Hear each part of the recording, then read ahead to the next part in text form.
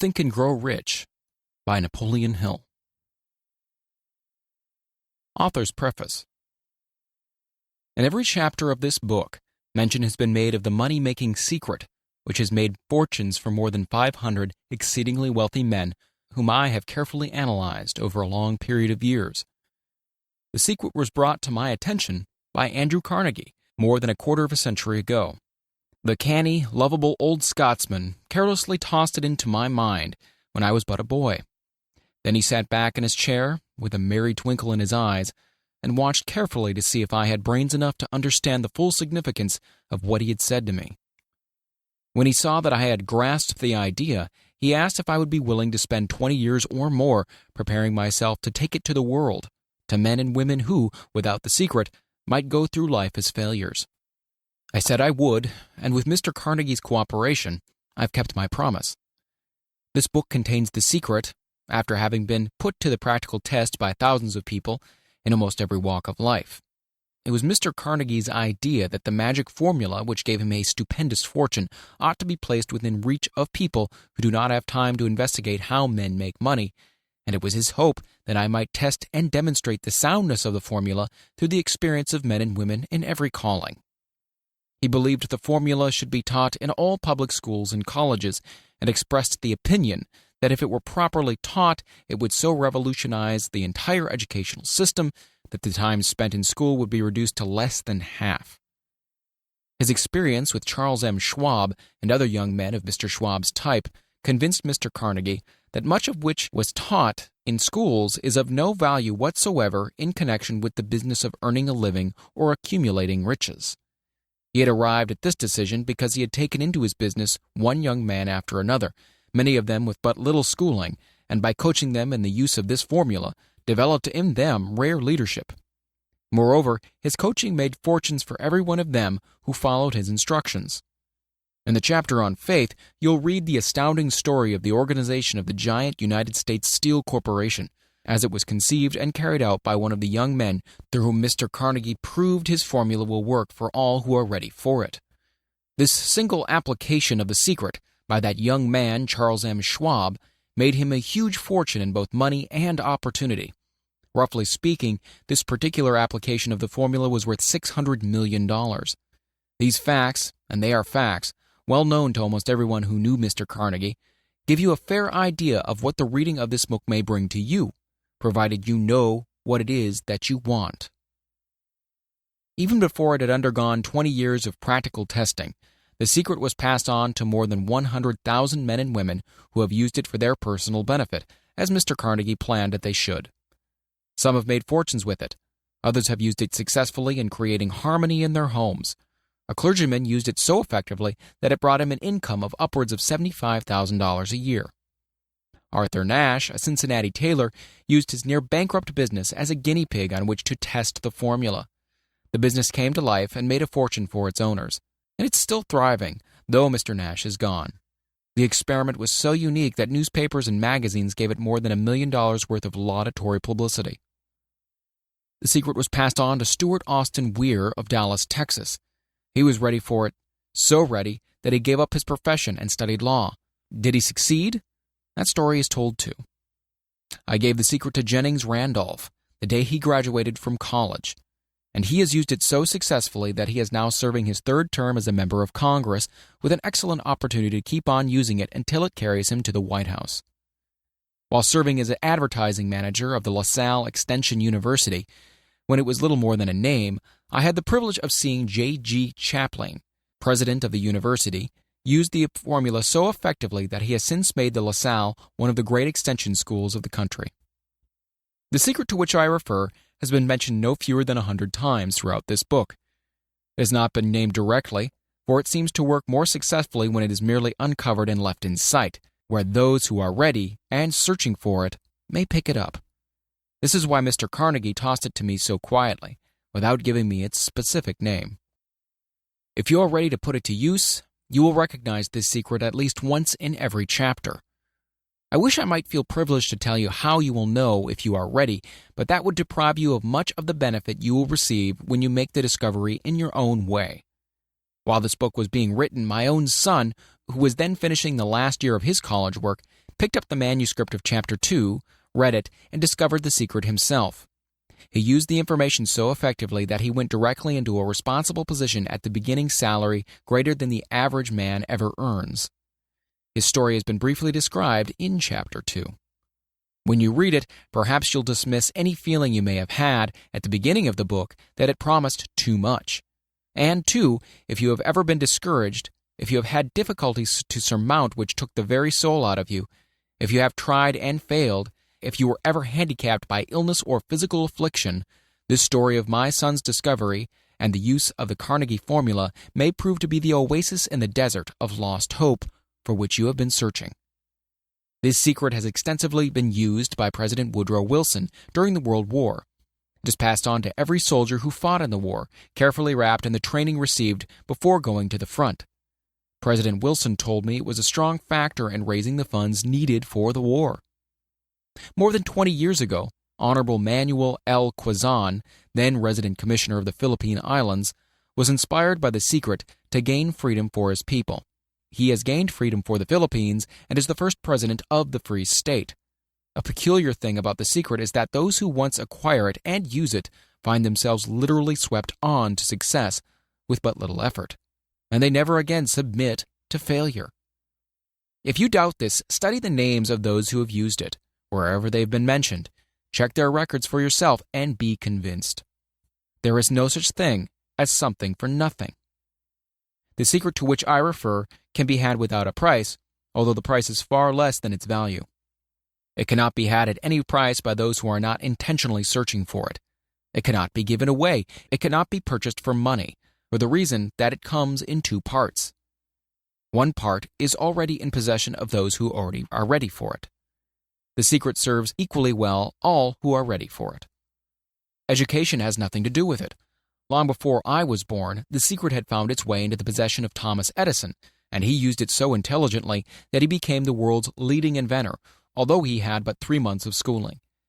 The secret was passed on to a business associate of Mr. Edison. He used it so effectively that, although he was then making only $12,000 a year, he accumulated a great fortune, and retired from active business while still a young man. You'll find his story at the beginning of the first chapter. It should convince you that riches are not beyond your reach, that you can still be what you wish to be, that money, fame, recognition, and happiness can be had by all who are ready and determined to have these blessings. How do I know these things? You should have the answer before you finish this book. You may find it in the very first chapter or on the last page. While I was performing the 20-year task of research which I had undertaken at Mr. Carnegie's request, I analyzed hundreds of well-known men, many of whom admitted that they have accumulated their vast fortunes through the aid of the Carnegie secret. Among these men were Henry Ford, William Wrigley Jr., John Wanamaker, James J. Hill, George S. Parker, E. M. Statler, Henry L. Doherty, Cyrus H. K. Curtis, George Eastman, Theodore Roosevelt, John W. Davis, Albert Hubbard, Wilbur Wright, William Jennings Bryan, J. Ogden Armour, Charles M. Schwab, Harris F. Williams, John D. Rockefeller, Thomas Edison, F. W. Woolworth, Woodrow Wilson, W. M. Howard Taft, Dr. Alexander Graham Bell, Arthur Nash, Clarence Darrow. These names represent but a small fraction of the hundreds of well-known Americans whose achievements, financially and otherwise, prove that those who understand and apply the Carnegie secret reach high stations in life. I have never known anyone who was inspired to use the secret who did not achieve noteworthy success in his chosen calling. I have never known any person to distinguish himself or to accumulate riches of any consequence without possession of the secret. From these two facts, I draw the conclusion that the secret is more important as a part of the knowledge essential for self-determination than any which one receives through what is popularly known as education. What is education anyway? This has been answered in full detail. As far as schooling is concerned, many of these men had very little. John Wanamaker once told me that with what little schooling he had, he acquired very much the same manner as a modern locomotive takes on water, by scooping it up as it runs. Henry Ford never reached high school, let alone college. I'm not attempting to minimize the value of schooling, but I am trying to express my earnest belief that those who master and apply the secret will reach high stations, accumulate riches, and bargain with life on their own terms, even if their schooling has been meager. Somewhere, as you read, the secret to which I refer will jump from the page and stand boldly before you, if you're ready for it. When it appears, you'll recognize it. Whether you receive the sign in the first or last chapter, stop for a moment when it presents itself and turn down a glass, for that occasion will mark the most important turning point of your life. We pass now to Chapter 1, and to the story of my dear friend who has generously acknowledged having seen the mystic sign and whose business achievements are evidence enough that he turned down a glass. As you read his story and the others, remember that they deal with the important problems of life, such as all men experience, the problems arising from one's endeavor to earn a living, to find hope, courage, contentment, and peace of mind, to accumulate riches and to enjoy freedom of body and spirit. Remember, too, as you go through the book, that it deals with facts and not with fiction, its purpose being to convey a great universal truth through which all who are ready may learn not only what to do, but also how to do it, and receive as well the needed stimulus to make a start. As a final word of preparation before you begin the first chapter, may I offer one brief suggestion which may provide a clue by which the Carnegie secret may be recognized. It is this: all achievement, all earned riches have their beginning in an idea. If you are ready for the secret, you already possess one half of it. Therefore, will readily recognize the other half the moment it reaches your mind. The author. Chapter 1, Introduction. The man who thought his way into partnership with Thomas A. Edison. Truly, thoughts are things, and powerful things at that, when they are mixed with the definiteness of purpose, persistence, and a burning desire for their translation into riches or other material objects. A little more than 30 years ago, Edwin C. Barnes discovered how true it is that men really do think and grow rich. His discovery did not come out at one sitting. It came little by little, beginning with a burning desire to become a business associate of the great Edison. One of the great characteristics of Barnes's desire was that it was definite. He wanted to work with Edison, not for him. Observe carefully the description how he went about translating this desire into reality, and you'll have a better understanding of the 13 principles which lead to riches. When this desire, or impulse of thought, first flashed into his mind, he was in no position to act upon it. Two difficulties stood in his way. He didn't know Mr. Edison, and he did not have enough money to pay his railroad fare to Orange, New Jersey. These difficulties were sufficient to have discouraged the majority of men from making any attempt to carry out the desire. But this was no ordinary desire. He was so determined to find a way to carry out his desire that he finally decided to travel by blind baggage rather than to be defeated. To the uninitiated, this means he went to East Orange on a freight train. He presented himself at Mr. Edison's laboratory and announced he had come to go into business with the inventor. In speaking of the first meeting between Barnes and Edison years later, Mr. Edison said, "He stood there before me, looking like an ordinary tramp, but there was something in the expression of his face which conveyed the impression that he was determined to get what he had come after.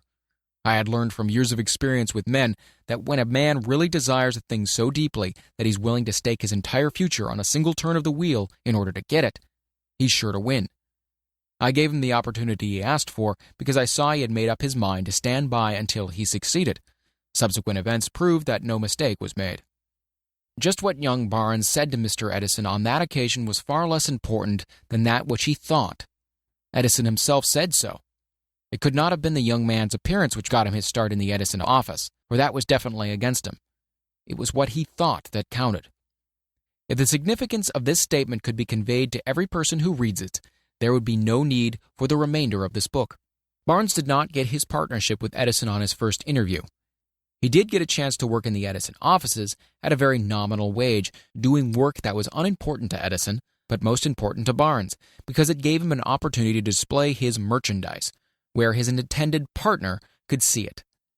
Months went by. Apparently nothing happened to bring the coveted goal which Barnes had set up in his mind as his definite major purpose. But something important was happening in Barnes' mind. he was constantly intensifying his desire to become the business associate of Edison. Psychologists have correctly said that when one is truly ready for a thing, it puts in its appearance. Barnes was ready for a business association with Edison. Moreover, he was determined to remain ready until he got that which he was seeking. He did not say to himself, what's the use?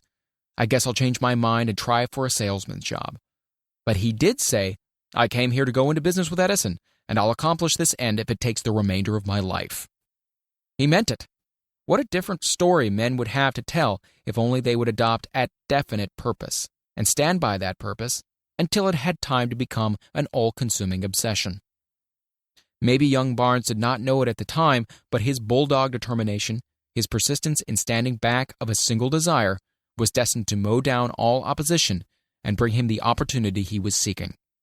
When the opportunity came, it appeared in a different form, and form a different direction than Barnes had expected. This is one of the tricks of opportunity.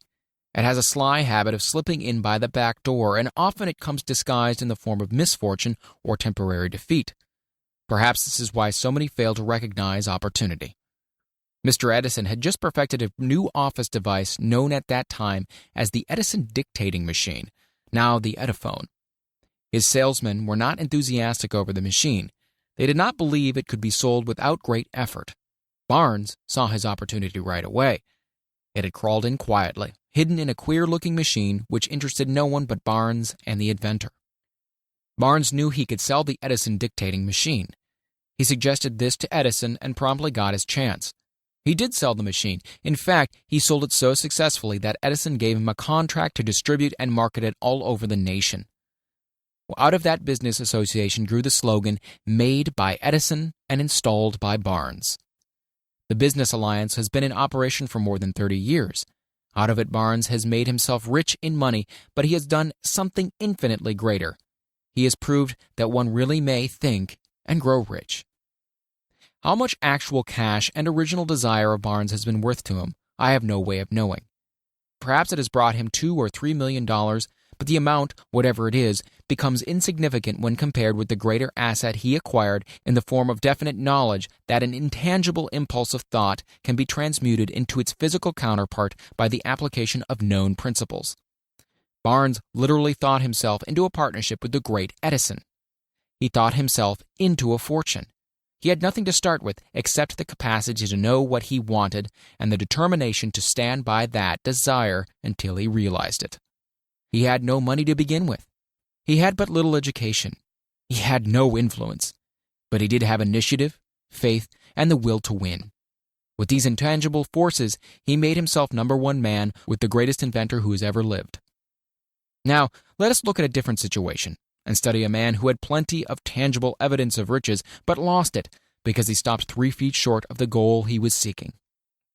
3 feet from gold. One of the most common causes of failure is the habit of quitting when one is overtaken by temporary defeat. Every person is guilty of this mistake at one time or another.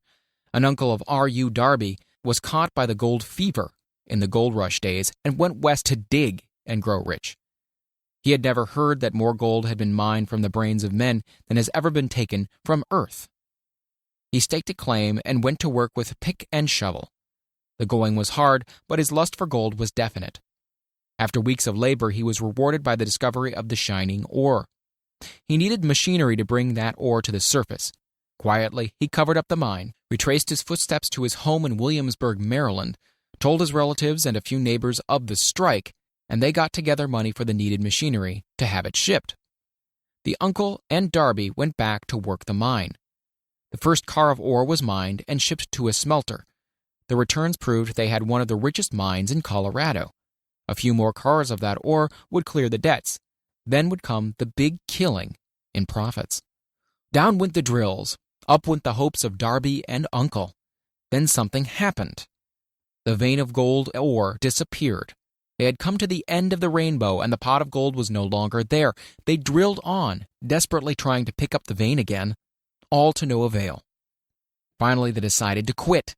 They sold the machinery to a junk man for a few $100s and took the train back home. Some junk men are dumb, but not this one.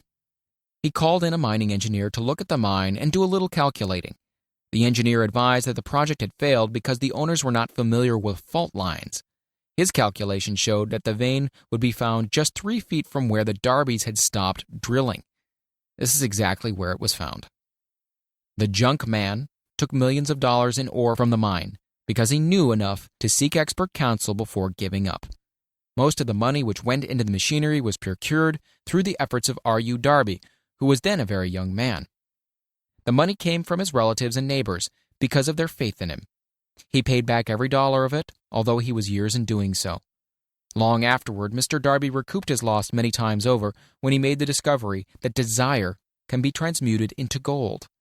The discovery came after he went into the business of selling life insurance. Remembering that he lost a huge fortune because he stopped 3 feet from gold, Darby profited by the experience in his chosen work by the simple method of saying to himself, "I stopped 3 feet from gold, but I'll never stop because men say no when I ask them to buy insurance." Darby is one of a small group of fewer than 50 men who sell more than $1 million in life insurance annually.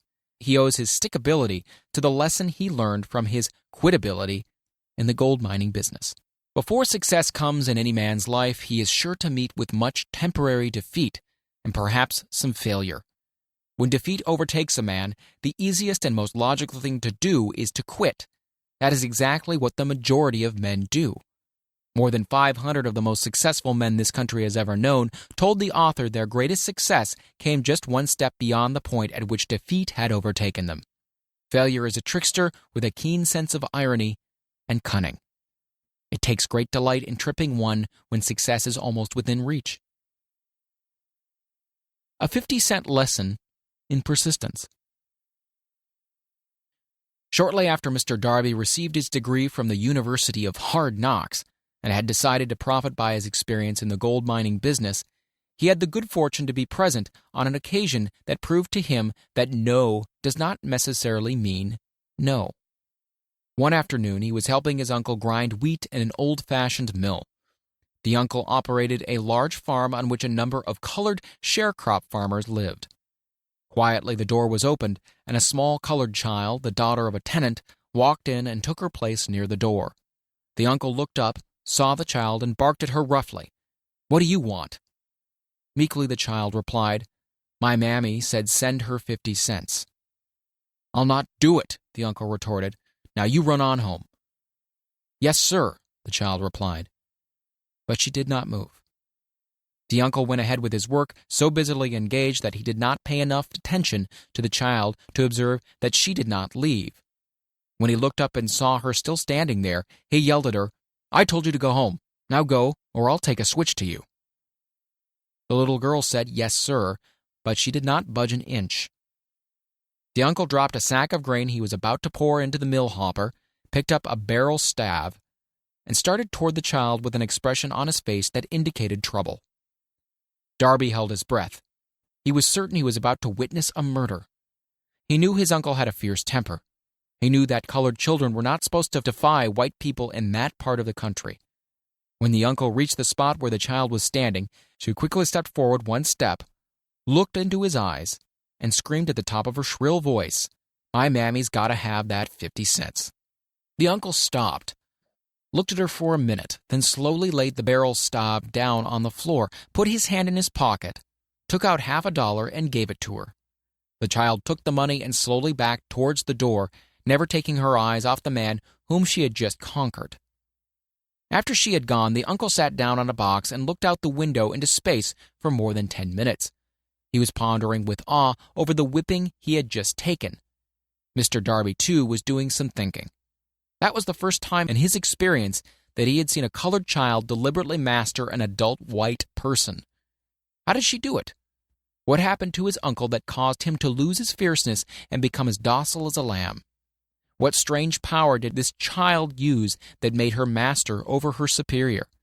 These and other similar questions flashed into Darby's mind, but he did not find the answer until years later when he told me the story. Strangely, the story of this unusual experience was told to the author in the old mill on the very spot where the uncle took his whipping. Strangely, too, I had devoted nearly a quarter of a century to the study of the power which enabled an ignorant, illiterate colored child to conquer an intelligent man. As we stood there in that musty old mill, Mr. Darby repeated the story of the unusual conquest and finished by asking, "What can you make of it? What strange power did that child use that so completely whipped my uncle?" The answer to this question will be found in the principles described in this book. The answer is full and complete. It contains details and instructions sufficient to enable anyone to understand and apply the same force which the little girl accidentally stumbled upon. Keep your mind alert, and you'll observe exactly what strange power came to the rescue of the child. You will catch a glimpse of this power in the next chapter. Somewhere in the book, you'll find an idea that will quicken your receptive powers and place at your command, for your own benefit, the same irresistible power.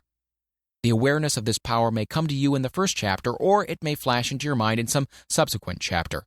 It may come in the form of a single idea, or it may come in the nature of a plan or a purpose. Again, it may cause you to go back into your past experience of failure or defeat and bring to the surface the same lesson by which you can regain all that you lost through defeat. After I had described to Mr. Darby the power unwittingly used by the colored girl, he quickly retraced his 30 years of experience as a life insurance salesman, and frankly acknowledged that his success in that field was due in no small degree to the lesson he had learned from the child. Mr. Darby pointed out, "Every time a prospect tried to bow me out without buying, I saw that child standing there in the old mill, her big eyes glaring in defiance, and I said to myself, I've got to make this sale. The better portion of all sales I have made were made after people had said no." He recalled, too, his mistake in having stopped only 3 feet from gold. But, he said, that experience was a blessing in disguise. It taught me to keep on keeping on, no matter how hard the going may be, a lesson I needed to learn before I could succeed in anything. This story of Mr. Darby and his uncle, the colored girl and the gold mine, doubtless will be read by hundreds of men who make their living by selling life insurance. And to all of these, the author wishes to offer the suggestion that Darby owes to these 2 experiences his ability to sell more than $1 million of life insurance every year. Life is strange and often imponderable. Both the successes and failures have their roots in simple experiences. Mr. Darby's experiences were commonplace and simple enough, yet they held the answer to his destiny in life. Therefore, they were as important to him as life itself. He profited by these 2 dramatic experiences because he analyzed them and found the lesson they taught. But what of the man who has neither the time nor the inclination to study failure in search of knowledge that may lead to success? Where and how is he to learn the art of converting defeat into stepping stones to opportunity? In answer to these questions, this book was written. The answer called for a description of 13 principles, but remember as you read, the answer you may be seeking to the questions which have caused you to ponder over the strangeness of life may be found in your own mind through some idea, plan, or purpose which may spring into your mind as you read. One sound idea is all one needs to achieve success. The principles described in this book contain the best and the most practical of all that is known concerning ways and means of creating useful ideas. Before we may go any further in our approach to the description of these principles, we believe you are entitled to receive this important suggestion. When riches begin to come, they come so quickly in such great abundance that one wonders where they have been hiding during all those lean years. This is an astounding statement, and all the more so when we take into consideration the popular belief that riches come only to those who work hard and long. When you begin to think and grow rich, you will observe that riches begin with a state of mind, with definiteness of purpose, with little or no hard work. You and every other person ought to be interested in knowing how to acquire that state of mind which will attract riches. I spent 25 years in research analyzing more than 25,000 people because I too wanted to know how wealthy men became that way. Without that research, this book could not have been written. Here take notice of a very significant truth, viz., the business depression started in 1929 and continued on to an all-time record of destruction until sometime after President Roosevelt entered office. Then the depression began to fade into nothingness. Just as an electrician in a theater raises the light so gradually that darkness is transmuted into light before you realize it, so did the spell of fear in the minds of the people gradually fade away and become faith. Observe very closely as soon as you master the principles of this philosophy and begin to follow the instructions for applying those principles. Your financial status will begin to improve, and everything you touch will begin to transmute itself into an asset for your benefit. Impossible? Not at all. One of the main weaknesses of mankind is the average man's familiarity with the word impossible. He knows all the rules which will not work. He knows all the things which cannot be done. This book was written for those who seek the rules which have made others successful and are willing to stake everything on those rules. A great many years ago, I purchased a fine dictionary. The first thing I did with it was to turn the word impossible and neatly clip it out of the book. That would not be an unwise thing for you to do. Success comes to those who become success conscious. Failure comes to those who indifferently allow themselves to become failure conscious.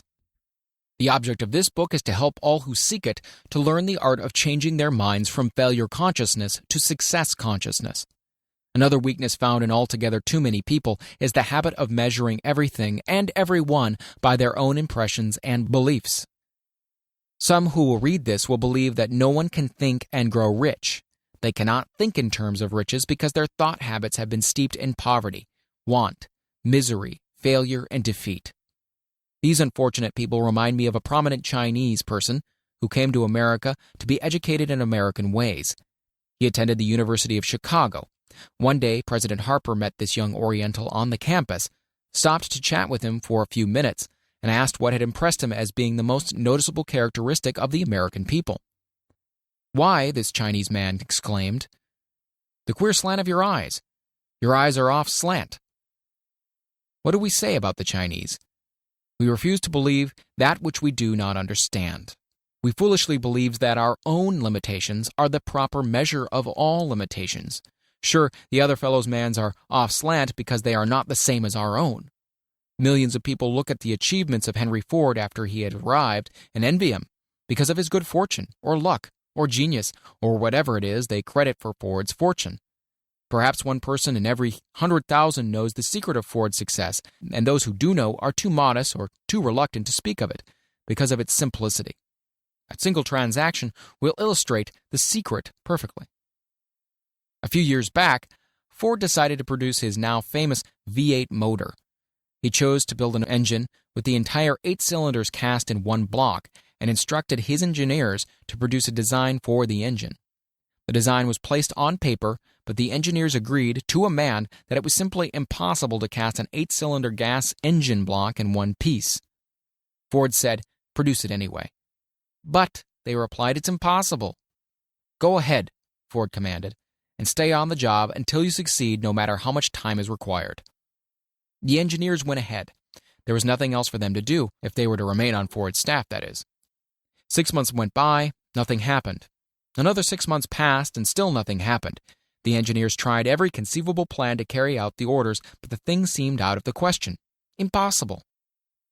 At the end of the year, Ford checked with his engineers, and again they informed him that they had found no way to carry out his orders. "Go right ahead," said Ford. "I want it, and I'll have it." They went ahead, and then, as if by a stroke of magic, the secret was discovered. The Ford determination had won once more. This story may not be described with minute accuracy, but the sum and substance of it is correct. You who wish to think and grow rich, the secret of the Ford millions, if you can. You will not have to look very far. Henry Ford is a success because he understands and applies the principles of success. One of these is desire, knowing what one wants. Remember this Ford story as you read and pick out the lines in which the secret of this stupendous achievement have been described.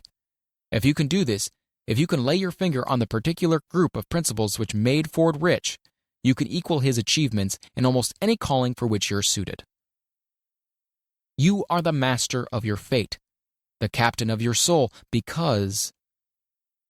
When Henry wrote the prophetic lines, "I am the master of my fate, I am the captain of my soul," he should have informed us that we are the masters of our fate, the captains of our souls, because we have the power to control our thoughts. He should have told us that the ether in which these little earths float, in which we move and have our being, is a form of energy moving at an inconceivably high rate of vibration, and that the ether is filled with a form of universal power which adapts itself to the nature of the thoughts we hold in our minds, and influences us in natural ways to transmute our thoughts into their physical equivalent. If the poet had told us of this great truth, we would know why it is that we are the masters of our fate, the captains of our souls. He should have told us, with great emphasis, that this power makes no attempt to discriminate between destructive thoughts and constructive thoughts, that it will urge us to translate into physical reality thoughts of poverty just as quickly as it will influence us to act upon thoughts of riches. He should have told us, too, that our brains become magnetized with the dominating thoughts which we hold in our minds, and by means with which no man is familiar, these magnets attract to us the forces, the people, the circumstances of life which harmonize with the nature of our dominating thoughts. He should have told us that before we can accumulate riches in great abundance, we must magnetize our minds with intense desire for riches, that we must become money-conscious until the desire for money drives us to create definite plans for acquiring it. But, being a poet and not a philosopher, Henley contented himself by stating a great truth in poetic form, leaving those who followed him to interpret the philosophical meaning of his lines. Little by little, the truth has unfolded itself until it now appears certain that the principles described in this book hold the secret of mastery over our economic fate. We are now ready to examine the first of these principles.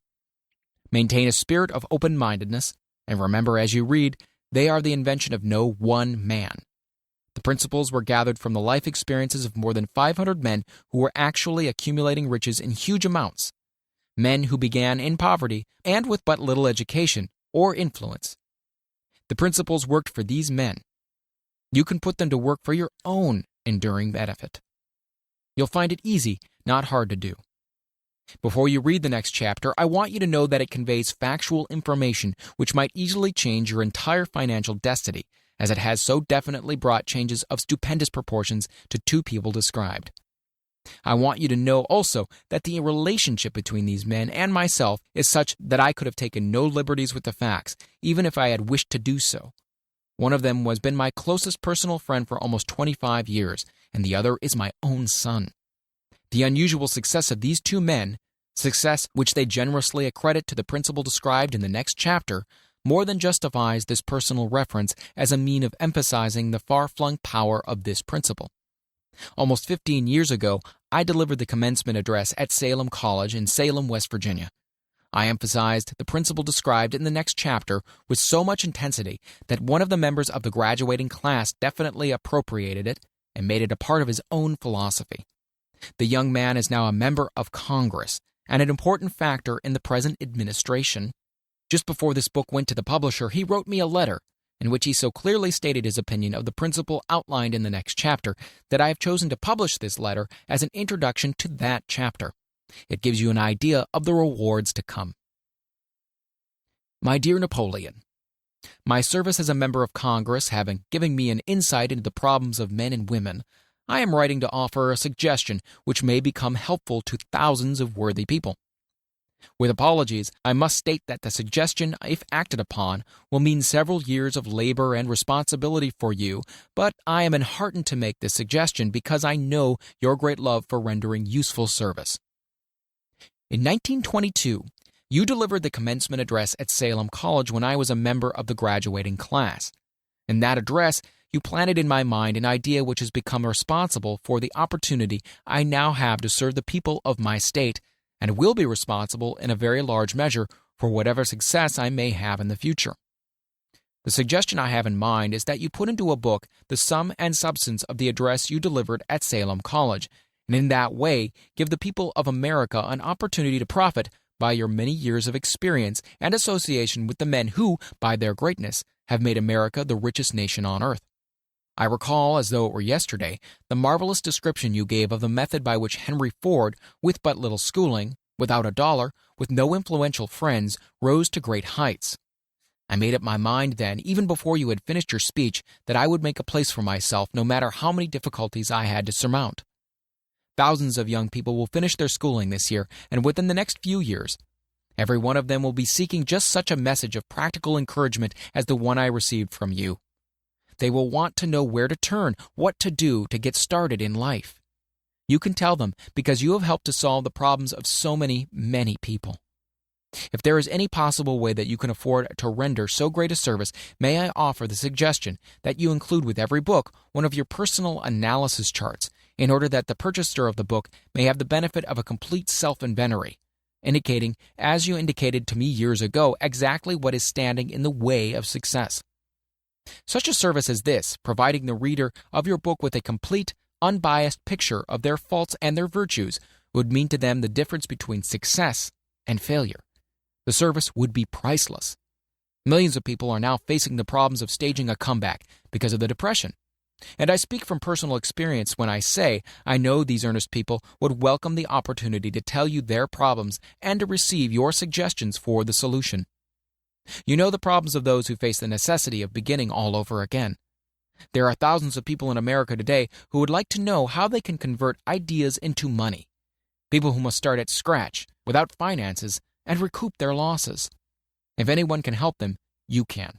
If you publish this book, I would like to own the first copy that comes from the press, personally autographed by you. With best wishes, believe me, cordially yours, Jennings Randolph. Chapter 2. Desire, the starting point of all achievement. The first step toward riches. When Edwin C. Barnes climbed down in Orange, New Jersey, more than 30 years ago, he may have resembled a tramp, but his thoughts were those of a king. As he made his way from the railroad tracks to Thomas A. Edison's office, his mind was at work. He saw himself standing in Edison's presence. He heard himself asking Mr. Edison for an opportunity to carry out that one consuming obsession of his life, a burning desire to become the business associate of the great inventor. Barnes' desire was not a hope. It was not a wish. It was a keen, pulsating desire which transcended everything else. It was definite. The desire was not new when he approached Edison. It had been Barnes' dominating desire for a long time. In the beginning, when the desire first appeared in his mind, it may have been, or probably was, only a wish, but it was no mere wish when he appeared before Edison with it. A few years later, Edwin C. Barnes again stood before Edison in the same office where he first met the inventor. This time his desire had been translated into a reality. He was in business with Edison. The dominating dream of his life had become a reality. Today, people who know Barnes envy him because of the break life yielded him. They see him in the days of his triumph without taking the trouble to investigate the cause of his success. Barnes succeeded because he chose a definite goal, placed all his energy, all his willpower, all his effort, everything back of that goal. He did not become the partner of Edison the day he arrived. He was content to start in the most menial work, as long as it provided an opportunity to take even one step towards his cherished goal. 5 years passed before the chance he had been seeking made its appearance. During all those years, not one ray of hope, not one promise of attainment of his desire had been held out to him. To everyone except himself, he appeared just another cog in the Edison business wheel. But in his own mind, he was the partner of Edison every minute of that time, from the very day he first went to work there. It is a remarkable illustration of the power of a definite desire. Barnes won his goal because he wanted to be a business associate of Mr. Edison more than he wanted anything else. He created a plan by which to attain that purpose, but he burned all bridges behind him. He stood by his desire until it became the dominating obsession of his life and finally a fact. When he went to Orange, he did not say to himself, "I'll try to induce Edison to give me a job of some sort." He said, "No, I will see Edison and put him on notice that I have come to do business with him." He did not say, "Oh, I'll work for a few months, and then if I get no encouragement, I'll just quit and go get a job somewhere else." He did say, "No, I will start anywhere. I will do anything Edison tells me to do, but before I'm through, I will be his associate." He did not say, "I will keep my eyes open for another opportunity in case I fail to get what I want in the Edison organization." No, he said, "There is but one thing in this world that I am determined to have, and that is a business association with Thomas Edison. I will burn all bridges behind me and stake my entire future on my ability to get what I want." He left himself no possible way of retreat. He had to win or perish. This is all there is to the Barnes story of success. A long while ago, a great warrior faced a situation which made it necessary for him to make a decision which ensured his success on the battlefield. He was about to send his armies against a powerful foe whose men outnumbered his own. He loaded his soldiers into boats, sailed to the enemy's country, unloaded soldiers and equipment, then gave the order to burn the ships that had carried them. Addressing his men before the first battle, he said, "You see the boats going up in smoke. That means that we cannot leave these shores alive unless we win. We now have no choice. We win or we perish." They won. Every person who wins in an undertaking must be willing to burn his ships and cut all sources of retreat. Only by doing so can one be sure of maintaining that state of mind known as a burning desire to win, which is essential to success. The morning after the Great Chicago Fire, a group of merchants stood on State Street, looking at the smoking remains of what had been their stores. They went into a conference to decide what if they could rebuild, or leave Chicago and start over in a more promising section of the country. They reached a decision, all except one, to leave Chicago. The merchant who decided to stay and rebuild pointed a finger at the remains of his store and said, "Gentlemen, on that very spot, I'm going to build the world's greatest store, no matter how many times it may burn down." This was more than 50 years ago. The store was built. It stands there today, a towering monument to the power of that state of mind known as a burning desire. The easy thing for Marshall Field to have done would have been exactly what his fellow merchants did. When the going was hard and the future looked dismal, they pulled up and went where the going seemed easier. Mark well this difference between Marshall Field and the other merchants, because it is the same difference which distinguishes Edwin C. Barnes from thousands of other young men who have worked in the Edison organization. It is the same difference which distinguishes practically all who succeed from those who fail. Every human being who reaches the age of understanding of the purpose of money wishes for it. Wishing will not bring riches, but desiring riches with a state of mind that becomes an obsession, then planning definite ways and means to acquire riches, and backing those plans with persistence, which does not recognize failure, will bring riches. The method by which desire for riches can be transmuted into its financial equivalent consists of 6 definite practical steps. These: first, fix in your mind the exact amount of money you desire. It is not sufficient merely to say, "I want plenty of money." First, be definite as to the amount. There is a psychological reason for definiteness, which will be described in a subsequent chapter. Second, determine exactly what you intend to give in return for the money you desire. There is no such reality as something for nothing. Third, establish a definite date when you intend to possess the money you desire. Fourth, create a definite plan for carrying out your desire and begin at once, whether you are ready or not, to put this plan into action. Fifth, write out a clear, concise statement of the amount of money you intend to acquire. Name the time limit for its acquisition, state what you intend to give in return for the money, and describe clearly the plan through which you intend to accumulate it. Sixth, read your written statement aloud twice daily, once just before retiring at night and once after arising in the morning. As you read, see and feel and believe yourself already in possession of the money. It is important that you follow the instructions described in these 6 steps. It is especially important that you observe and follow the instructions in the 6th paragraph. You may complain that it is impossible for you to see yourself in possession of money before you actually have it. Here is where a burning desire will come to your aid. If you truly desire money so keenly that your desire is an obsession, you will have no difficulty in convincing yourself that you will acquire it. The object is to want money and to become so determined to have it that you convince yourself you will have it. Only those who become money conscious ever accumulate great riches. Money consciousness means that the mind has become so thoroughly saturated with the desire for money that one can see one's self already in possession of it. To the uninitiated, who has not been schooled on the working principles of the human mind, these instructions may appear impractical. It may be helpful to all who fail to recognize the soundness of the 6 steps to know that the information they convey was received from Andrew Carnegie, who began as an ordinary laborer in the steel mills, but managed, despite his humble beginning, to make these principles yield him a fortune of considerably more than $100 million. It may be of further help to know that the 6 steps here recommended were carefully scrutinized by the late Thomas Edison, who placed his stamp of approval upon them as being not only the steps essential for the accumulation of money, but necessary for the attainment of any definite goal. The steps call for no hard labor. They call for no sacrifice. They do not require one to become ridiculous or credulous. To apply them calls for no great amount of education. But the successful application of these 6 steps does call for sufficient imagination to enable one to see and to understand that accumulation of money cannot be left to chance, good fortune, and luck. One must realize that all who have accumulated great fortunes first did a certain amount of dreaming, hoping, wishing, desiring, and planning before they acquired money. You may as well know right here that you can never have riches in great quantities unless you can work yourself into a white heat of desire for money and actually believe you will possess it.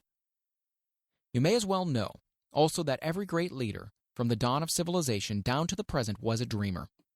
Christianity is the greatest potential power in the world today because its founder was an intense dreamer who had the vision and the imagination to see realities in their mental and spiritual form before they had been transmuted into physical form. If you do not see great riches in your imagination, you will never see them in your bank balance. Never in the history of America has there been so great an opportunity for practical dreamers as now exists. The 6-year economic collapse has reduced all men, substantially, to the same level. A new race is about to be run. The stakes represent huge fortunes which will be accumulated within the next 10 years. The rules of the race have changed because we now live in a changed world, and that definitely favors the masses, those who had but little or no opportunity to win under the conditions existing during the Depression, when fear paralyzed growth and development. We who are in this race for riches should be encouraged to know that this changed world in which we live is demanding new ideas, new ways of doing things, new leaders, new inventions, new methods of teaching, new methods of marketing, new books, new literature, new features for the radio, new ideas for moving pictures.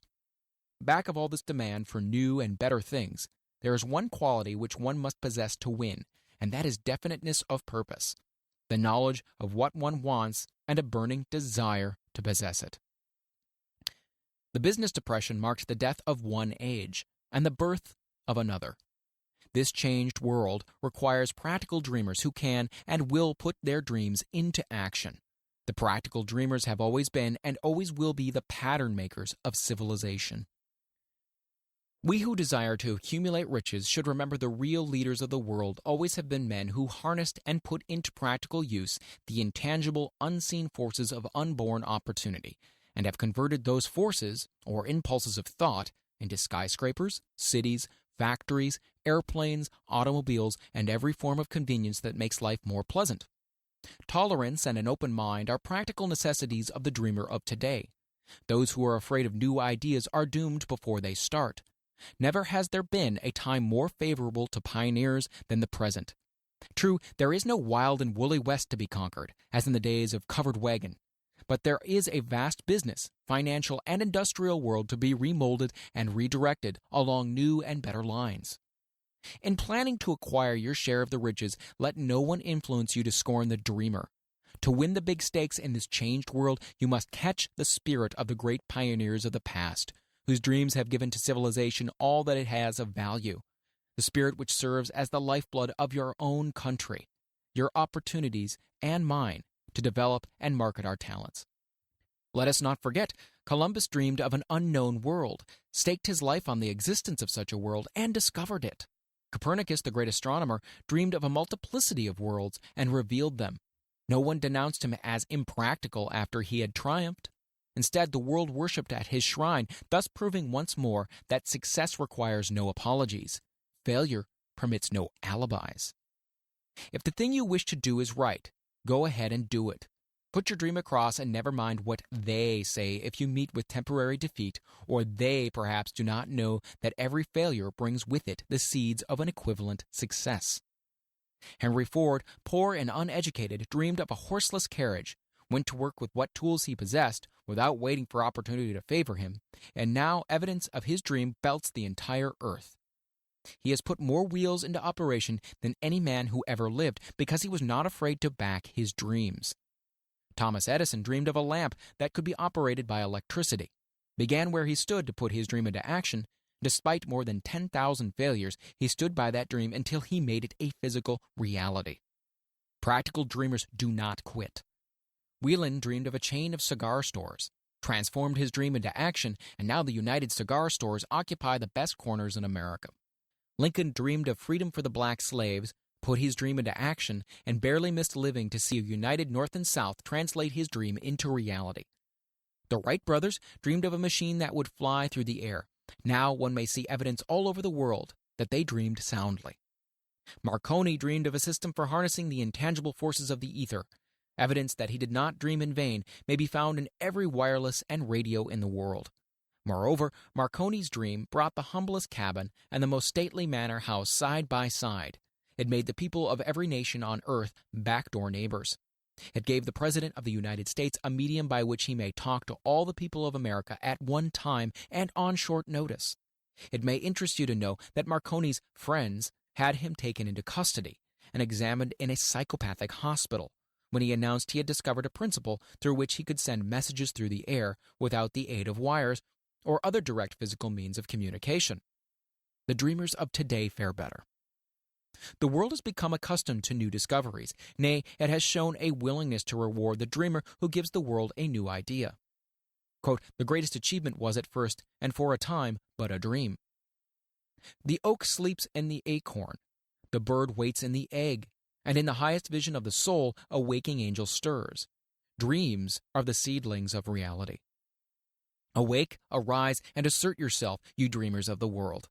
Your star is now in the ascendancy. The world of the Depression brought the opportunity you have been waiting for. It taught people humility, tolerance, and open-mindedness. The world is filled with an abundance of opportunity which the dreamers of the past never knew.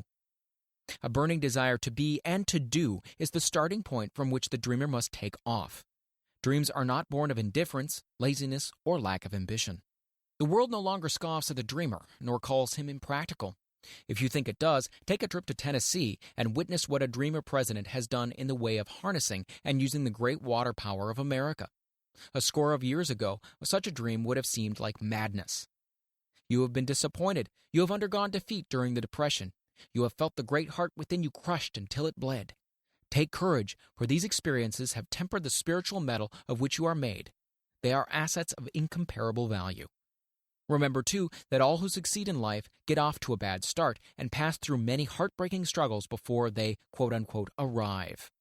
The turning point in the lives of those who succeed usually comes at a moment of some crisis, through which they are introduced to their other selves. John Bunyan wrote The Pilgrim's Progress, which is among the finest of all English literature, after he had been confined in prison and sorely punished because of his views on the subject of religion. O. Henry discovered the genius which slept within his brain after he had met with great misfortune and was confined in a prison cell in Columbus, Ohio. Forced, through misfortune, to become acquainted with his other self and to use his imagination, he discovered himself to be a great author instead of a miserable criminal and outcast. Strange and varied are the ways of life, and stranger still are the ways of infinite intelligence, through which men are sometimes forced to undergo all sorts of punishment before discovering their own brains and their own capacity to create useful ideas through imagination. Edison, the world's greatest inventor and scientist, was a quote-unquote tramp telegraph operator. He failed innumerable times before he was driven finally to the discovery of the genius which slept within his brain. Charles Dickens began by pasting labels on blacking pots. The tragedy of his first love penetrated the depths of his soul and converted him into one of the world's truly great authors. That tragedy produced first David Copperfield, then a succession of other works that made this a richer and better world for all who read his books. Disappointment over love affairs generally has the effect of driving men to drink and women to ruin, and this because most people never learn the art of transmuting their strongest emotions into dreams of a constructive nature. Helen Keller became deaf, dumb, and blind shortly after birth. Despite her greatest misfortune, she has written her name indelibly in the pages of the history of the great.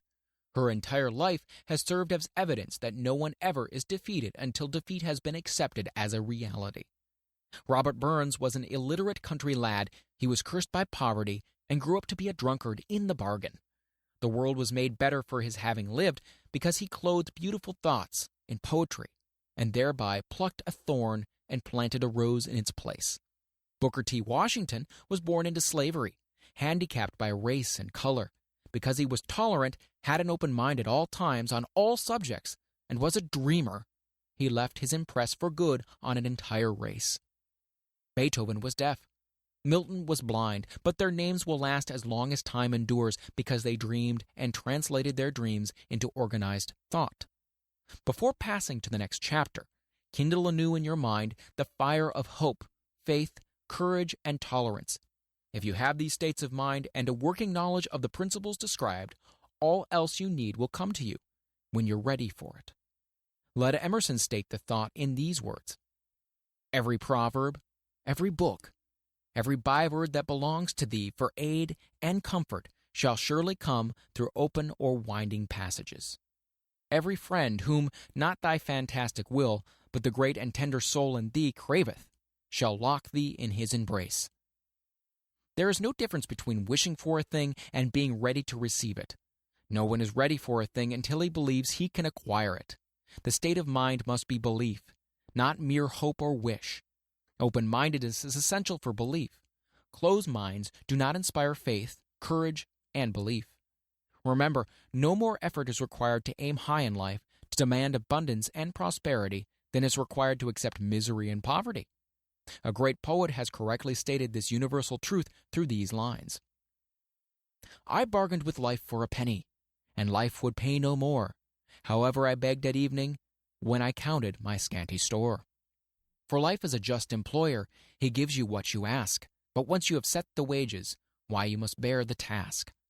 I worked for a menial's hire, only to learn dismayed, that any wage I had hoped of life, life would have willingly paid. Desire outwits Mother Nature. As a fitting climax to this chapter, I wish to introduce one of the most unusual persons I have ever known. I first saw him 24 years ago, a few minutes after he was born. He came into the world without any physical sign of ears, and the doctor admitted, when pressed for an opinion, that the child might be deaf and mute for life. I challenged the doctor's opinion. I had the right to do so. I was the child's father. I, too, reached a decision and rendered an opinion, but I expressed the opinion silently in the secrecy of my own heart. I decided that my son would hear and speak. Nature could send me a child without ears, but nature could not induce me to accept the reality of the affliction. In my own mind, I knew that my son would hear and speak. How? I was sure there must be a way, and I knew I would find it. I thought of the words of the immortal Emerson. The whole course of things goes to teach us faith. We need only obey. There is guidance for each of us, and by lowly listening, we shall hear the right word. The right word? Desire. More than anything else, I desired that my son should not be deaf-mute. From that desire I never receded, not for a second. Many years previously I had written, our only limitations are those we set up in our own minds. For the first time I wondered if that statement were true. Lying on the bed in front of me was a newly born child without the natural equipment of hearing. Even though he might hear and speak, he was obviously disfigured for life. Surely, this was a limitation which that child had not set up in his own mind. What could I do about it? Somehow I would find a way to transplant into that child's mind my own burning desire for ways and means of conveying sound to his brain without the aid of ears. As soon as the child was old enough to cooperate, I would fill his mind so completely with the burning desire to hear that nature would, by methods of her own, translate it into physical reality. All this thinking took place in my own mind, but I spoke of it to no one. Every day I renewed the pledge I had made to myself not to accept a deaf-mute for a son. As he grew older, he began to take notice of things around him. We observed that he had a slight degree of hearing. When he reached the age when children usually begin talking, he made no attempt to speak, but we could tell by his actions that he could hear certain sounds slightly. That was all I wanted to know. I was convinced that if he could hear, even slightly, he might develop still greater hearing capacity. Then something happened that gave me hope, and it came from an entirely unexpected source. We bought a Victrola. When the child heard the music for the first time, he went into ecstasies and promptly appropriated the machine. He soon showed a preference for certain records, among them It's a Long Way to Tipperary. On one occasion, he played that piece over and over for almost 2 hours, standing in front of the Victrola with his teeth clamped on the edge of the case. The significance of the self-formed habit of his did not become clear to us until years afterward, for we had never heard of the principle of bone conduction of sound at the time. Shortly after he appropriated the Victrola, I discovered that he could hear me quite clearly when I spoke with my lips touching his mastoid bone, or at the base of the brain. These discoveries placed in my possession the necessary media by which I began to translate into reality my burning desire to help my son develop hearing and speech. By that time, he was making stabs at speaking certain words. The outlook was far from encouraging, but desire, backed by faith, knows no such word as impossible. Having determined that he could hear the sound of my voice plainly, I began immediately to transfer to his mind the desire to speak and hear. I soon discovered that the child enjoyed bedtime stories, so I went to work creating stories designed to develop in him self-reliance, imagination, and a keen desire to hear and to be normal. There was one story in particular which I emphasized by giving it some new and dramatic coloring each time it was told. It was designed to plant in his mind the thought that his affliction was not a liability, but an asset of great value. Despite the fact that all the philosophy I had examined clearly indicated that every adversity brings with it the seed of an equivalent advantage, I must confess that I had not the slightest idea how this affliction could ever become an asset. However, I continued my practice of wrapping that philosophy in bedtime stories, hoping the time would come when he would find some plan by which his handicap could be made to serve some useful purpose. Reason told me plainly that there was no adequate compensation for the lack of ears and natural hearing equipment. Desire, backed by faith, pushed reason aside and inspired me to carry on. As I analyze the experience in retrospect, I can see now that my son's faith in me had much to do with the astounding results. He did not question anything I told him. I sold him the idea that he had a distinct advantage over his older brother and that his advantage would reflect itself in many ways. For example, the teachers in school would observe that he had no ears, and because of this, they would show him special attention and treat him with extraordinary kindness. They always did. His mother saw to that by visiting the teachers and arranging with them to give the child the extra attention necessary. I sold him the idea, too, that when he became old enough to sell newspapers, his older brother had already become a newspaper merchant, he would have a big advantage over his brother for the reason that people would pay him extra money for his wares because they could see that he was a bright, industrious boy, despite the fact that he had no ears. We could notice that, gradually, the child's hearing was improving. Moreover, he had not the slightest tendency to become self-conscious because of his affliction. When he was about 7, he showed the first evidence that our method of servicing his mind was bearing fruit. For several months he begged for the privilege of selling newspapers, but his mother would not give her consent. She was afraid that his deafness might make it unsafe for him to go on the street alone. Finally, he took matters into his own hands. One afternoon, when he was left at home with the servants, he climbed through the kitchen window, shinnied down to the ground, and set out on his own. He borrowed 6 cents in capital from the neighborhood shoemaker, invested it in papers, sold out, reinvested, and kept repeating until late in the evening. After balancing his accounts and paying back the 6 cents he was borrowed from his banker, he had a net profit of 42 cents. When he got home that night, we found him in bed asleep with the money tightly clenched in his hand. His mother opened his hand, removed the coins, and cried. Of all things, crying over her son's first victory seemed so inappropriate. My reaction was the reverse. I laughed heartily, for I knew that my endeavor to plant in the child's mind an attitude of faith in himself had been successful. His mother saw in his first business venture a little deaf boy who had gone out in the streets and risked his life to earn money. I saw a brave, ambitious, self-reliant little businessman whose stock in himself had been increased 100% because he had gone into business on his own initiative and had won. The transaction pleased me because I knew he had given evidence of a trait of resourcefulness that would go with him through life. Later events proved this to be a virtue. When his older brother wanted something, he would lie down on the floor, kick his feet in the air, cry for it, and get it. When the little deaf boy wanted something, he would plan a way to earn the money, then buy it for himself. He still follows that plan. Truly, my son has taught me that handicaps can be converted into stepping stones on which one may climb towards some worthy goal, unless they are accepted as obstacles and used as alibis. The little deaf boy went through the grades, high school, and college without being able to hear his teachers, excepting when they shouted loudly at close range. He did not go to a school for the deaf. We would not permit him to learn the sign language. We were determined that he would live a normal life and associate with normal children, and we stood by that decision, although it cost us many heated debates with school officials. While he was in high school, he tried an electric hearing aid, but it was of no value to him, due, we believed, to a condition that was disclosed when the child was 6 by Dr. J. Gordon Wilson of Chicago, when he operated on one side of the boy's head and discovered that there was no sign of natural hearing equipment. During his last week in college, 18 years after the operation, something happened which marked the most important turning point in his life. Through what seemed to be mere chance, he came into possession of another electrical hearing device, which was sent to him on a trial. He was slow about testing it due to his disappointment with a similar device. Finally, he picked the instrument up and, more or less carelessly, placed it on his head, hooked up the small battery, and lo, as if by a stroke of magic, his lifelong desire for normal hearing became a reality.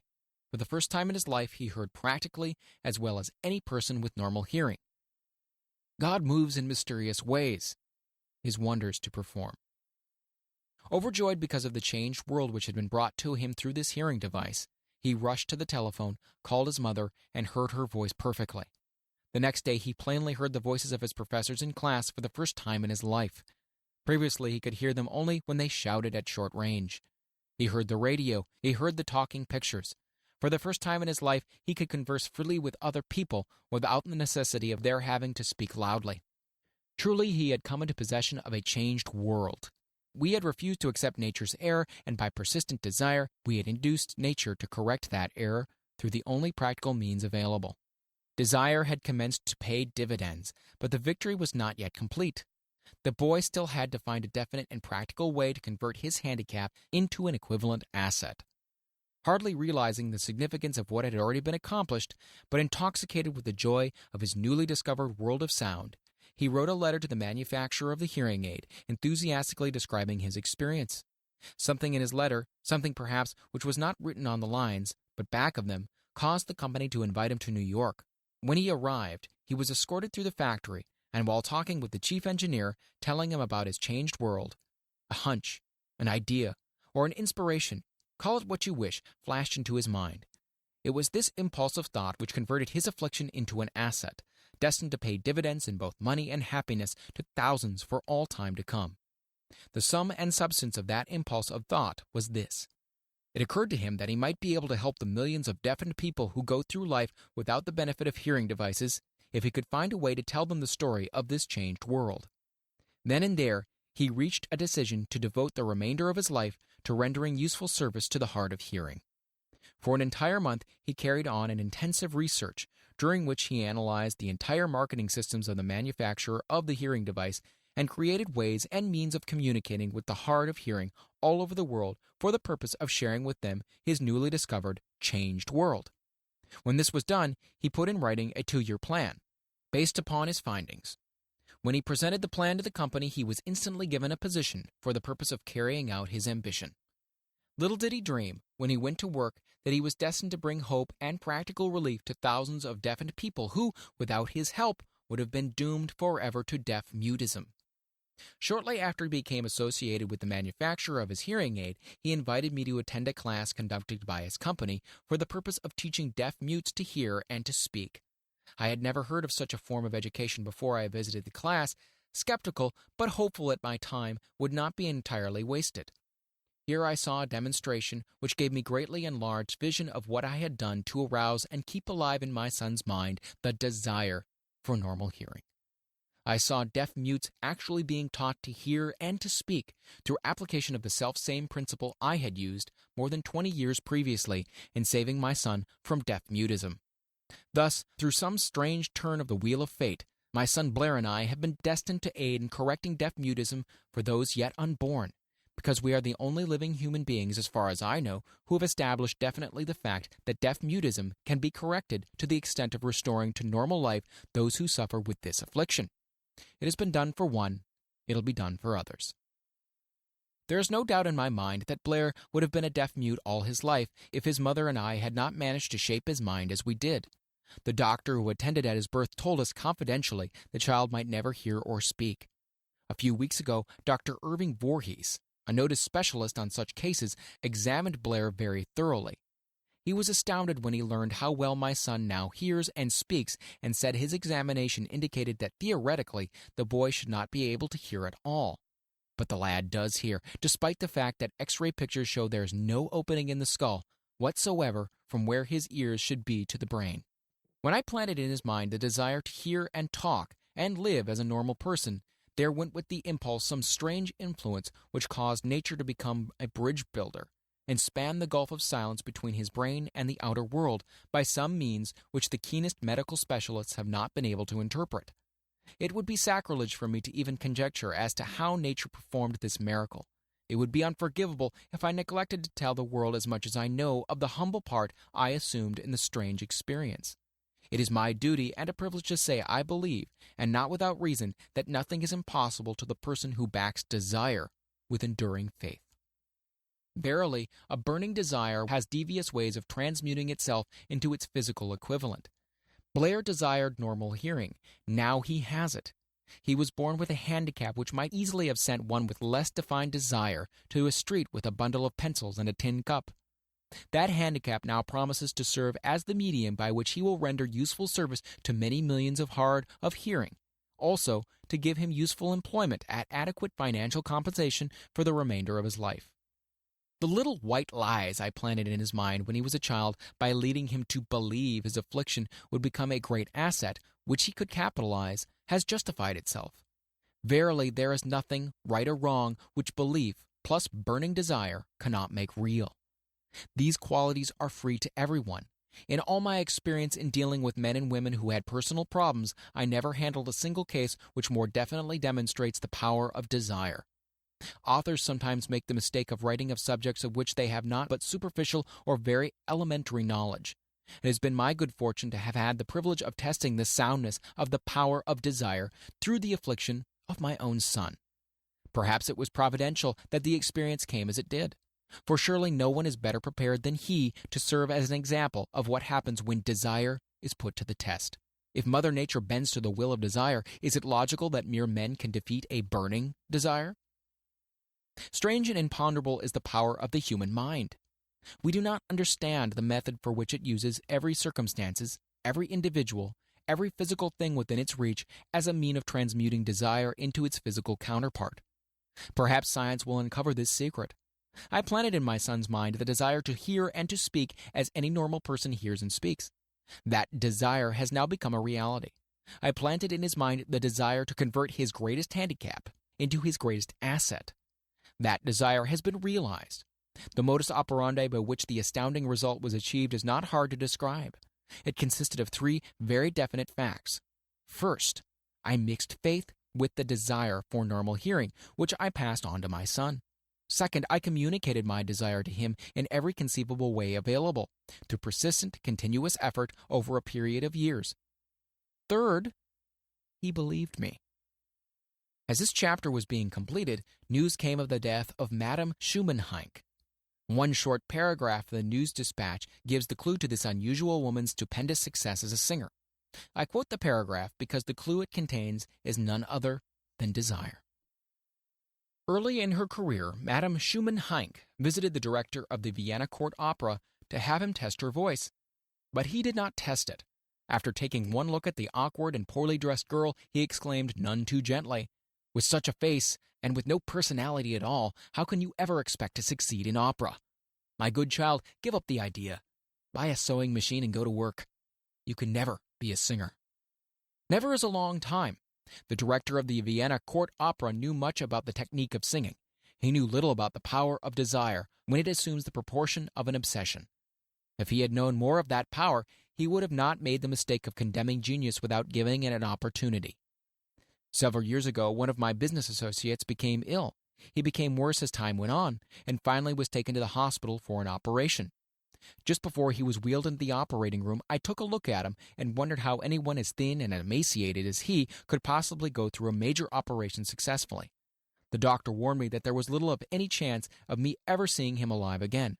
But that was the doctor's opinion. It was not the opinion of the patient. Just before he was wheeled away, he whispered feebly, "Don't be disturbed, Chief. I'll be out of here in a few days." The attending nurse looked at me with pity, but the patient did come through safely. After it was all over, his physician said, "Nothing but his own desire to live saved him. He would never have pulled through if he had not refused to accept the possibility of death." I believe in the power of desire, backed by faith, because I have seen this power lift men from lowly beginnings to places of power and wealth. I have seen it rob the grave of its victims. I have seen it serve as the medium by which men stage a comeback after having been defeated in 100 different ways. I have seen it provide my own son with a normal, happy, successful life, despite nature's having sent him into a world without ears. How can one harness and use the power of desire? This has been answered through this and the subsequent chapters of this book. This message is going out to the world at the end of the longest and perhaps the most devastating depression America has ever known. It is reasonable to presume that the message may come to the attention of many who have been wounded by the depression, those who have lost their fortunes, others who have lost their positions, and great numbers who must recognize their plans and stage a comeback. To all these, I wish to convey the thought that all achievement, no matter what may be its nature or its purpose, must begin with an intense, burning desire for something definite.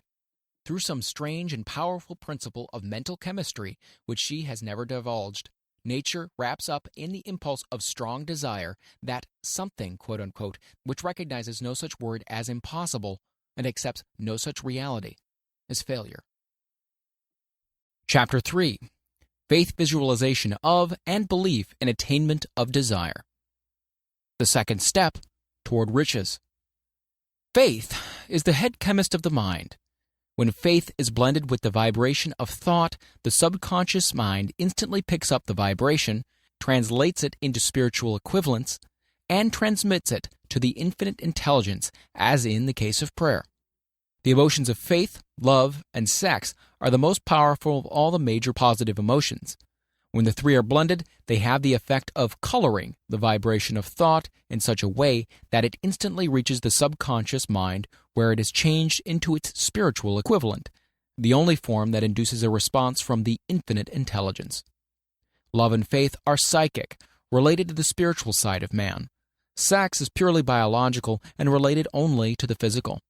The mixing or blending of these three emotions has the effect of opening a direct line of communication between the finite, thinking mind of man and infinite intelligence. How to develop faith. There comes now a statement which will give a bigger or better understanding of the importance the principle of autosuggestion assumes in the transmutation of desire into its physical or monetary equivalent.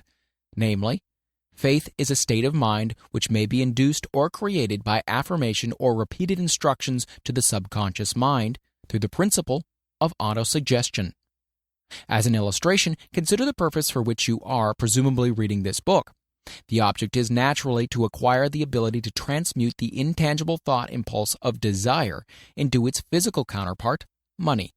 By following the instructions laid down in the chapters on autosuggestion and the subconscious mind, as summarized in the chapter on autosuggestion, you may convince the subconscious mind that you believe you will receive that for which you ask, and it will act upon that belief, which your subconscious mind passes back to you in the form of faith, followed by definite plans for procuring that which you desire. The method by which one develops faith where it does not already exist is extremely difficult to describe, almost as difficult, in fact, as it would be to describe the color of red to a blind man who has never seen color and has nothing with which to compare what you describe to him. Faith is a state of mind which you may develop at will after you have mastered the 13 principles, because it is a state of mind which develops voluntarily through application and use of these principles. Repetition of affirmation of orders to your subconscious mind is the only known method of voluntary development of the emotion of faith. Perhaps the meaning may be made clearer through the following explanation as to the way men sometimes become criminals. Stated in the words of a famous criminologist, when men first come into contact with crime, they abhor it. If they remain in contact with crime for a time, they become accustomed to it and endure it. When they remain in contact with it for long enough, they finally embrace it and become influenced by it. This is the equivalent of saying that any impulse of thought which is repeatedly passed on to the subconscious mind is, finally, accepted and acted upon by the subconscious mind, which proceeds to translate that impulse into its physical equivalent by the most practical procedure available. In connection with this, consider again the statement, all thoughts which have been emotionalized, given feeling, and mixed with faith, begin immediately to translate themselves into their physical equivalent or counterpart. The emotions, or the feeling portion of thoughts, are the factors which give thoughts vitality, life, and action. The emotions of faith, love, and sex, when mixed with any thought impulse, give it greater action than any of these emotions can do singly. Not only thought impulses which have been mixed with faith, but those which have been mixed with any of the positive emotions or any of the negative emotions may reach and influence the subconscious mind. From this statement, you will understand that the subconscious mind will translate into its physical equivalent a thought impulse of a negative or destructive nature, just as readily as it will act upon the thought impulses of a positive or constructive nature. This accounts for the strange phenomenon so many millions of people experience, referred to as misfortune or bad luck. There are millions of people who believe themselves doomed to poverty and failure because of some strange force over which they believe they have no control. They are the creators of their own misfortunes because of this negative belief, which is picked up by the subconscious mind and translated into its physical equivalent. This is an appropriate place at which to suggest again that you may benefit by passing on to your subconscious mind any desire which you wish translated into its physical or monetary equivalent, in a state of expectancy or belief that transmutation will actually take place. Your belief or faith is the element which determines the action of your subconscious mind. There is nothing to hinder you from deceiving your subconscious mind when giving it instructions through autosuggestion, just as I deceived, quote-unquote, my son's subconscious mind. To make this deceit more realistic, conduct yourself just as you would if you were already in possession of the material thing which you are demanding when you call upon your subconscious mind. The subconscious mind will transmute into its physical equivalent by the most direct and practical media available any order which is given to it in a state of belief or faith that the order will be carried out. Surely, enough has been stated to give a starting point from which one may, through experiment and practice, acquire the ability to mix faith with any order given to the subconscious mind. Perfection will come through practice. It cannot come by merely reading instructions. If it be true that one may become a criminal by association with crime, and this is a known fact, it's equally true that one may develop faith by voluntarily suggesting to the subconscious mind that one has faith. The mind comes finally to take on the nature of the influences which dominate it. Understand this truth, and you will know why it is essential for you to encourage the positive emotions as dominating forces of your mind, and discourage and eliminate negative emotions. A mind dominated by positive emotions becomes a favorable abode for the state of mind known as faith. A mind so dominated may at will give the subconscious mind instructions, which it will accept and act upon immediately. Faith is a state of mind which may be induced by autosuggestion. All down the ages, religionists have admonished struggling humanity to have faith in this, that, and other dogma or creed, but they have failed to tell people how to have faith. They have not stated that faith is a state of mind and that it may be induced by self-suggestion.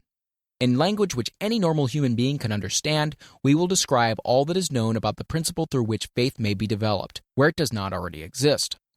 Have faith in yourself, faith in the infinite. Before we begin, you should be reminded again that faith is the eternal elixir which gives life, power, and action to the impulse of thought. The foregoing sentence is worth reading a second time, and a third, and a fourth. It is worth reading aloud. Faith is the starting point of all accumulation of riches. Faith is the basis of all miracles and all mysteries which cannot be analyzed by the rules of science. Faith is the only known antidote for failure. Faith is the element, the chemical, which, when mixed with prayer, gives one direct communication with infinite intelligence. Faith is the element which transforms the ordinary vibration of thought created by the finite mind of man into the spiritual equivalent. Faith is the only agency through which the cosmic force of infinite intelligence can be harnessed and used by man. Every one of the foregoing statements is capable of proof. The proof is simple and easily demonstrated. It is wrapped up in the principle of autosuggestion. Let us center our attention, therefore, upon the subject of self-suggestion and find out what it is and what it is capable of achieving. It is a well-known fact that one comes finally to believe whatever one repeats to oneself, whether the statement be true or false. If a man repeats a lie over and over, he will eventually accept the lie as truth. Moreover, he will believe it to be the truth. Every man is what he is because of the dominating thoughts which he permits to occupy his mind. Thoughts which a man deliberately places in his own mind and encourages with sympathy, and with which he mixes any one or more of the emotions, constitute the motivating forces which direct and control his every movement, act, and deed. Comes now a very significant statement of truth. Thoughts, which are mixed with any of the feeling of emotions, constitute a magnetic force which attracts, from the vibrations of the ether, other similar or related thoughts. A thought thus magnetized with emotion may be compared to a seed which, when planted in fertile soil, germinates, grows, and multiplies itself over and over again until that which was originally one small seed becomes countless millions of seeds of the same brand. The ether is a great cosmic mass of eternal forces of vibration. It is made up of both destructive vibrations and constructive vibrations. It carries at all times vibrations of fear, poverty, disease, failure, misery, and vibrations of prosperity, health, success, and happiness, just as surely as it carries the sound of hundreds of orchestrations of music and hundreds of human voices, all of which maintain their own individuality and means of identification through the medium of radio. From the great storehouse of the ether, the human mind is constantly attracting vibrations which harmonize with that which dominates the human mind. Any thought, idea, plan, or purpose which one holds in one's mind attracts, from the vibrations of the ether, a host of its relatives, adds these relatives to its own force, and grows until it becomes the dominating, motivating master of the individual in whose mind it has been housed. Now let us go back to the starting point and become informed as to how the original seed of an idea, plan, or purpose may be planted in the mind. The information is easily conveyed. Any plan, idea, or purpose may be placed in the mind through repetition of thought. This is why you are asked to write out a statement of your major purpose, or definite chief aim, commit it to memory, and repeat it in audible words day after day until these vibrations of sound have reached your subconscious mind. We are what we are because of the vibrations of thought which we pick up and register through the stimuli of our daily environment. Resolve to throw off the influences of any unfortunate environment and to build your own life to order. Taking inventory of mental assets and liabilities, you will discover that your greatest weakness is a lack of self-confidence. This handicap can be surmounted and timidity translated into courage through the aid of the principle of autosuggestion. The application of this principle may be made through a simple arrangement of positive thought impulses stated in writing, memorized and repeated until they become a part of the working equipment of the subconscious faculty of your mind. Self-confidence formula. First, I know that I have the ability to achieve the object of my definite purpose in life. Therefore, I demand of myself persistent, continuous action towards its attainment, and I here and now promise to render such action. Second, I realize that the dominating thoughts of my mind will eventually reproduce themselves in outward physical action and gradually transform themselves into physical reality. Therefore, I will concentrate my thoughts for 30 minutes daily upon the task of thinking of the person I intend to become, thereby creating in my mind a clear mental picture of that person. Third, I know through the principle of autosuggestion, any desire that I persistently hold in my mind will eventually seek expression through some practical means of attaining the object back of it. Therefore, I will devote 10 minutes a day to demanding of myself the development of self-confidence. Fourth, I have clearly written down a description of my definite chief aim in life, and I will never stop trying until I have developed sufficient self-confidence for its attainment. Fifth, I fully realize that no wealth or position can long endure unless built upon truth and justice. Therefore, I will engage in no transaction which does not benefit all whom it affects. I will succeed by attracting to myself the forces I wish to use and the cooperation of other people. I will induce others to serve me because of my willingness to serve others. I will eliminate hatred, envy, jealousy, selfishness, and cynicism by developing love for all humanity, because I know that a negative attitude towards others can never bring me success. I will cause others to believe in me because I will believe in them and in myself. I will sign my name to this formula, commit it to memory, and repeat it aloud once a day with full faith that it will gradually influence my thoughts and actions so that I will become a self-reliant and successful person. Because this formula is a law of nature which no man has yet been able to explain, it has baffled the scientists of all ages. The psychologists have named this law autosuggestion and let it go at that. The name by which one calls this law is of little importance. The important fact about it is that it works for the glory and success of mankind, if, that is, it is used constructively.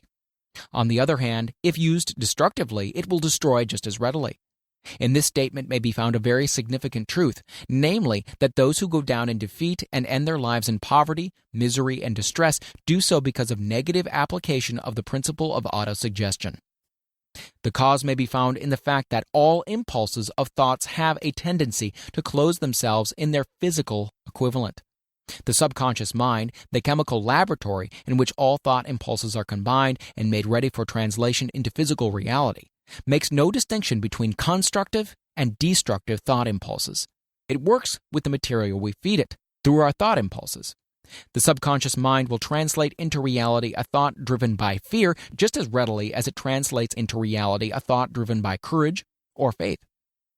The pages of medical history are rich with illustrations of cases of suggestive suicide.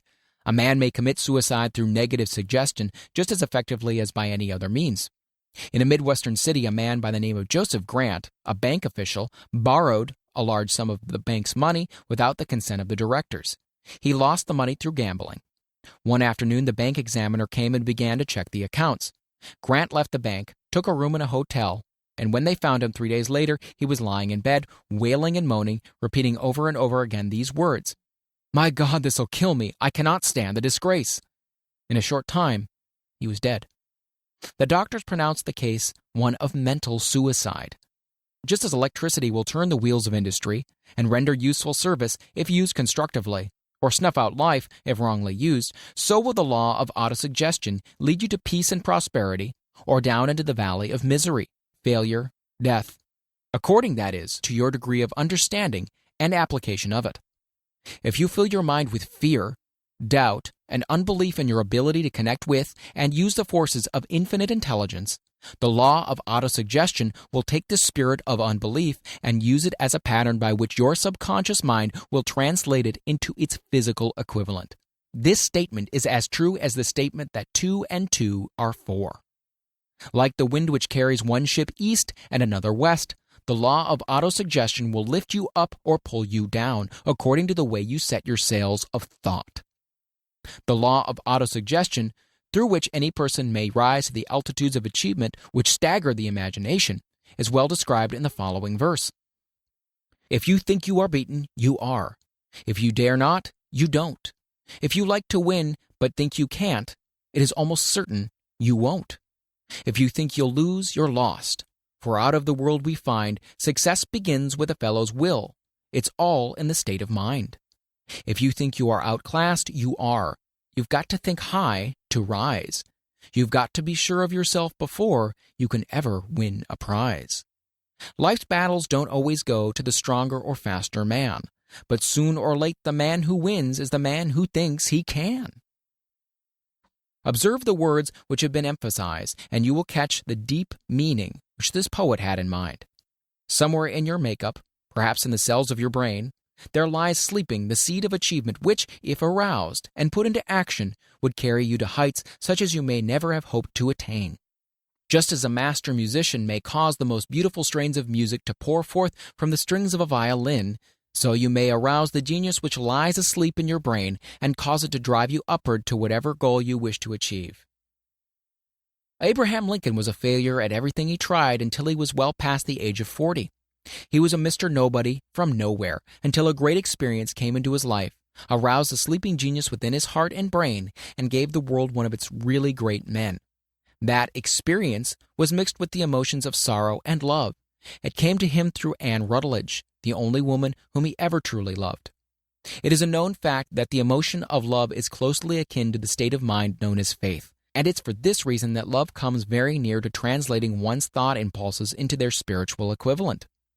During his work of research, the author discovered, from the analysis of life work and achievements of hundreds of men of outstanding accomplishment, that there was the influence of a woman's love back of nearly every one of them. The emotion of love in the human heart and brain creates a favorable field of magnetic attraction which causes an influx of the higher and finer vibrations which are afloat in the ether. If you wish evidence of the power of faith, study the achievements of men and women who have employed it. At the head of the list comes the Nazarene. Christianity is the greatest single force which influences the minds of men. The basis of Christianity is faith. No matter how many people may have perverted or misinterpreted the meaning of this great force, and no matter how many dogmas and creeds have been created in its name, which do not reflect its tenets. The sum and substance of the teachings and achievements of Christ, which may have been interpreted as miracles, were nothing more nor less than faith. If there are any such phenomena as miracles, they are produced only through the state of mind known as faith. Some teachers of religion, and many who call themselves Christians, never understand nor practice faith. Let us consider the power of faith as it is now being demonstrated by a man who is well known to all of civilization, Mahatma Gandhi of India. In this man, the world has one of the most astounding examples known to civilization of the possibilities of faith. Gandhi wields more potential power than any man living at his time, and this despite the fact that he has none of the orthodox tools of power, such as money, battleships, soldiers, and materials of warfare. Gandhi has no power, he has no home, he does not own a suit of clothes, but he does have power. How does he come by that power? He created it out of his own understanding of the principle of faith, and through his ability to transplant that faith into the minds of 200 million people. Gandhi has accomplished through the influence of faith that which the strongest military power on earth could not and never will accomplish through soldiers and military equipment. He has accomplished the astounding feat of influencing 200 million minds to coalesce and move in unison as a single mind. What other force on earth except faith could do as much? There will come a day when employees as well as employers will discover the possibilities of faith. The day is dawning. The whole world has had ample opportunity during the recent business depression to witness what the lack of faith will do to business. Surely civilization has produced a sufficient number of intelligent human beings to make use of this great lesson which the depression has taught the world. During this depression, the world had evidence in abundance that widespread fear will paralyze the wheels of industry and business. Out of this experience will arise leaders in business and industry who will profit by the example which Gandhi has set for the world, and they will apply to business the same tactics which he has used in building the greatest following known in the history of the world. These leaders will come from the rank and file of the unknown men who now labor in the steel plants, the coal mines, and automobile factories, and in small towns and cities of America. Business is due for a reform. Make no mistake about this. The methods of the past, based upon economic combinations of force and fear, will be supplanted by the better principles of faith and cooperation. Men who labor will receive more than daily wages. They will receive dividends from business, the same as others who supply the capital for business.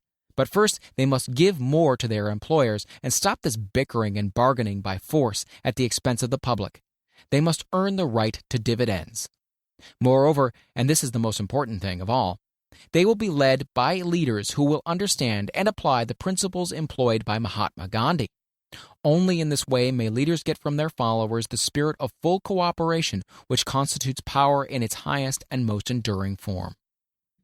This stupendous machine age in which we live and from which we are just emerging has taken the soul out of men. Its leaders have driven men as though they were pieces of cold machinery. They were forced to do so by the employers who have bargained at the expense of all concerned to get and not to give. The watchword of the future will be human happiness and contentment, and when this state of mind shall have been attained, the production will take care of itself more effectively than anything that has been accomplished where men did not and could not mix faith and individual interest with their labor. Because of the need of faith and cooperation in operating business and industry, it will be both interesting and profitable to analyze an event which provides an excellent understanding of the method by which industrialists and businessmen accumulate great fortunes, by giving before they try to get. The event chosen for this illustration dates back to 1900 when the United States Steel Corporation was first being formed. As you read the story, keep in mind these fundamental facts and you will understand how ideas have been converted into huge fortunes. First, the huge United States Steel Corporation was born in the mind of Charles M. Schwab in the form of an idea he created through his imagination. Second, he mixed faith with this idea. Third, he formulated a plan for the transformation of his idea into physical and financial reality. Fourth, he put his plan into action with his famous speech at the University Club. Fifth, he applied and followed through on his plan with persistence and backed it with a firm decision until it had been fully carried out. Sixth, He prepared the way for success by a burning desire for success. If you're one of those who have often wondered how great fortunes are accumulated, this story of the creation of the United States Steel Corporation will be enlightening. If you have any doubt that men can think and grow rich, this story should dispel that doubt, because you can plainly see in the story of the United States Steel the application of a major portion of the 13 principles described in this book.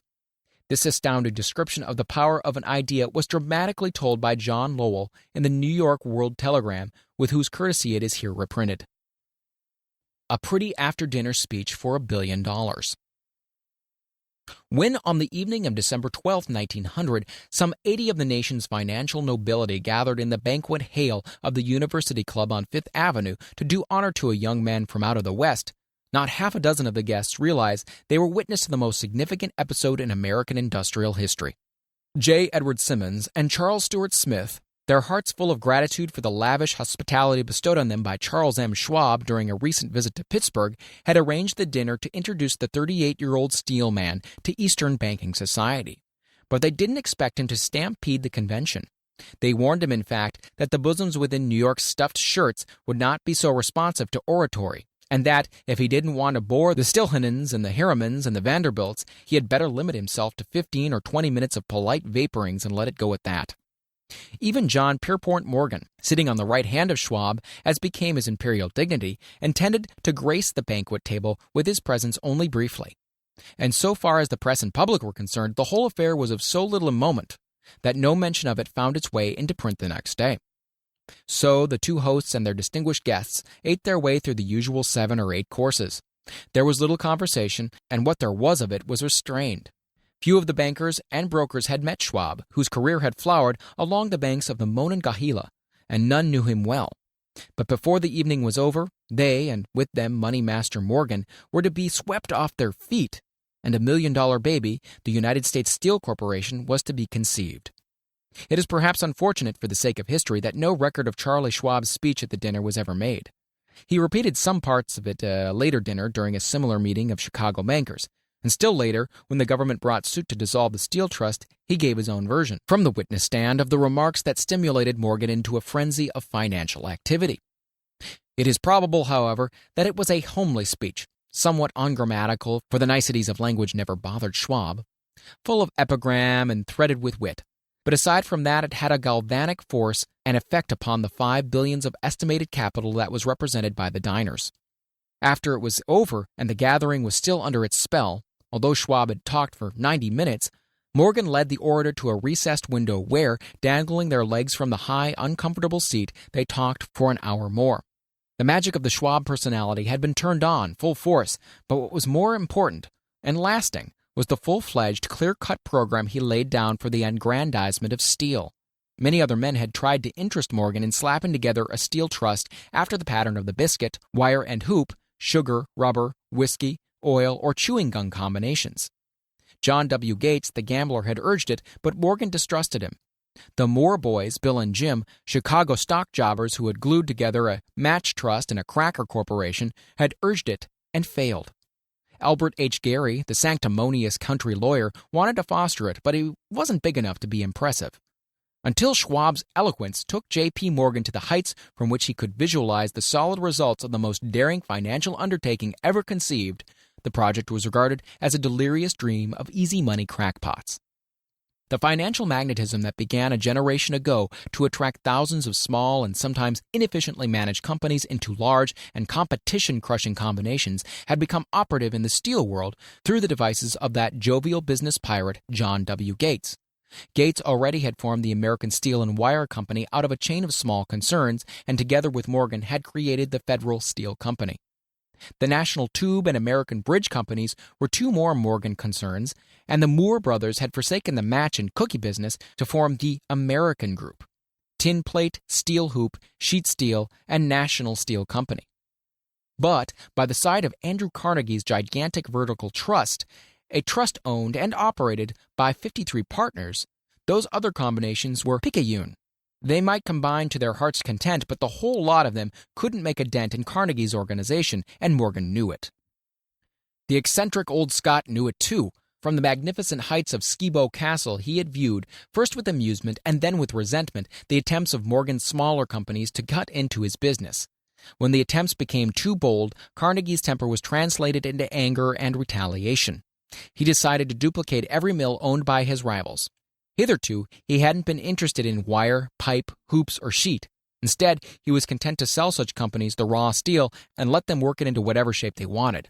Now, with Schwab as his chief and able lieutenant, he planned to drive his enemies to the wall. So it was that in the speech of Charles M. Schwab, Morgan saw the answer to his problem of combination. A trust without Carnegie, giant of them all, would be no trust at all. A plum pudding, as one writer said, without the plums. Schwab's speech on the night of December 12, 1900, undoubtedly carried the influence, though not the pledge, that the vast Carnegie enterprise could be brought under the Morgan tent. He talked of the world future for steel, of reorganization for efficiency, of specialization, of the scrapping of unsuccessful mills and concentration of effort on the flourishing properties, of economies in the ore traffic, of economies in overhead and administrative departments, of capturing foreign markets. More than that, he told the buccaneers among them wherein lay the errors of their customary piracy. Their purposes, he inferred, had been to create monopolies, raise prices, and pay themselves fat dividends out of privilege.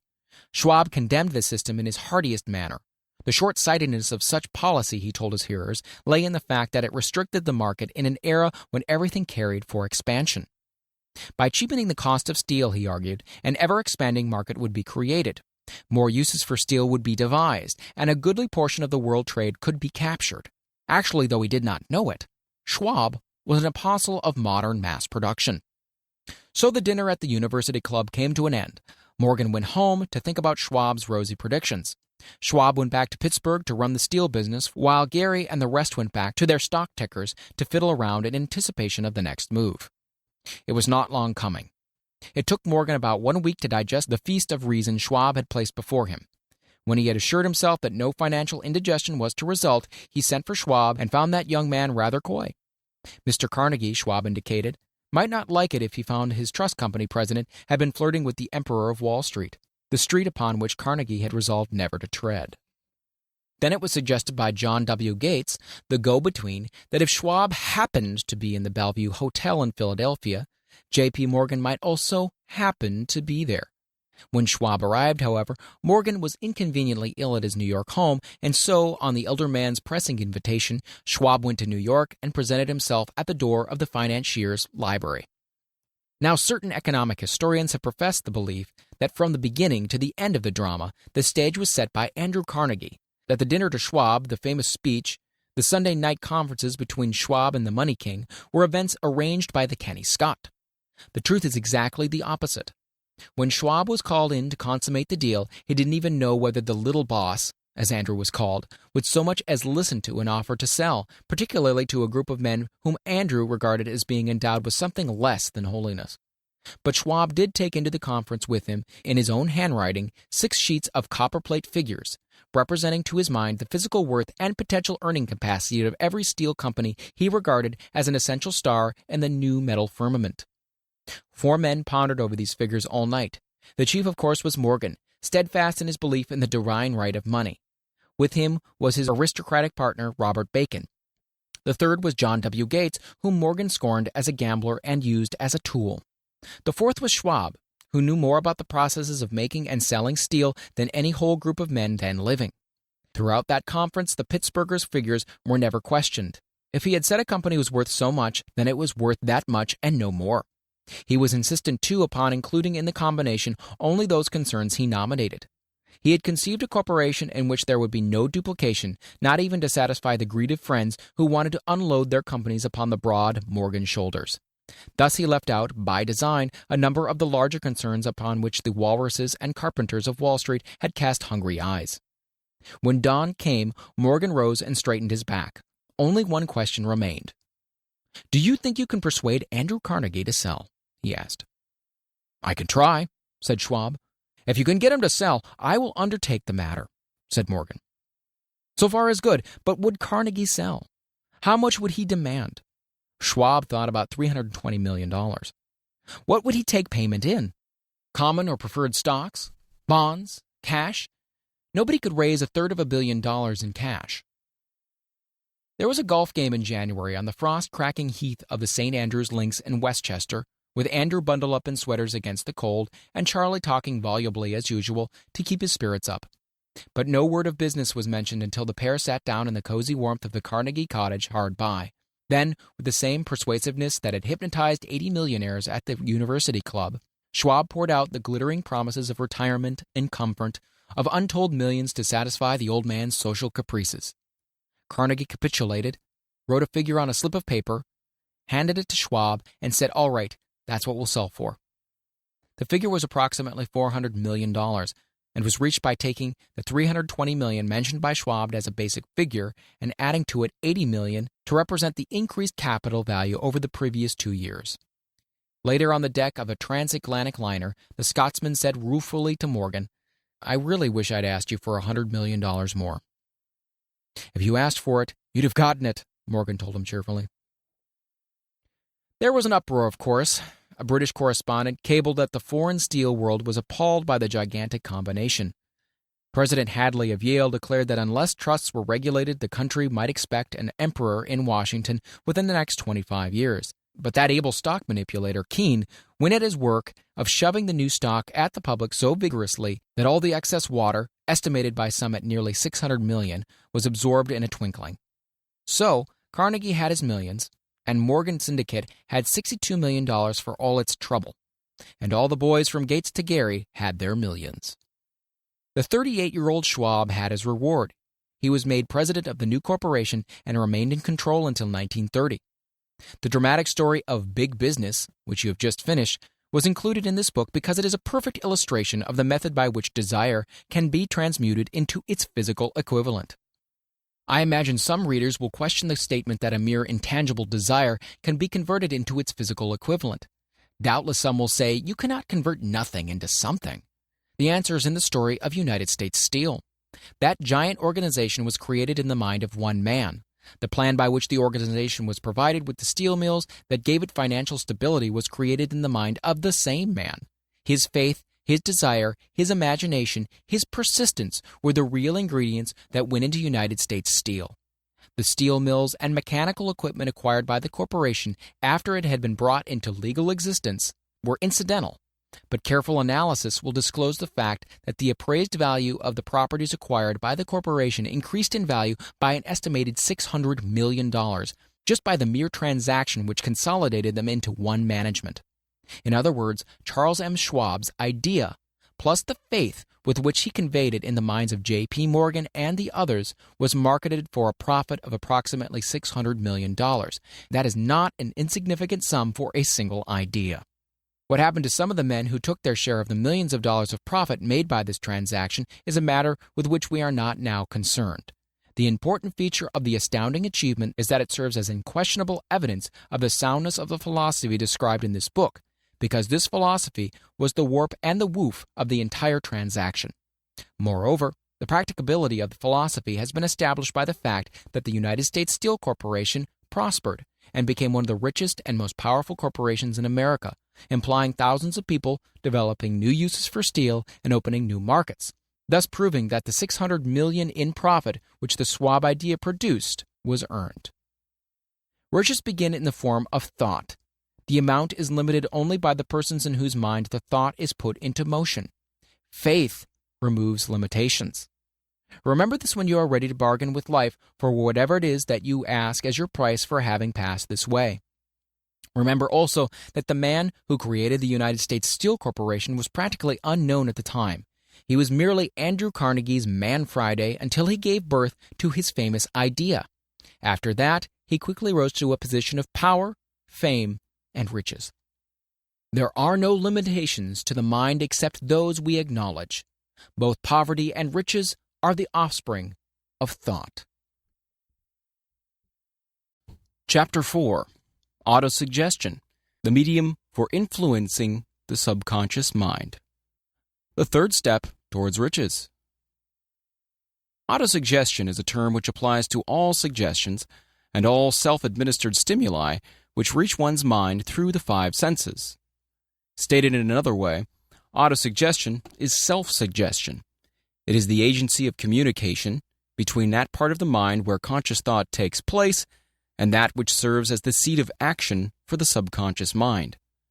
Through the dominating thoughts which one permits to remain in the conscious mind, whether these thoughts be negative or positive is immaterial, the principle of autosuggestion voluntarily reaches the subconscious mind and influences it with these thoughts. No thought, whether it be negative or positive, can enter the subconscious mind without the aid of the principle of autosuggestion, with the exception of thoughts picked up from the ether. Stated differently, all sense impressions, which are perceived through the five senses, are stopped by the conscious thinking mind, and may be either passed on to the subconscious mind or rejected at will. The conscious faculty serves, therefore, as an outer guard to the approach of the subconscious. Nature has so built man that he has absolute control over the material which reaches his subconscious mind through his five senses, although this is not meant to be construed as a statement that man always exercises this control. In the great majority of instances, he does not exercise it, which explains why so many people go through life in poverty. Recall what has been said about the subconscious mind resembling a fertile garden spot, in which weeds will grow in abundance if the seeds of more desirable crops are not sown therein. Autosuggestion is the agency of control through which an individual may voluntarily feed his subconscious mind on thoughts of a creative nature, or, by neglect, permit thoughts of a destructive nature to find their way into the rich garden of the mind. You were instructed in the last of the 6 steps described in the chapter on desire to read aloud twice daily the written statement of your desire for money, and to see and feel yourself already in possession of the money. By following these instructions, you communicate the object of your desire directly to your subconscious mind in a spirit of absolute faith. Through repetition of this procedure, you voluntarily create thought habits which are favorable to your efforts to transmute desire into its monetary equivalent. Go back to these 6 steps described in Chapter 2 and read them again very carefully before you proceed further. Then, when you come to it, read very carefully the 4 instructions for the organization of your master mind group, described in the chapter on organized planning. By comparing these 2 sets of instructions with that which has been stated on autosuggestion, you, of course, will see that the instructions involve the application of the principle of autosuggestion. Remember, therefore, when reading aloud the statement of your desire, through which you are endeavoring to develop a money consciousness, that the mere reading of the words is of no consequence unless you mix emotion or feeling with your words. If you repeat 1,000,000 times the famous Emile Coué formula, day by day and every way I'm getting better and better, without mixing emotion and faith with your words, you will experience no desirable results. Your subconscious mind recognizes and acts upon only thoughts which have been well mixed with the emotion or feeling. This is a fact of such importance as to warrant repetition in practically every chapter, because the lack of understanding of this is the main reason the majority of people who try to apply the principle of autosuggestion get no desirable results. Plain, unemotional words do not influence the subconscious mind. You will get no appreciable results until you learn to reach your subconscious mind with thoughts or spoken words which have been well emblazoned with belief. Do not be discouraged if you cannot control and direct your emotions the first time you try to do so. Remember, there is no such possibility as something for nothing. Ability to reach and influence your subconscious mind has its price, and you must pay that price. You cannot cheat, even if you desire to do so. The price of ability to influence your subconscious mind is everlasting persistence in applying the principles described here.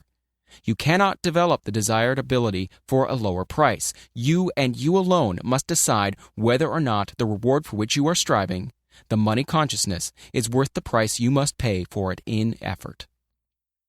Wisdom and cleverness alone will not attract and retain money except in very rare instances where the law of averages favors the attraction of money through these sources. The method of attracting money described here does not depend upon the law of averages. Moreover, the method plays no favorites. It will work for one person as effectively as it will for another. Where failure is experienced, it is the individual, not the method, which has failed. If you try and fail, make another effort and still another until you succeed. Your ability to use the principle of autosuggestion will depend very largely upon your capacity to concentrate upon a given desire until the desire becomes a burning obsession. When you begin to carry out the instructions in connection with the 6 steps described in the 2nd chapter, it will be necessary for you to make use of the principle of concentration. Let us here offer suggestions for the effective use of concentration. When you begin to carry out the first of the 6 steps, which instructs you to fix in your mind the exact amount of money you desire, hold your thoughts on that amount of money by concentration, or fixation of attention, with your eyes closed until you can actually see the physical appearance of the money. Do this at least once each day. As you go through these exercises, follow the instructions given in the chapter on faith, and see yourself actually in possession of the money. Here is the most significant fact. The subconscious mind takes any orders given it in a spirit of absolute faith and acts upon those orders, although the orders often have to be presented over and over again through repetition before they are interpreted by the subconscious mind. Following the preceding statement, consider the possibility of playing a perfectly legitimate trick on your subconscious mind by making it believe, because you believe it, that you must have the amount of money you are visualizing, that this money is already awaiting your claim, that the subconscious mind must hand over to you practical plans for acquiring the money which is yours. Hand over the thought suggested in the preceding paragraph to your imagination and see what your imagination can or will do to create practical plans for the accumulation of money through transmutation of your desire. Do not wait for a definite plan through which you intend to exchange services or merchandise in return for the money you are visualizing, but begin at once to see yourself in possession of the money, demanding and expecting, meanwhile, that your subconscious mind will hand over the plan or plans you need. Be on the alert for these plans, and when they appear, put them into action immediately. When the plans appear, they will probably flash into your mind through the 6th sense in the form of an inspiration. This inspiration may be considered a direct telegram or message from infinite intelligence. Treat it with respect and act upon it as soon as you receive it. Failure to do this will be fatal to your success. In the 4th of the 6 steps, you were instructed to create a definite plan for the carrying out your desire and begin at once to put this plan into action. You should follow this instruction in the manner described in the preceding paragraph. Do not trust to your reason when creating your plan for accumulating money through the transmutation of desire. Your reason is faulty. Moreover, your reasoning faculty may be lazy, and if you depend entirely upon it to serve you, it may disappoint you. When visualizing the money you intend to accumulate with closed eyes, see yourself rendering the service or delivering the merchandise you intend to give in return for this money. This is important. Summary of instructions. The fact that you are reading this book is an indication that you earnestly seek knowledge. It is also an indication that you are a student of this subject. If you are only a student, there is a chance that you may learn much that you did not know, but you will learn only by assuming an attitude of humility. If you choose to follow some of the instructions, but neglect or refuse to follow others, you will fail. To get satisfactory results, you must follow all instructions in a spirit of faith. The instructions given in connection with the 6 steps in the 2nd chapter will now be summarized and blended with principles covered by this chapter as follows. First, go into some quiet spot, preferably in bed at night, where you will not be disturbed or interrupted. Close your eyes and repeat aloud, so you may hear your own words, the written statement of the amount of money you intend to accumulate, the time limit for its accumulation, and a description of the service or merchandise you intend to give in return for the money. As you carry out these instructions, see yourself already in possession of the money. For example, suppose that you intend to accumulate $50,000 by the 1st of January 5 years hence, that you intend to give personal service in return for the money in the capacity of a salesman. Your written statement of your purpose should be similar to the following. By the 1st day of January, such and such year, I will have in my possession $50,000, which will come to me in various amounts from time to time during the interim. In return for this money, I will give the most efficient service of what I am capable, rendering the fullest possible quantity and the best possible quality of service in the capacity of salesman of describe the service or merchandise you intend to sell. I believe that I will have this money in my possession. My faith is so strong that I can now see this money before my eyes. I can touch it with my hands. It is now awaiting transfer to me at the time and in the proportion that I deliver the service I intend to render in return for it. I am awaiting a plan by which to accumulate this money, and I will follow that plan when it is received. Second, repeat this program night and morning until you can see, in your imagination, the money you intend to accumulate. Third, place a written copy of your statement where you can see it night and morning, and read it before retiring and upon arising until it has been memorized. Remember, as you carry out these instructions, that you are applying the principle of autosuggestion for the purpose of giving orders to your subconscious mind. Remember also that your subconscious mind will act only upon instructions that are emotionalized and handed over to it with feeling. Faith is the strongest and most productive of the emotions. Follow the instructions given in the chapter on faith. These instructions may at first seem abstract. Do not let this disturb you.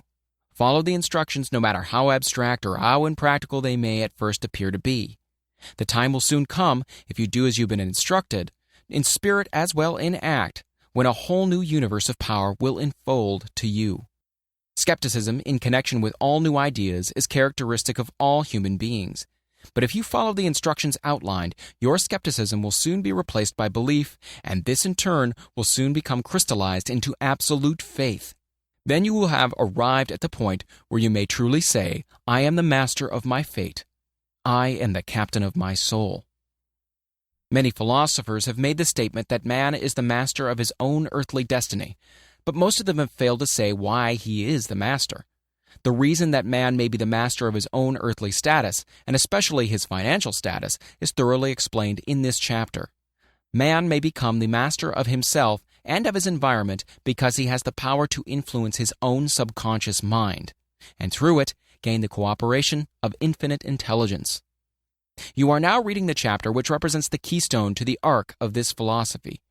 The instructions contained in this chapter must be understood and applied with persistence if you are to succeed in transmuting desire into money.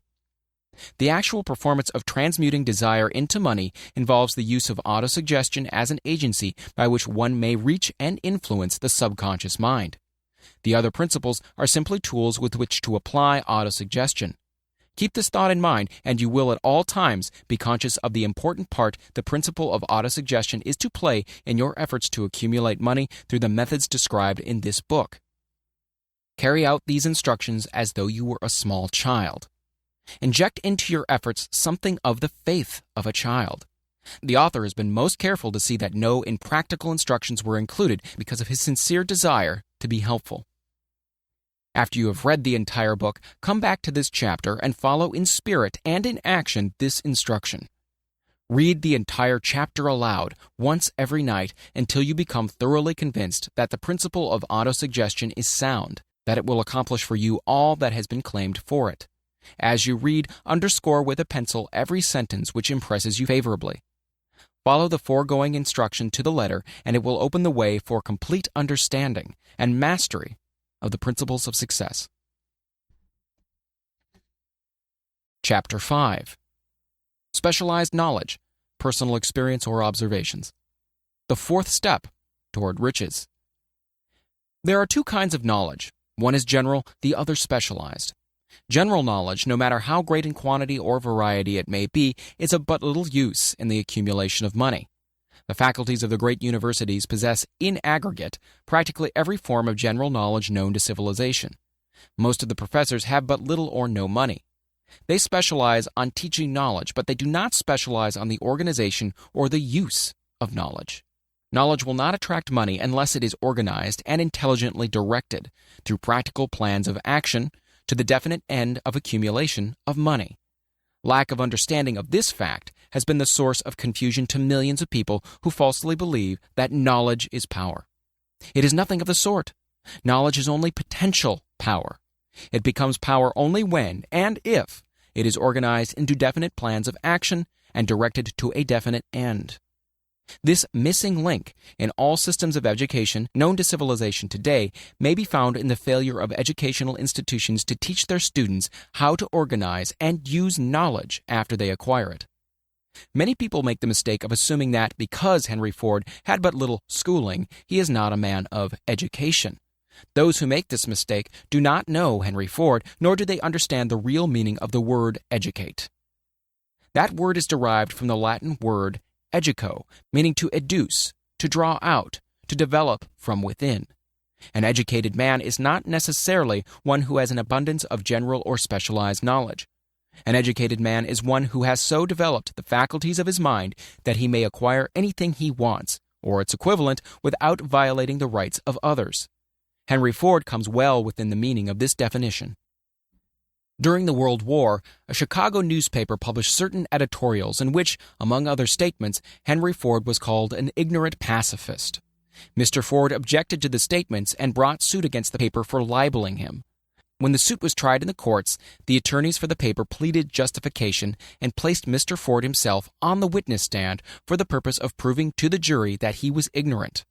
The attorneys asked Mr. Ford a great variety of questions, all of them intended to prove, by his own evidence, that while he might possess considerable specialized knowledge pertaining to the manufacture of automobiles, he was in the main ignorant. Mr. Ford was plied with such questions as the following. Who was Benedict Arnold? And how many soldiers did the British send over to America to put down the rebellion of 1776? In answer to the last question, Mr. Ford replied, I do not know the exact number of soldiers the British sent over, but I have heard that it was a considerably larger number than ever went back. Finally, Mr. Ford became tired of this line of questioning, and in reply to a particularly offensive question, he leaned over, pointed his finger at the lawyer who asked the question, and said, If I should really want to answer the foolish question you have just asked, or any of the other questions you have just been asking me, let me remind you that I have a row of electric push buttons on my desk, and by pushing the right button, I can summon to my aid men who can answer any question I desire to ask concerning the business to which I am devoting most of my efforts. Now, will you kindly tell me, why should I clutter up my mind with general knowledge for the purpose of being able to answer questions when I have men around me who can supply any knowledge I require? There certainly was good logic to that reply. That answer floored the lawyer. Every person in the courtroom realized it was the answer, not of an ignorant man, but of a man of education. Any man is educated who knows where to get knowledge when he needs it, and how to organize that knowledge into definite plans of action. Through the assistance of his mastermind group, Henry Ford had at his command all the specialized knowledge he needed to enable him to become one of the wealthiest men in America. It was not essential that he have this knowledge in his own mind. Surely no person who has sufficient inclination and intelligence to read a book of this nature can possibly miss the significance of this illustration. Before you can be sure of your ability to transmute desire into its monetary equivalent, you will require specialized knowledge of the service, merchandise, or profession which you intend to offer in return for fortune. Perhaps you may need more specialized knowledge than you have the ability or the inclination to acquire, and if this should be true, you may bridge your weakness through the aid of your mastermind group. Andrew Carnegie stated that he personally knew nothing about the technical end of the steel business. Moreover, he did not particularly care to know anything about it. The specialized knowledge which he required for the manufacture and marketing of steel, he found available through the individual units of his mastermind group. The accumulation of great fortunes calls for power, and power is acquired through highly organized and intelligently directed specialized knowledge, but that knowledge does not necessarily have to be in the possession of the man who accumulates the fortune. The preceding paragraph should give hope and encouragement to the man with ambition to accumulate a fortune who has not possessed himself of the necessary education to supply such specialized knowledge as he may require. Men sometimes go through life suffering from inferiority complexes because they are not men of education. The man who can organize and direct a mastermind group of men who possess knowledge useful in the accumulation of money is just as much a man of education as any man in the group.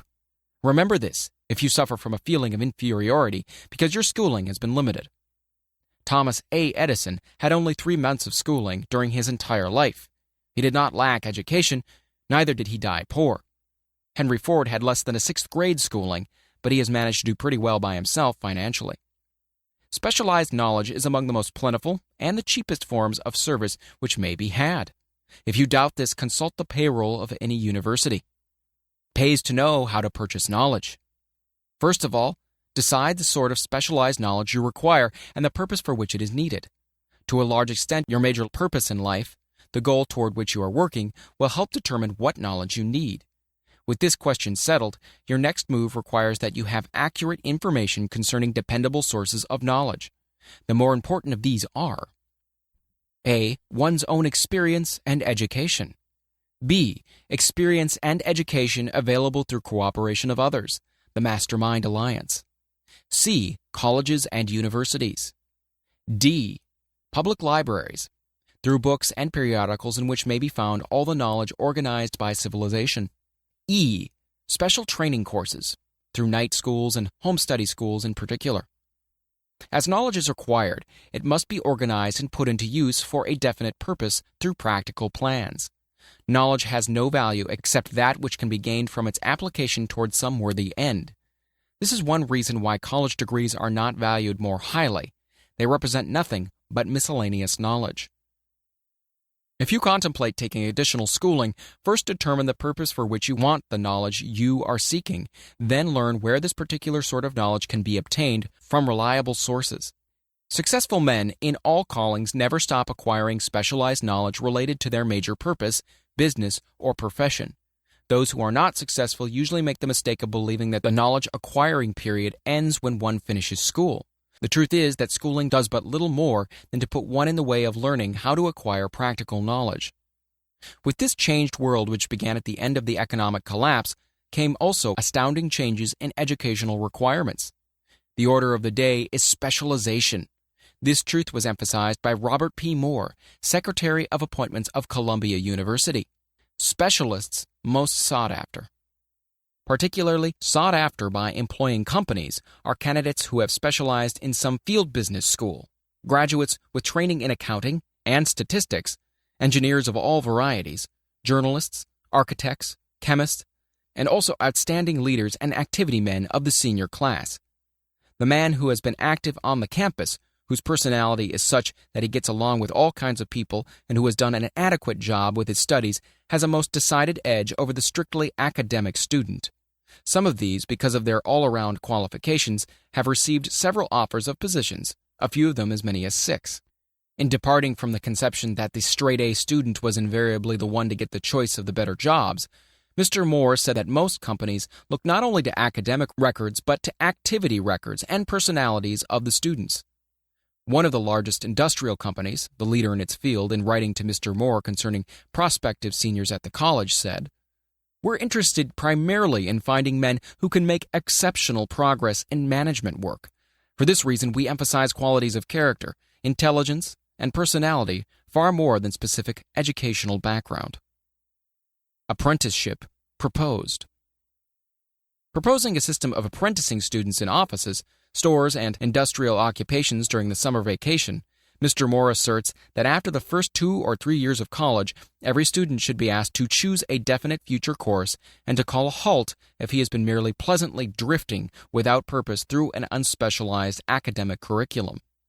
Colleges and universities must face the practical consideration that all professions and occupations now demand specialists, urging that educational institutions accept more direct responsibility for vocational guidance. One of the most reliable and practical sources of knowledge available to those who need specialized schooling is the night schools operated in most large cities. The correspondence schools give specialized training anywhere the U.S. males go, on all subjects that can be taught by the extension method. One advantage of home study training is the flexibility of the study program, which permits one to study during spare time. Another stupendous advantage of home study training, if the school is carefully chosen, is the fact that most courses afforded by home study schools carry with them generous privileges of consultation, which can be of priceless value to those needing specialized knowledge. No matter where you live, you can share the benefits. Anything acquired without effort and without cost is generally unappreciated, often discredited. Perhaps this is why we get so little from our marvelous opportunity in public schools. The self-discipline, one receives from a definite program of specialized study makes up to some extent for the wasted opportunity when knowledge has been available without cost. Correspondence schools are highly organized business institutions. Their tuition fees are so low that they are forced to insist upon prompt payments. Being asked to pay, whether the student makes good grades or poor, has the effect of causing one to follow through with the course when he would otherwise drop it. The correspondence schools have not stressed this point sufficiently, for the truth is that their collection departments constitute the very finest sort of training on decision, promptness, action, and the habit of finishing that which one begins. I learned this from experience more than 25 years ago. I enrolled for a home study course in advertising. After completing 8 or 10 lessons, I stopped studying, but the school did not stop sending me bills. Moreover, it insisted upon payment, whether I kept up my studies or not. I decided that if I had to pay for the course, which I had legally obligated myself to do, I should complete the lessons and get my money's worth. I felt at first at the time that the collection system of the school was somewhat too well organized, but I learned later in life that it was a valuable part of my training for which no charge had been made. Being forced to pay, I went ahead and completed the course. Later in life, I discovered that the efficient collection system of that school had been worth much in the form of money earned because of the training in advertising I had so reluctantly taken. We have in this country what is said to be the greatest public school system in the world. We have invested fabulous sums for fine buildings. We have provided convenient transportation for children living in rural districts so they may attend the best schools. But there is one astounding weakness to this marvelous system. It is free. One of the strange things about human beings is that they value only that which has a price. The free schools of America and the free public libraries do not impress people because they are free. This is the major reason why so many people find it necessary to acquire additional training after they quit school and go to work. It is also one of the major reasons why employers give greater consideration to employees who take home study courses. They have learned from experience that any person who has the ambition to give up a part of his spare time to studying at home has in him those qualities which make for leadership. This recognition is not a charitable gesture, it is a sound business judgment upon the part of the employers. There is one weakness in people for which there is no remedy. It is the universal weakness of lack of ambition. Persons, especially salaried people, who schedule their spare time to provide for home study seldom remain at the bottom very long.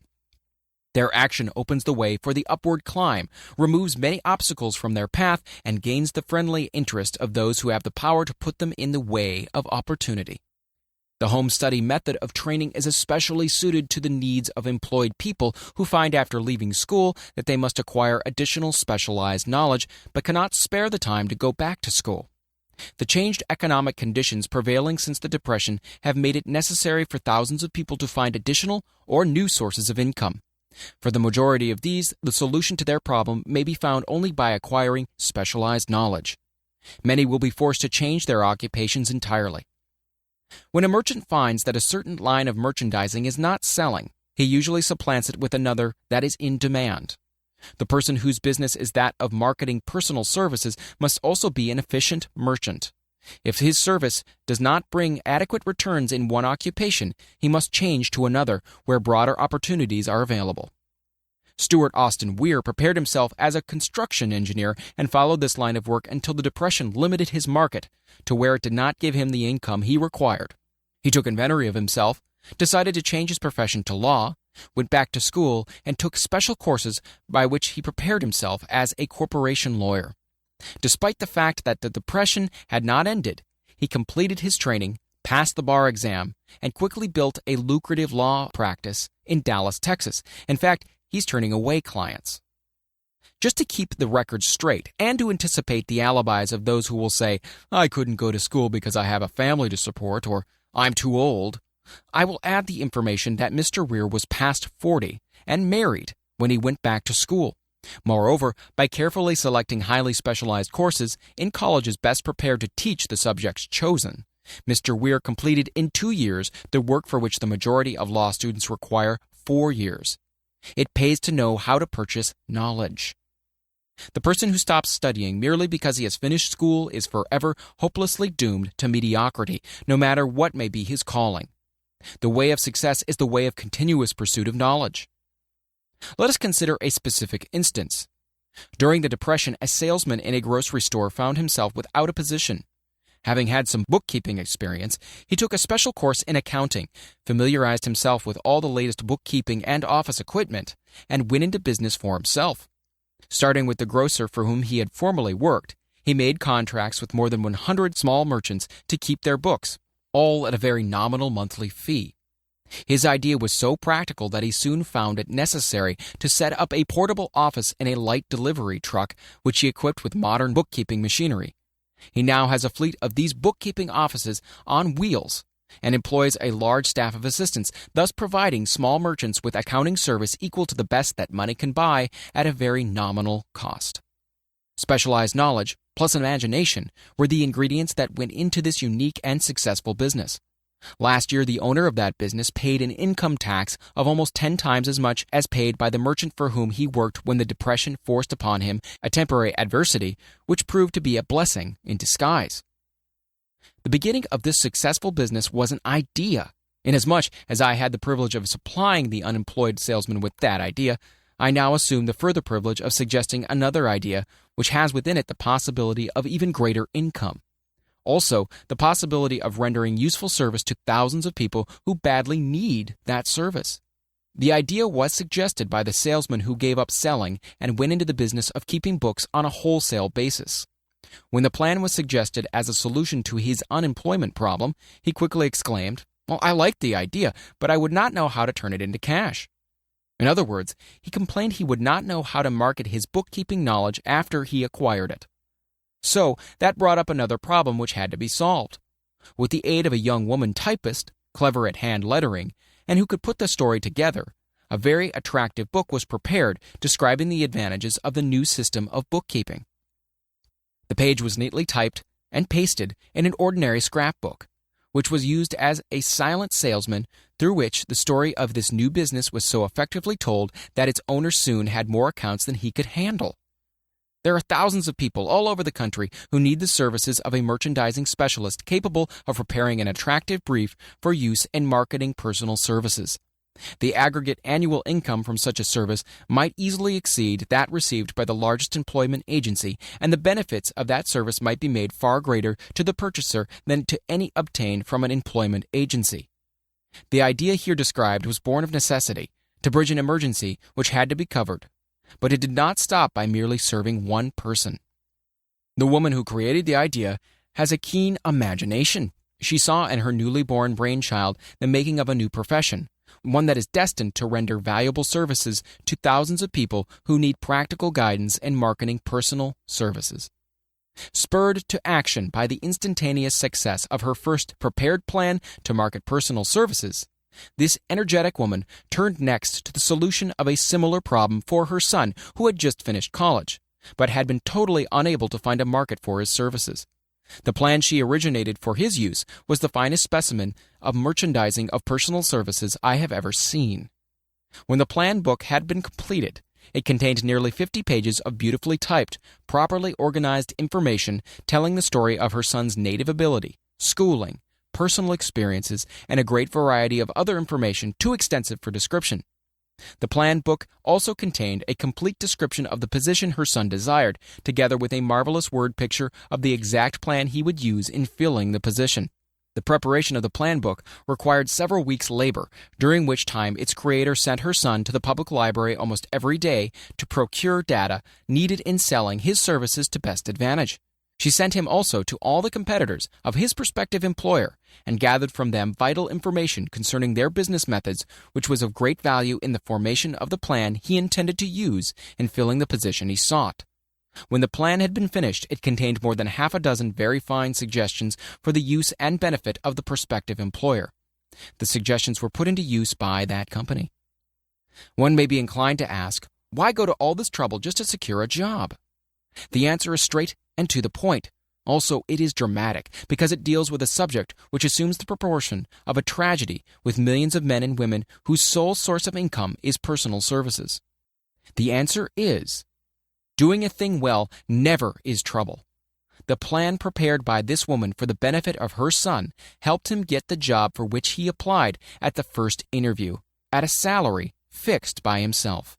Moreover, and this too is important, the position did not require the young man to start at the bottom. He began as a junior executive, at an executive's salary. Why go to all this trouble, do you ask?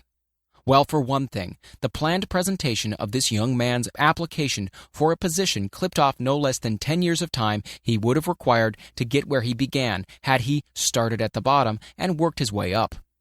This idea of starting at the bottom and working one's way up may appear to be sound, but the major objection to it is this.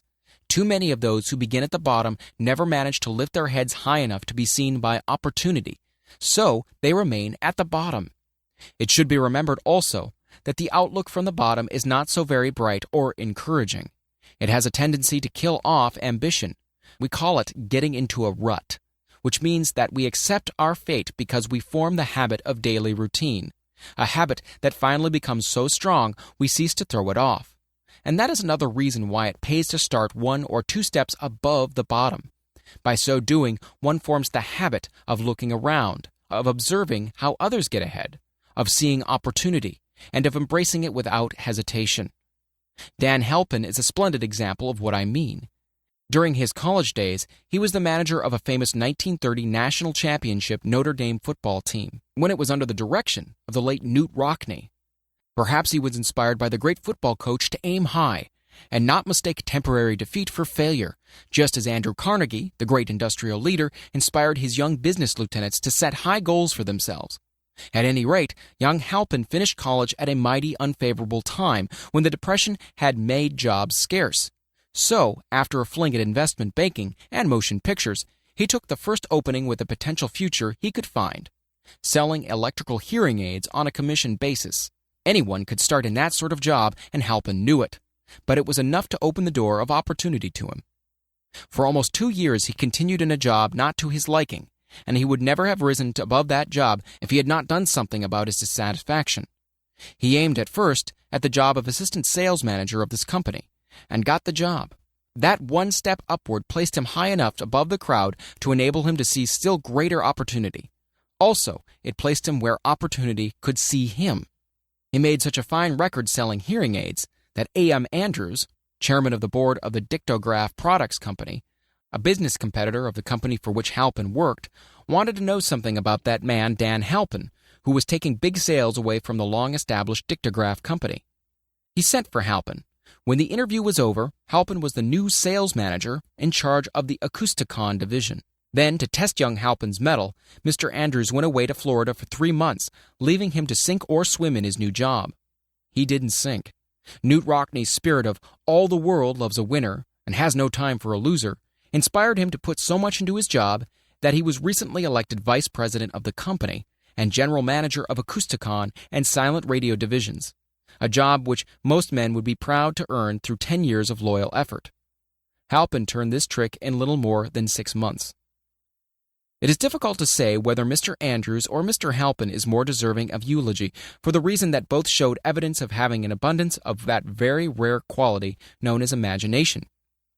Mr. Andrews deserves credit for seeing in young Halpin a go-getter of the highest order.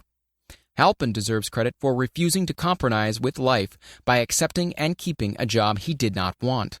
And that is one of the major points I am trying to emphasize through this entire philosophy, that we rise to high positions or remain at the bottom because of conditions we can control if we desire to control them.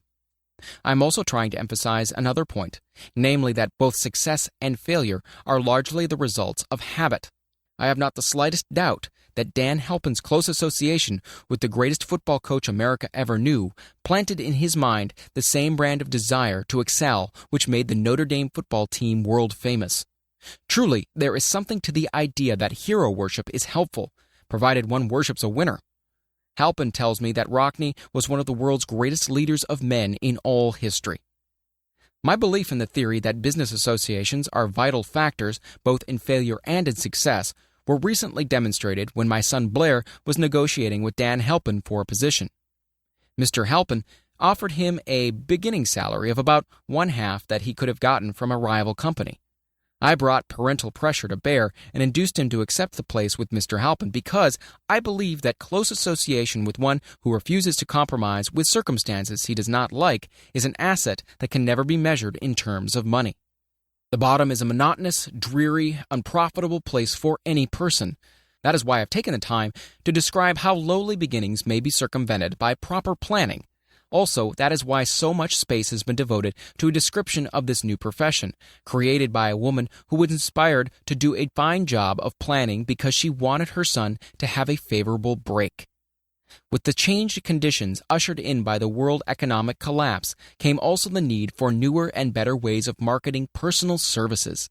It is hard to determine why someone had not previously discovered this stupendous need, in view of the fact that more money changes hands in return for personal services than for any other purpose.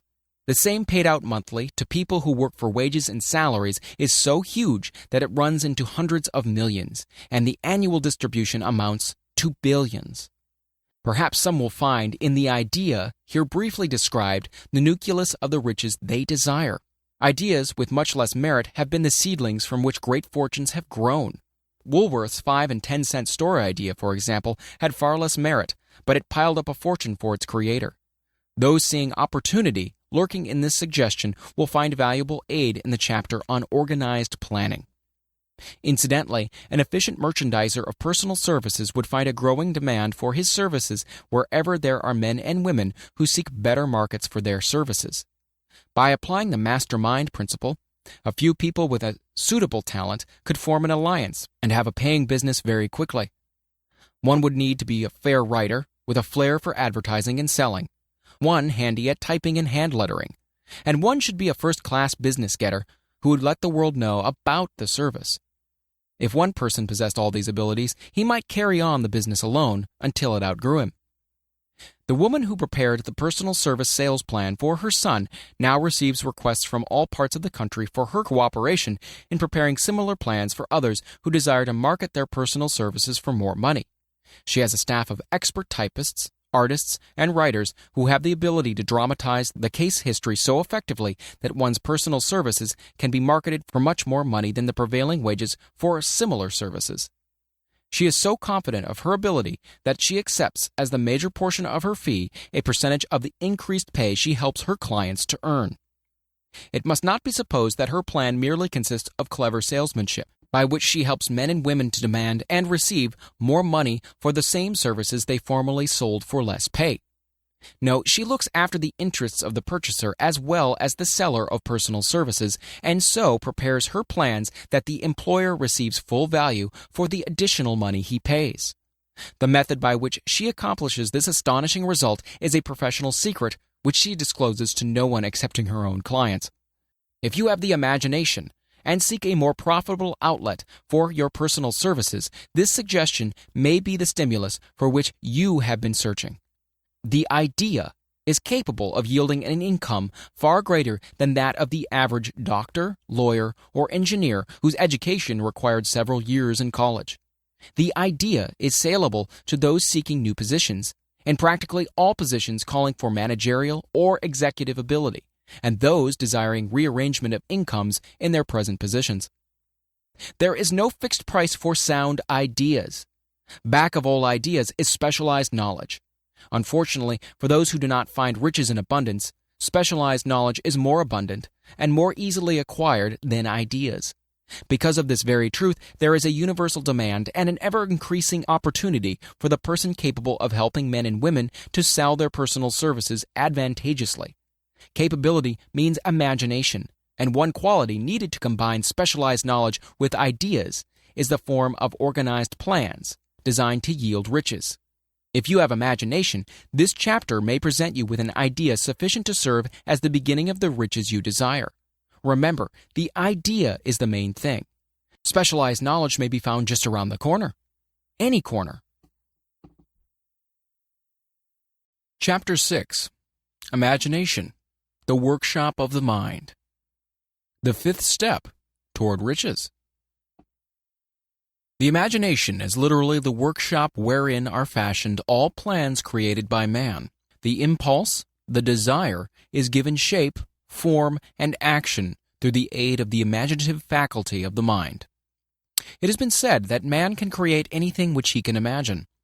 Of all the ages of civilization, this is the most favorable for the development of the imagination because it is an age of rapid change. On every hand, one may contact stimuli which develop the imagination. Through the aid of his imaginative faculty, man has discovered and harnessed more of nature's forces during the past 50 years than during the entire history of the human race previous to that time. He has conquered the air so completely that the birds are a poor match for him in flying. He has harnessed the ether and made it serve as a means of instantaneous communication with any part of the world.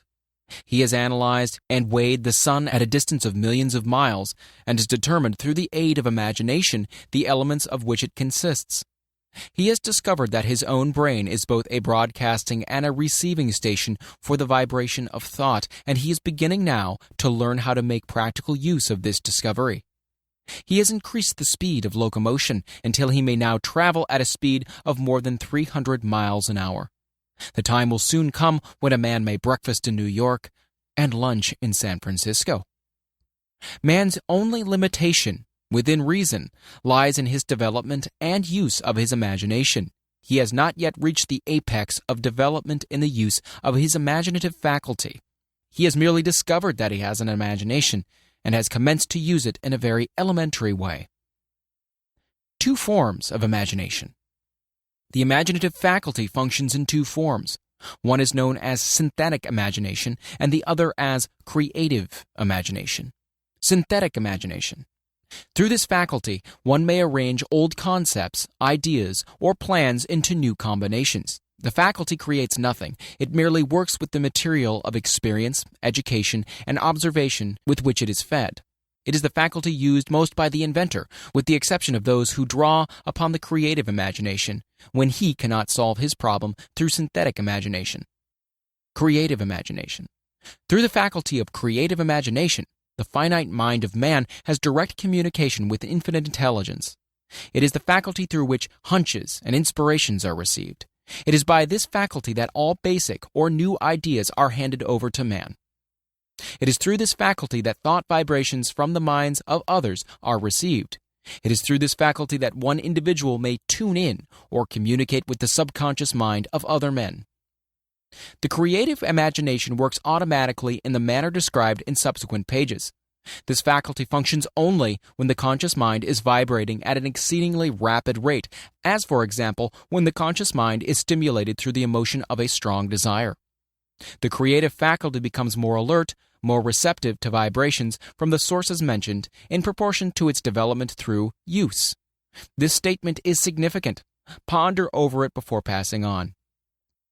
Keep in mind as you follow these principles that the entire story of how one may convert desire into money cannot be told in one statement. The story will be complete only when one has mastered, assimilated, and begun to make use of all the principles. The great leaders of business, industry, finance, and the great artists, musicians, poets, and writers became great because they developed the faculty of creative imagination. Both the synthetic and creative faculties of imagination become more alert with use, just as any muscle or organ of the body develops through use. Desire is only a thought, an impulse. It is nebulous and ephemeral.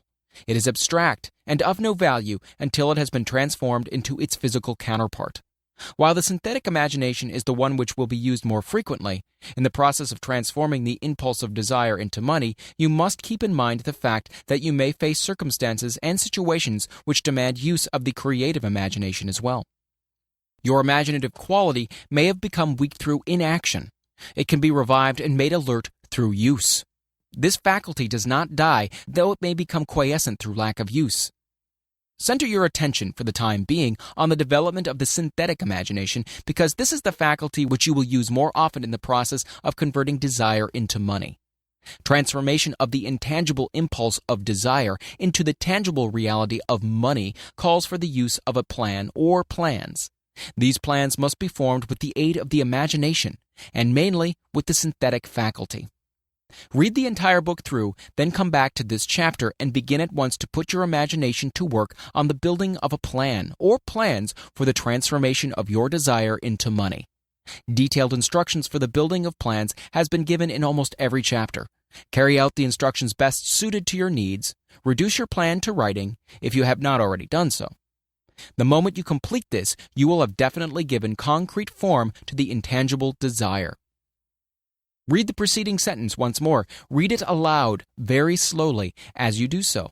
Remember that the moment you reduce the statement of your power and a plan for its realization to writing, you have actually taken the first of a series of steps which will enable you to convert the thought into its physical counterpart.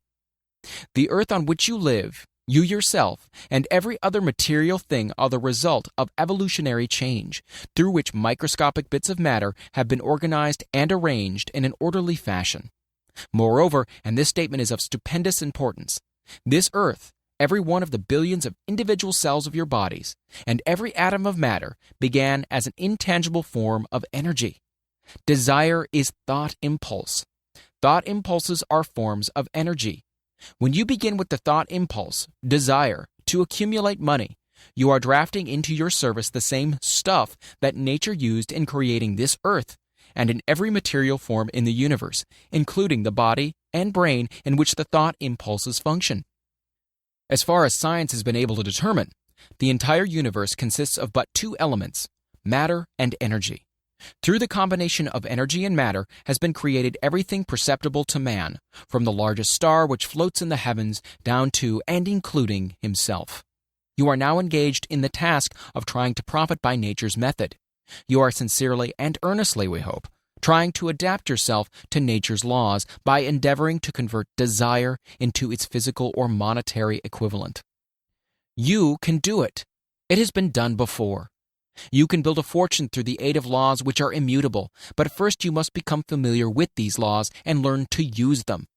Through the repetition and by approaching the description of these principles from every conceivable angle, the author hopes to reveal to you the secret through which every great fortune has been accumulated. Strange and paradoxical as it may seem, the secret is not a secret. Nature herself advertises it in the earth on which we live, the stars, the planets suspended within our view, in the elements above and around us, in every blade of grass, and every form of life within our vision. Nature advertises this secret in terms of biology, in the conversion of a tiny cell so small that it may be lost on the point of a pin, into the human being now reading this line. The conversion of desire into its physical equivalent is certainly no more miraculous. Do not become discouraged if you do not fully comprehend all that has been stated. Unless you have long been a student of the mind, it is not to be expected that you will assimilate all that is in this chapter upon a first reading. But you will, in time, make good progress. The principles which follow will open the way for understanding of imagination. Assimilate that which you understand as you read this philosophy for the first time. Then, when you reread and study it, you will discover that something has happened to clarify it and give you a broader understanding of the whole. Above all, do not stop, nor hesitate in your study of these principles until you have read the book at least 3 times, for then you'll not want to stop. How to make practical use of imagination. Ideas are the beginning points of all fortunes. Ideas are products of the imagination. Let us examine a few well-known ideas which have yielded huge fortunes, with the hope that these illustrations will convey definite information concerning the method by which imagination may be used in accumulating riches. The enchanted kettle. 50 years ago, an old country doctor drove to town, hitched his horse, quietly slipped into a drugstore by the back door, and began dickering with the young drug clerk. His mission was destined to yield great wealth to many people. It was destined to bring the South the most far-flung benefit since the Civil War. For more than an hour, behind the prescription counter, the old doctor and the clerk talked in low tones. Then the doctor left. He went out to the buggy and brought back a large, old-fashioned kettle, a big wooden paddle, used for stirring the contents of the kettle, and deposited them in the back of the store. The clerk inspected the kettle, reached into his inside pocket, took out a roll of bills, and handed it over to the doctor. The roll contained exactly $500, the clerk's entire savings. The doctor handed over a small slip of paper on which was written a secret formula. The words on that small slip of paper were worth a king's ransom, but not to the doctor.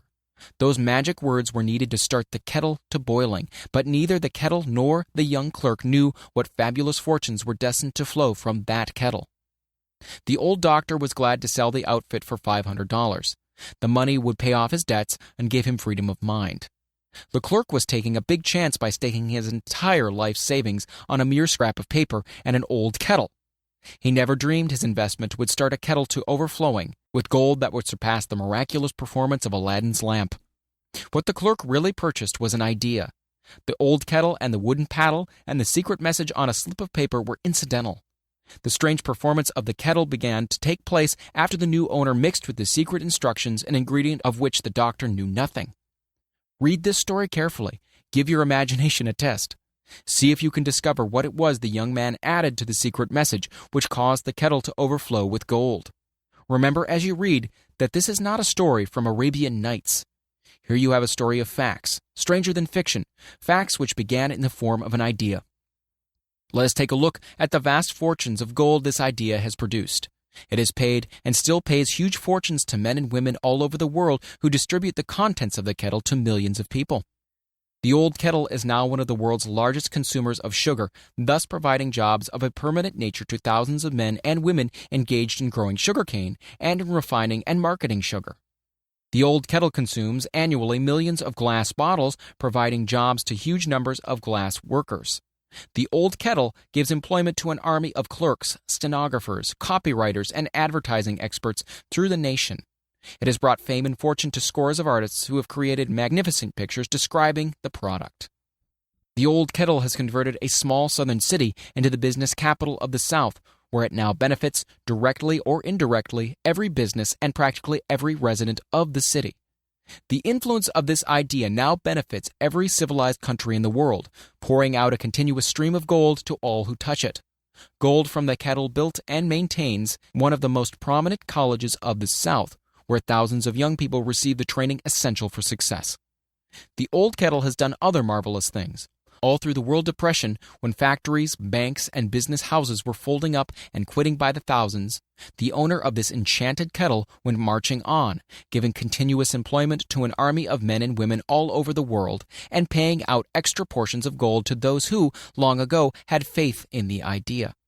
If the product of that old brass kettle could talk, it would tell thrilling tales of romance in every language. Romances of love, romances of business, romances of professional men and women who are daily being stimulated by it. The author is sure of at least one such romance, for he was a part of it, and it all began not far from the very spot on which the drug clerk purchased the kettle. It was here that the author met his wife, and it was she who first told him of the enchanted kettle. It was the product of that kettle they were drinking when he asked her to accept him, for better or worse. Now that you know the content of the enchanted kettle is a world-famous drink, it is fitting that the author confesses that the home city of that drink supplied him with a wife. Also, that the drink itself provides him with the stimulation of thought without intoxication, and thereby it gives to serve refreshment of mind which an author must have to do his best work. Whoever you are, wherever you may live, whatever occupation you may be engaged in, just remember in the future, every time you see the words Coca-Cola, that its vast empire of wealth and influence grew out of a single idea, and that the mysterious ingredient the drug clerk Asa Chandler mixed with the secret formula was imagination. Stop and think of that for a moment. Remember also that the 13 steps to riches described in this book were the media through which the influence of Coca-Cola has been extended to every city, town, village, and crossroads of the world, and that any idea you may create, as good and meritorious as Coca-Cola, has a possibility of duplicating the stupendous record of this worldwide thirst killer. Truly, thoughts are things, and the scope of operation is the world itself. What I would do if I had $1 million. This story proves the truth of the old saying, where there's a will, there's a way. It was told to me by that beloved educator and clergyman, the late Frank Gonzalez, who began his preaching career in the Stockyards region of South Chicago. While Dr. Gonzalez was going through college, he observed many defects in our educational system, defects which he believed he could correct if he were the head of a college. His deepest desire was to become the directing head of an educational institution in which young men and women would be taught to learn by doing. He made up his mind to organize a new college in which he could carry out his ideas without being handicapped by orthodox methods of education. He needed $1 million to put the project across. Where was he to lay his hands on so large a sum of money? That was the question that absorbed most of his ambitious young preacher's thought. But he couldn't seem to make any progress. Every night he took that thought to bed with him. He got up with it in the morning. He took it with him everywhere he went. He turned it over and over in his mind until it became a consuming obsession with him. $1 million is a lot of money. He recognized that fact, but he also recognized the truth that the only limitation is that which one sets up in one's own mind. Being a philosopher as well as a preacher, Dr. Gonzalez recognized, as do all who succeed in life, that definiteness of purpose is the starting point from which one must begin. He recognized, too, that definiteness of purpose takes on animation, life, and power when backed by a burning desire to translate that purpose into its material equivalent. He knew all these great truths, yet he did not know where or how to lay his hands on $1 million. The natural procedure would have been to give up and quit. By saying, well, my idea is a good one, but I just can't do anything about it because I could never procure the necessary $1 million. This is exactly what the majority of people would have said, but it is not what Dr. Gonzalez said. What he said and what he did are so important that I now introduce him and let him speak for himself. One Saturday afternoon, I sat in my room thinking of ways and means of raising the money to carry out my plans. For nearly 2 years I had been thinking, but I had done nothing but think. The time had come for action. I made up my mind then and there that I would get the necessary $1 million within a week. How? I wasn't concerned about that. The main thing of importance was the decision to get the money within a specified time. And I want to tell you that the moment I reached a definite decision to get the money within a specified time, a strange feeling of assurance came over me, such as I had never before experienced. Something inside me seemed to say, "Why didn't you reach that decision a long time ago? The money was waiting for you all that time." Things began to happen in a hurry. I called the newspapers and announced that I would preach a sermon that following morning entitled, "What I Would Do If I Had $1 Million." I went to work on the sermon immediately, but I must tell you frankly, the task was not difficult because I had been preparing that sermon for almost 2 years. The spirit back of it was a part of me. Long before midnight, I had finished writing the sermon. I went to bed and slept with a feeling of confidence, for I could already see myself already in possession of the $1 million. Next morning, I arose early, went into the bathroom, read the sermon, then knelt on my knees and asked that my sermon might come to the attention of someone who could supply the needed money. While I was praying, I again had that feeling of assurance that the money would be forthcoming.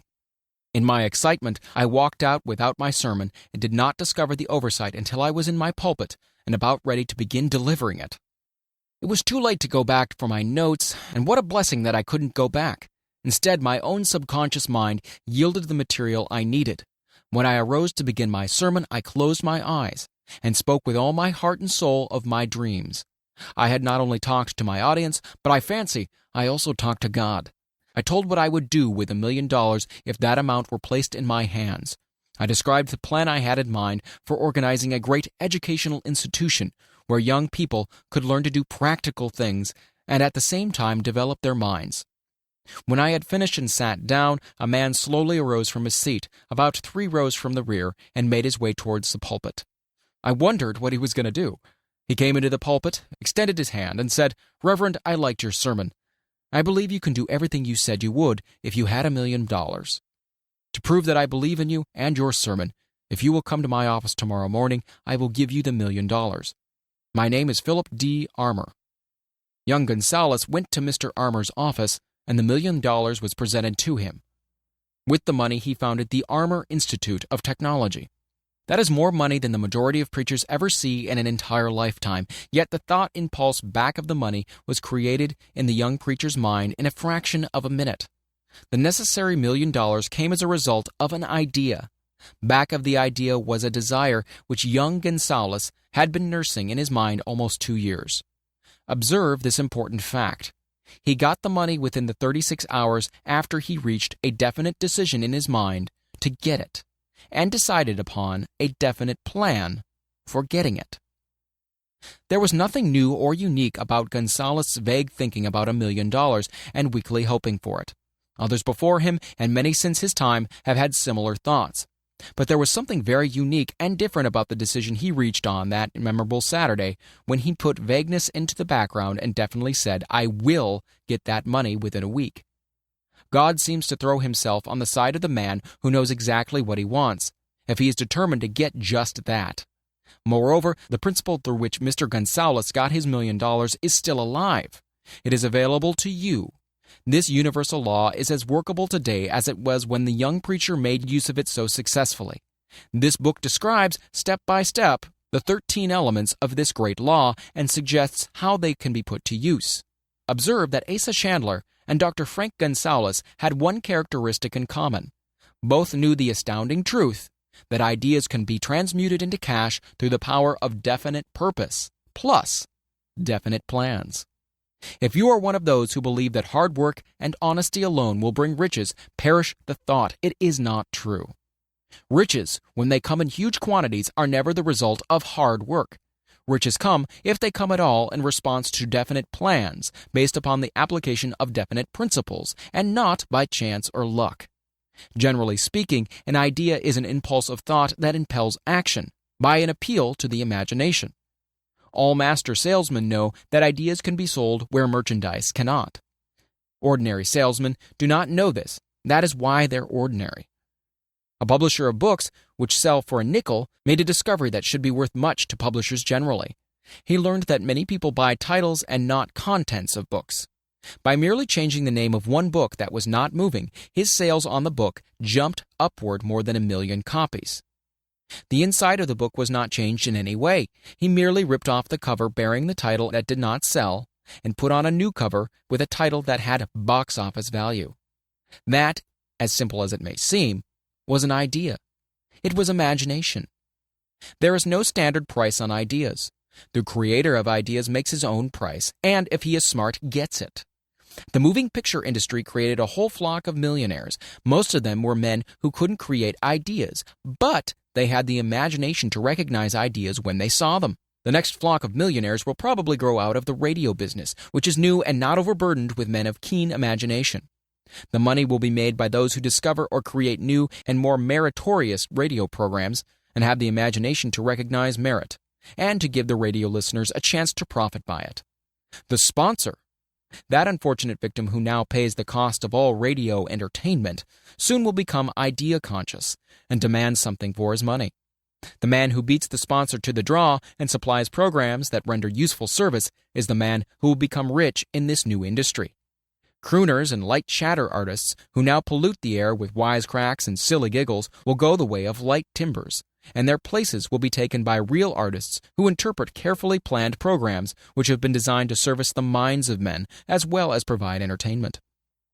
Here is a wide-open field of opportunity screaming its protest at the way it is being butchered because of lack of imagination and begging for rescue at any price. Above all, the thing that radio needs is new ideas. If this new field of opportunity intrigues you, perhaps you might profit by the suggestion that the successful radio programs of the future will give more attention to creating buyer audiences and less attention to listener audiences. Stated more plainly, the builder of radio programs who succeeds in the future must find practical ways to convert listeners into buyers. Moreover, the successful producer of radio programs in the future must key his features so that he can definitely show its effect upon the audience. Sponsors are becoming a bit wary of buying glib, selling talks based upon statements grabbed out of thin air. They want, and in the future will demand, indisputable proof that the Who's It program not only gives millions of people the silliest giggle ever, but that the silly giggler can sell merchandise. Another thing that might as well be understood by those who contemplate entering this new field of opportunity: radio advertising is going to be handled by an entirely new group of advertising experts, separate and distinct from the old-time newspaper and magazine advertising agency men. The old-timers in the advertising game cannot read the modern radio scripts because they have not been schooled to see ideas. The new radio technique demands men who can interpret ideas from a written manuscript in terms of sound. It cost the author a year of hard labor and many thousands of dollars to learn this. Radio right now is about where the moving pictures were when Mary Pickford and her curls first appeared on the screen. There is plenty of room in radio for those who can produce or recognize ideas. If the foregoing comment on the opportunity of radio has not started your idea factory to work, you had better forget it. Your opportunity is in some other field. If the comment intrigued you in the slightest degree, then go further into it, and you may find the one idea you need to round out your career. Never let it discourage you if you have no experience in radio. Andrew Carnegie knew very little about making steel. I have Carnegie's own word for this. But he made practical use of two of the principles described in this book and made the steel business yield him a fortune. The story of practically every great fortune starts with the day when a creator of ideas and a seller of ideas got together and worked in harmony. Carnegie surrounded himself with men who could do all that he could not do. Men who created ideas and men who put ideas into operation and made himself and the others fabulously rich. Millions of people go through life hoping for favorable breaks. Perhaps a favorable break can get one opportunity, but the safest plan is not to depend upon luck. It was a favorable break that gave me the biggest opportunity of my life, but 25 years of determined effort had to be devoted to that opportunity before it became an asset. The break consisted of my good fortune in meeting and gaining the cooperation of Andrew Carnegie. On that occasion, Carnegie planted in my mind the idea of organizing the principles of achievement into a philosophy of success. Thousands of people have profited by the discoveries made in the 25 years of research, and several fortunes have been accumulated through the application of this philosophy. The beginning was simple, though. It was an idea which anyone might have developed. The favorable break came through Carnegie, but what about the determination, definiteness of purpose, and the desire to attain the goal, and the persistent effort of 25 years? It was no ordinary desire that survived disappointment, discouragement, temporary defeat, criticism, and the constant reminding of waste of time. It was a burning desire. It was an obsession. When the idea was first planted in my mind by Mr. Carnegie, it was coaxed, nursed, and enticed to remain alive. Gradually, the idea became a giant under its own power, and it coaxed, nursed, and drove me. Ideas are like that. First you give life and action and guidance to ideas, then they take on power of their own and sweep aside all opposition. Ideas are intangible forces, but they have more power than the physical brains that give birth to them. They have the power to live on, after the brain that created them are returned to dust. For example, take the power of Christianity. That began with a simple idea born in the brain of Christ. Its chief tenet was, do unto others as you would have others do unto you. Christ has gone back to the source from whence he came, but his idea goes marching on. Someday it may grow up and come into its own. Then it will have fulfilled Christ's deepest desire. The idea has been developing only 2,000 years. Give it time. Success requires no explanations. Failure permits no alibis. Chapter 7. Organized Planning. The crystallization of desire into action. The sixth step toward riches. You have learned that everything man creates or acquires begins in the form of desire. That desire is taken on the first lap of its journey from the abstract to the concrete into the workshop of the imagination, where plans for its transition are created and organized. In Chapter 2, you are instructed to take 6 definite practical steps as your first move in translating the desire for money into its monetary equivalent. One of these steps is the formation of a definite, practical plan or plans through which this transformation may be made. You will now be instructed how to build plans which will be practical. These: A. Ally yourself with a group of as many people as you may need for the creation and carrying out of your plan or plans for the accumulation of money-making use of the mastermind principle described in a later chapter. Compliance with this instruction is absolutely essential. Do not neglect it. B. Before forming your mastermind alliance, decide what advantages and benefits you may offer the individual members of your group in return for their cooperation. No one will work indefinitely without some form of compensation. No intelligent person will either request or expect another to work without adequate compensation, though this may not always be in the form of money. C. Arrange to meet with the members of your mastermind group at least twice a week, and more often if possible, until you have jointly perfected the necessary plan or plans for the accumulation of money. D. Maintain perfect harmony between yourself and every member of your mastermind group. If you fail to carry out this instruction to the letter, you may expect to meet with failure. The mastermind principle cannot obtain where perfect harmony does not prevail. Keep in mind these facts. First, you are engaged in an undertaking of major importance to you. To be sure of success, you must have plans which are faultless. Second, you must have the advantage of the experience, education, native ability, and imagination of other minds. This is in harmony with the methods followed by every person who has accumulated a great fortune. No individual has sufficient experience, education, native ability, and knowledge to ensure the accumulation of a great fortune without the cooperation of other people. Every plan you adopt in your endeavor to accumulate wealth should be the joint creation of yourself and every other member of your mastermind group. You may originate your own plans, either in whole or in part, but see that those plans are checked and approved by the members of your mastermind alliance. If the first plan which you adopt does not work successfully, replace it with a new plan. If this new plan fails to work, replace it, in turn with still another, and so on, until you find a plan which does work. Right here is the point at which the majority of men meet with failure because of their lack of persistence in creating new plans to take the place of those which fail. The most intelligent men living cannot succeed in accumulating money, nor in any other undertaking, without plans which are practical and workable. Just keep this fact in mind and remember when your plans fail that temporary defeat is not permanent failure. It may only mean that your plans have not been sound. Build other plans. Start all over again. Thomas Edison failed 10,000 times before he perfected the incandescent electric light bulb. That is, he met with temporary defeat 10,000 times before his efforts were crowned with success. Temporary defeat should mean only one thing: the certain knowledge that there is something wrong with your plan. Millions of men go through life in misery and poverty because they lack a sound plan through which to accumulate a fortune. Henry Ford accumulated a fortune not because of his superior mind, but because he adopted and followed a plan which proved to be sound.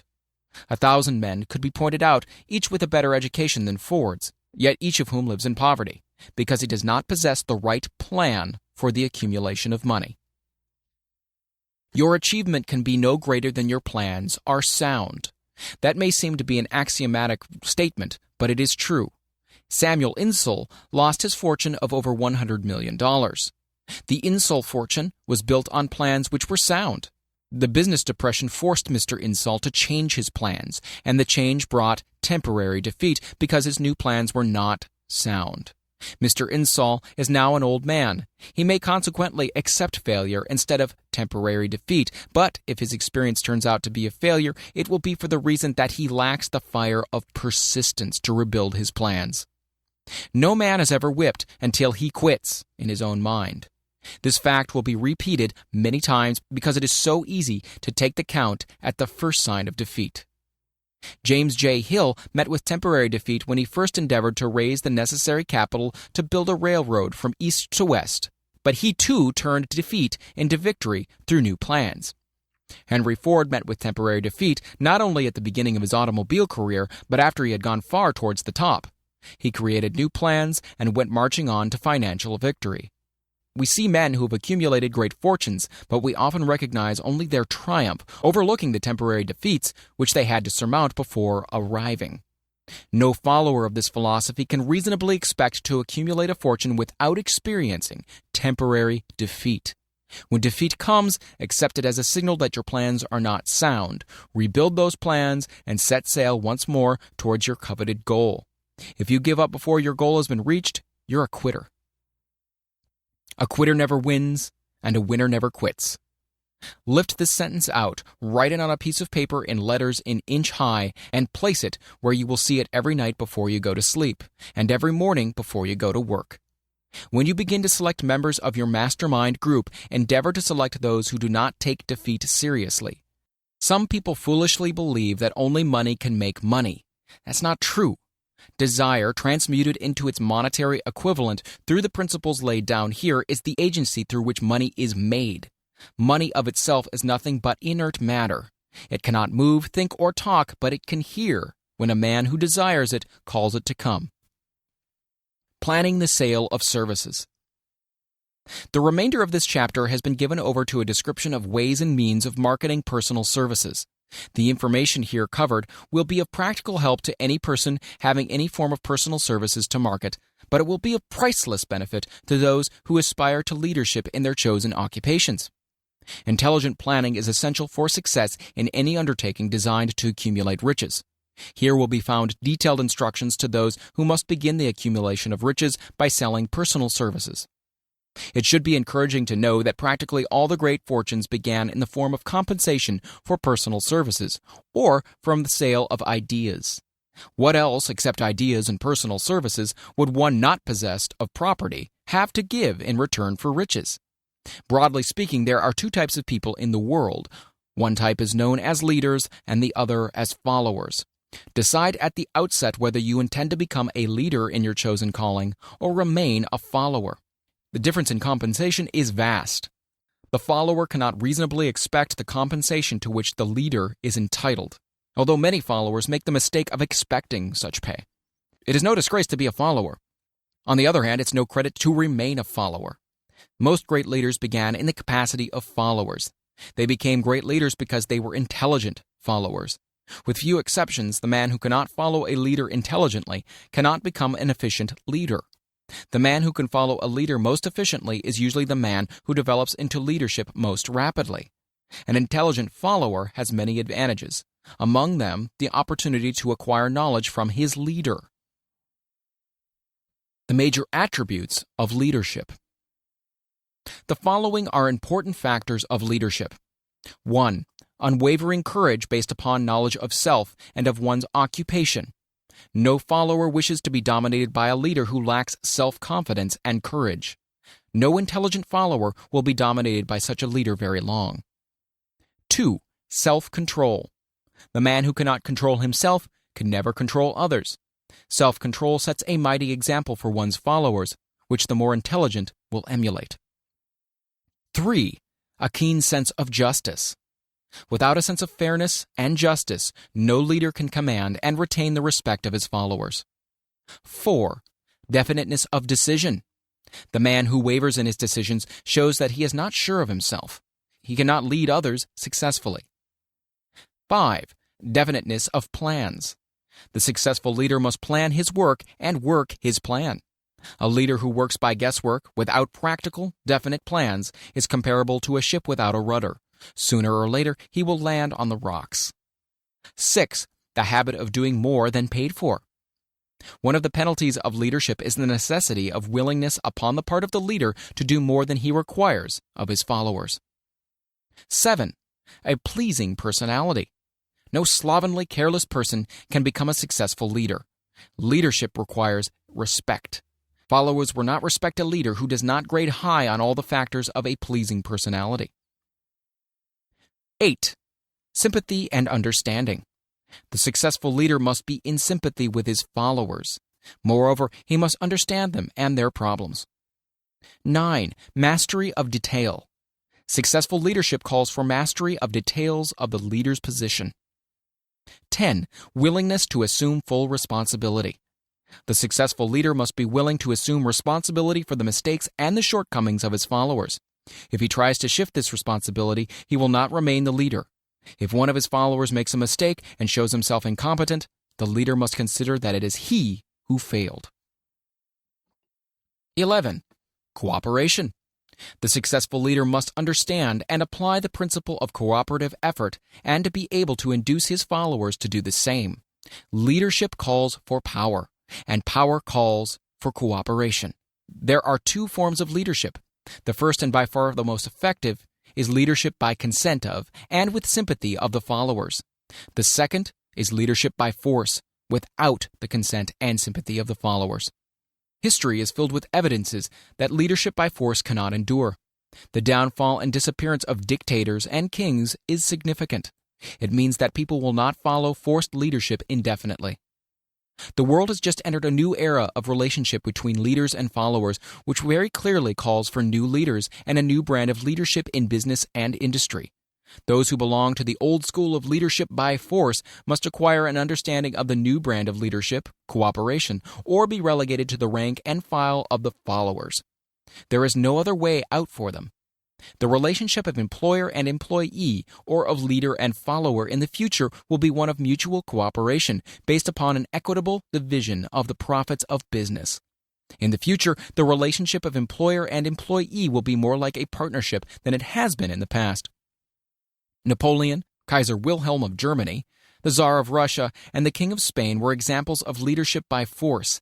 Their leadership passed. Without much difficulty, one might point to the prototypes of these ex-leaders among the business, financial, and labor leaders of America who have been dethroned or slated to go. Leadership by consent of the followers is the only brand which can endure. Men may follow the forced leadership temporarily, but they will not do so willingly.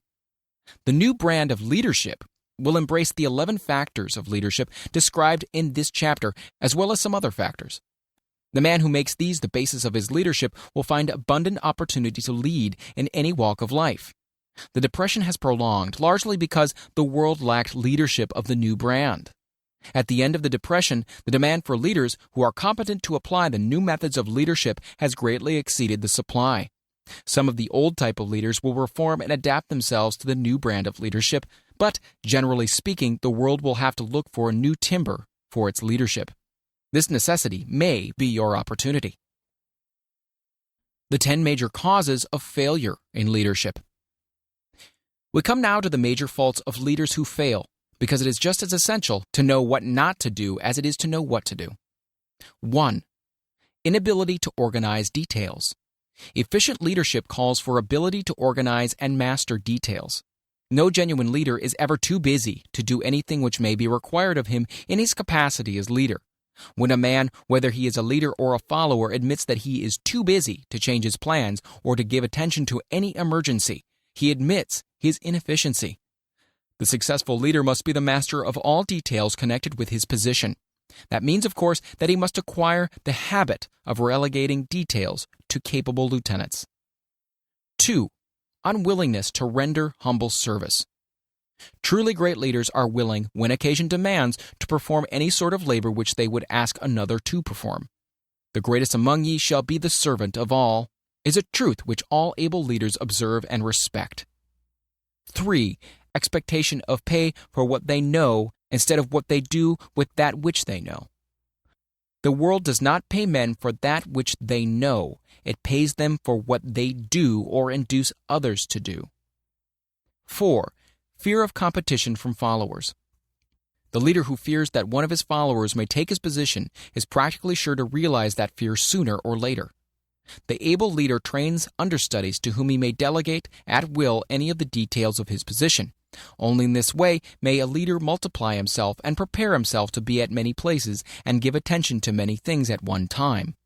It is an eternal truth that men receive more money for their ability to get others to perform than they could possibly earn by their own efforts.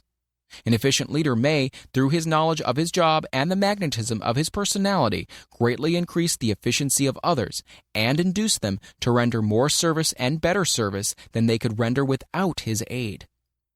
5. Lack of imagination. Without imagination, the leader is incapable of meeting emergencies and of creating plans by which to guide his followers efficiently. 6. Selfishness. The leader who claims all the honor for the work of his followers is sure to be met by resentment.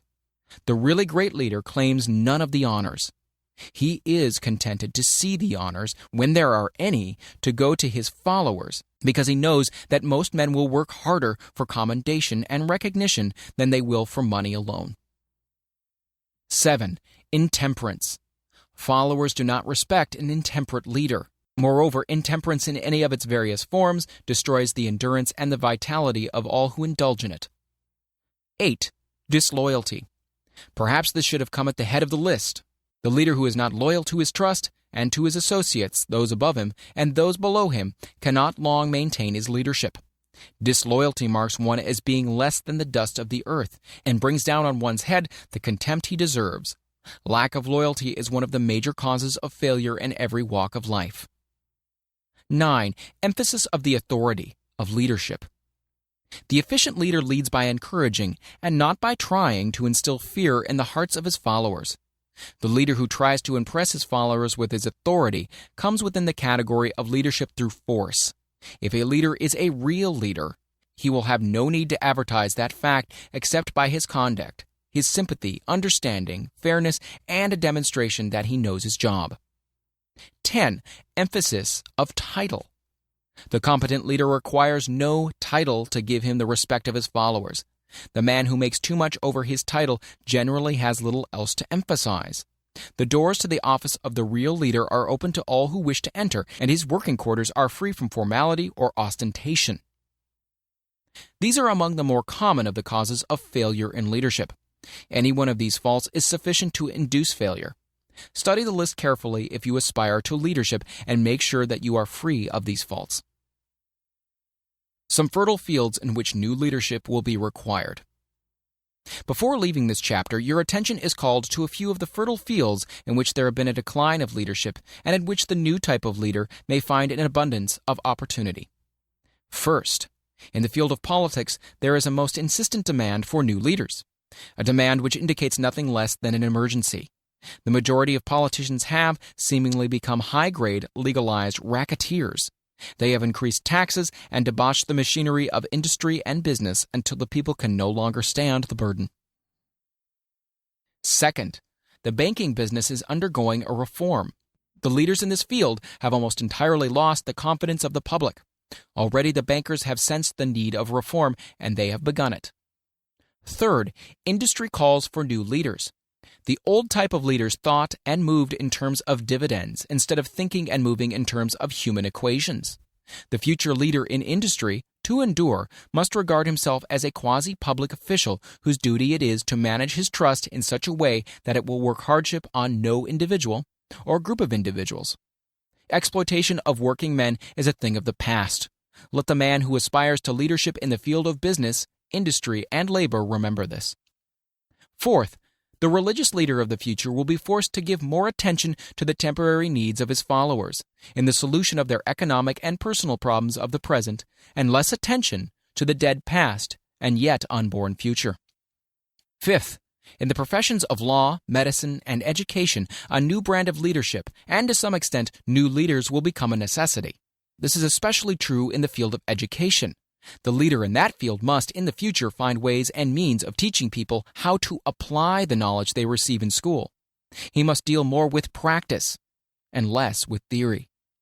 Sixth, new leaders will be required in the field of journalism. Newspapers of the future, to be conducted successfully, must be divorced from special privilege and relieved from the subsidy of advertising. They must cease to be organs of propaganda for the interests which patronize their advertising columns.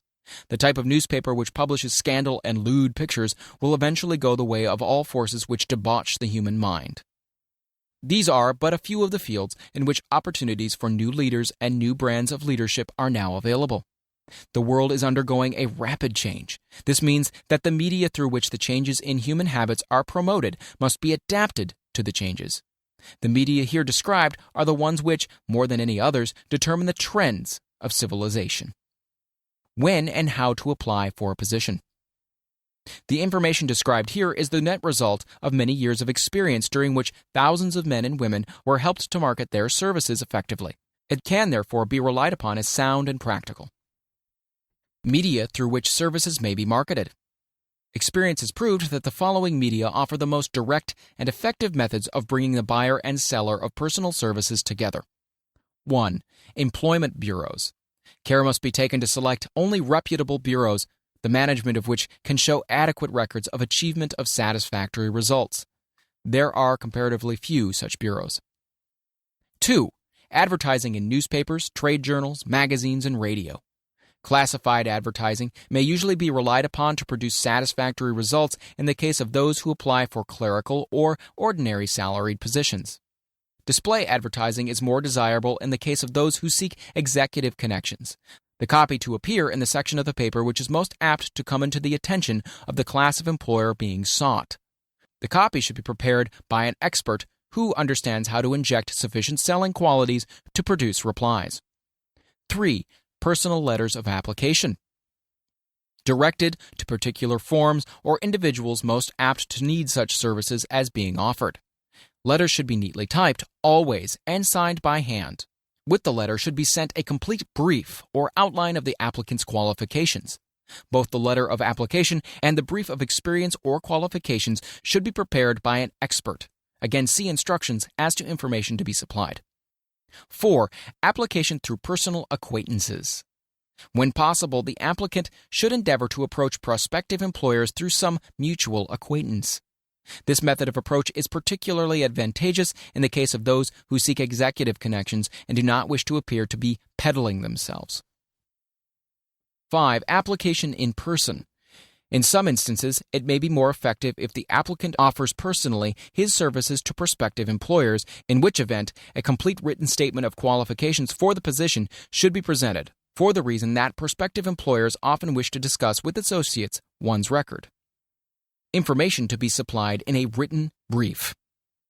This brief should be prepared as carefully as a lawyer would prepare the brief of a case to be tried in court. Unless the applicant is experienced in the preparation of such briefs, an expert should be consulted, and his services enlisted for this purpose.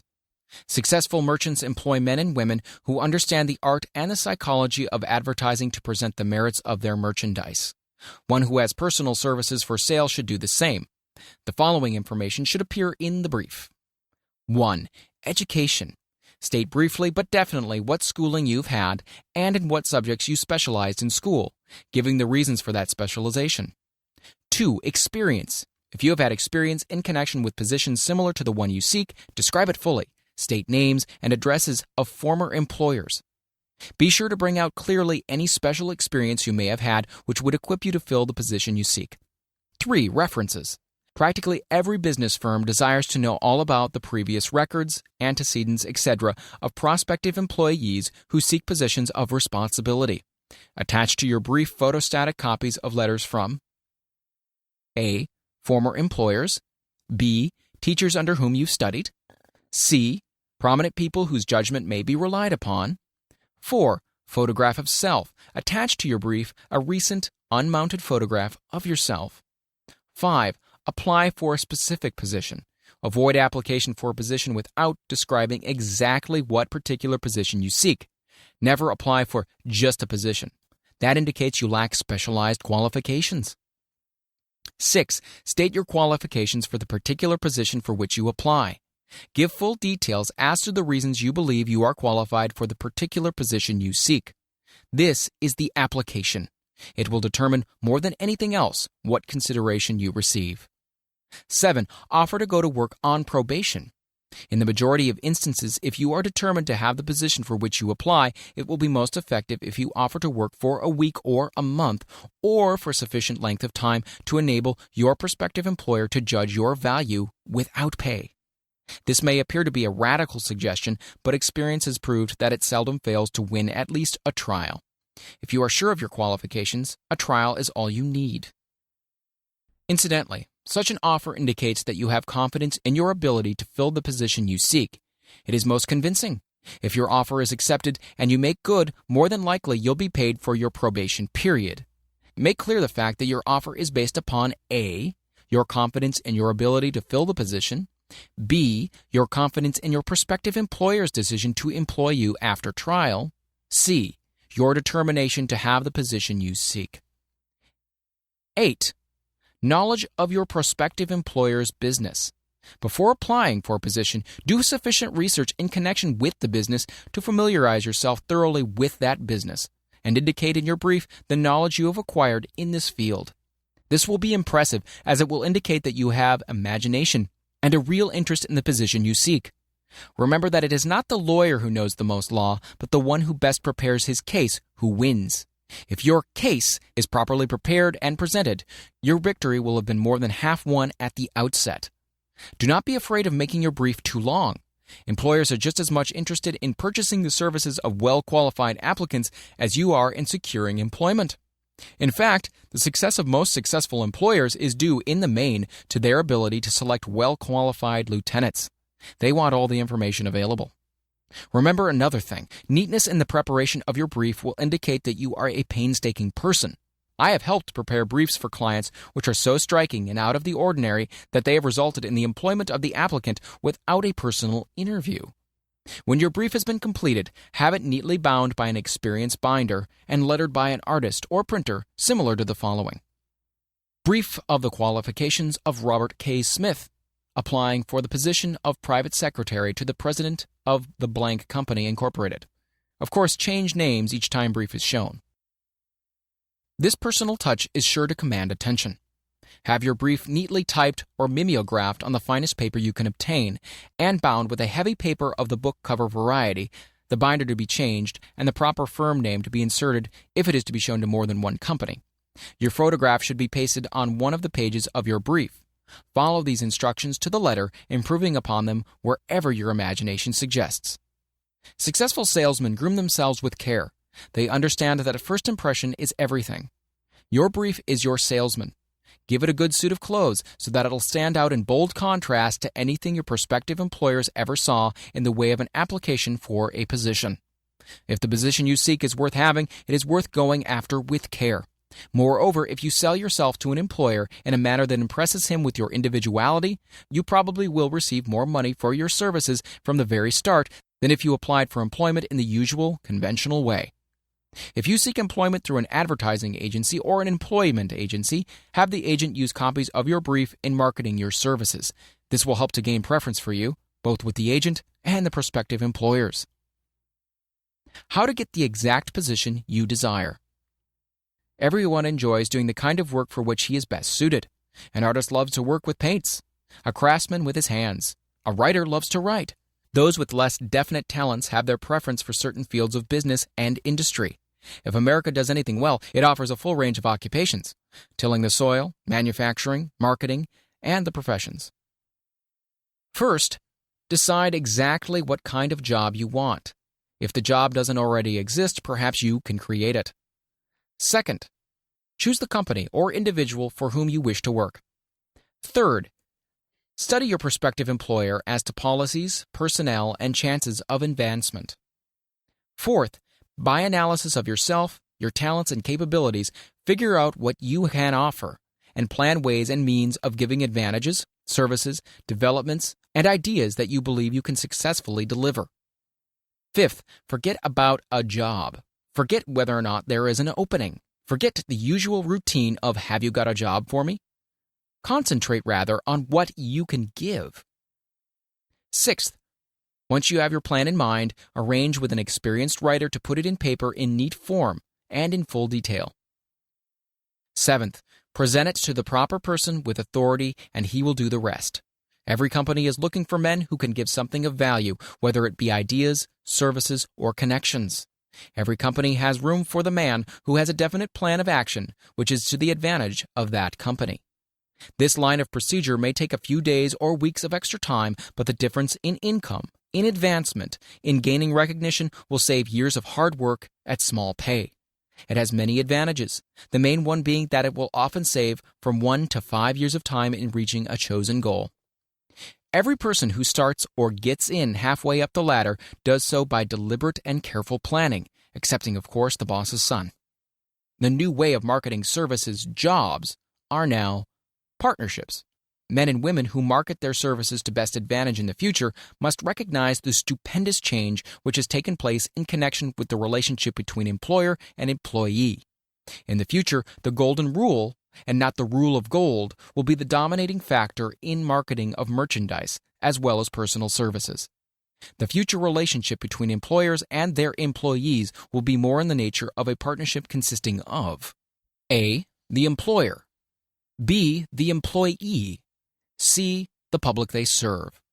This new way of marketing personal services is called new for many reasons. First, both the employer and the employee of the future will be considered as fellow employees whose business it will be to serve the public efficiently. In times past, employers and employees have bartered among themselves, driving the best bargains they could with one another, not considering that in the final analysis they were in reality bargaining at the expense of the third party, the public they served. The Depression served as a mighty protest from an injured public whose rights have been trampled upon in every direction by those who are clamoring for individual advantages and profits. When the debris of the depression shall have cleared away and business shall have been once again restored to balance, both employers and employees will recognize that they are no longer privileged to drive bargains at the expense of those whom they serve. The real employer of the future will be the public. This should be kept uppermost in mind by every person seeking to market personal services effectively. Nearly every railroad in America is in financial difficulty. Who does not remember the day when, if a citizen inquired at the ticket office the time of departure of a train, he was abruptly referred to the bulletin board instead of being politely given the information? The streetcar companies have experienced a change of times also. There was a time not so long ago when streetcar conductors took pride in giving argument to passengers. Many of the streetcar tracks have been removed and passengers ride on a bus, whose driver is the last word in politeness.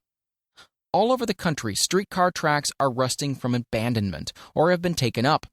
Wherever streetcars are still in operation, passengers may now ride without argument, and one may even hail the car in the middle of the block, and the motorman will obligingly pick him up. How times have changed. That is just the point I am trying to emphasize. Times have changed. Moreover, the change is reflected not merely in railroad offices and on streetcars, but in other walks of life as well. The public be damned policy is now passé. It has been supplanted by the we are obligingly at your service, sir policy. The bankers have learned a thing or two during this rapid change which has taken place during the past few years.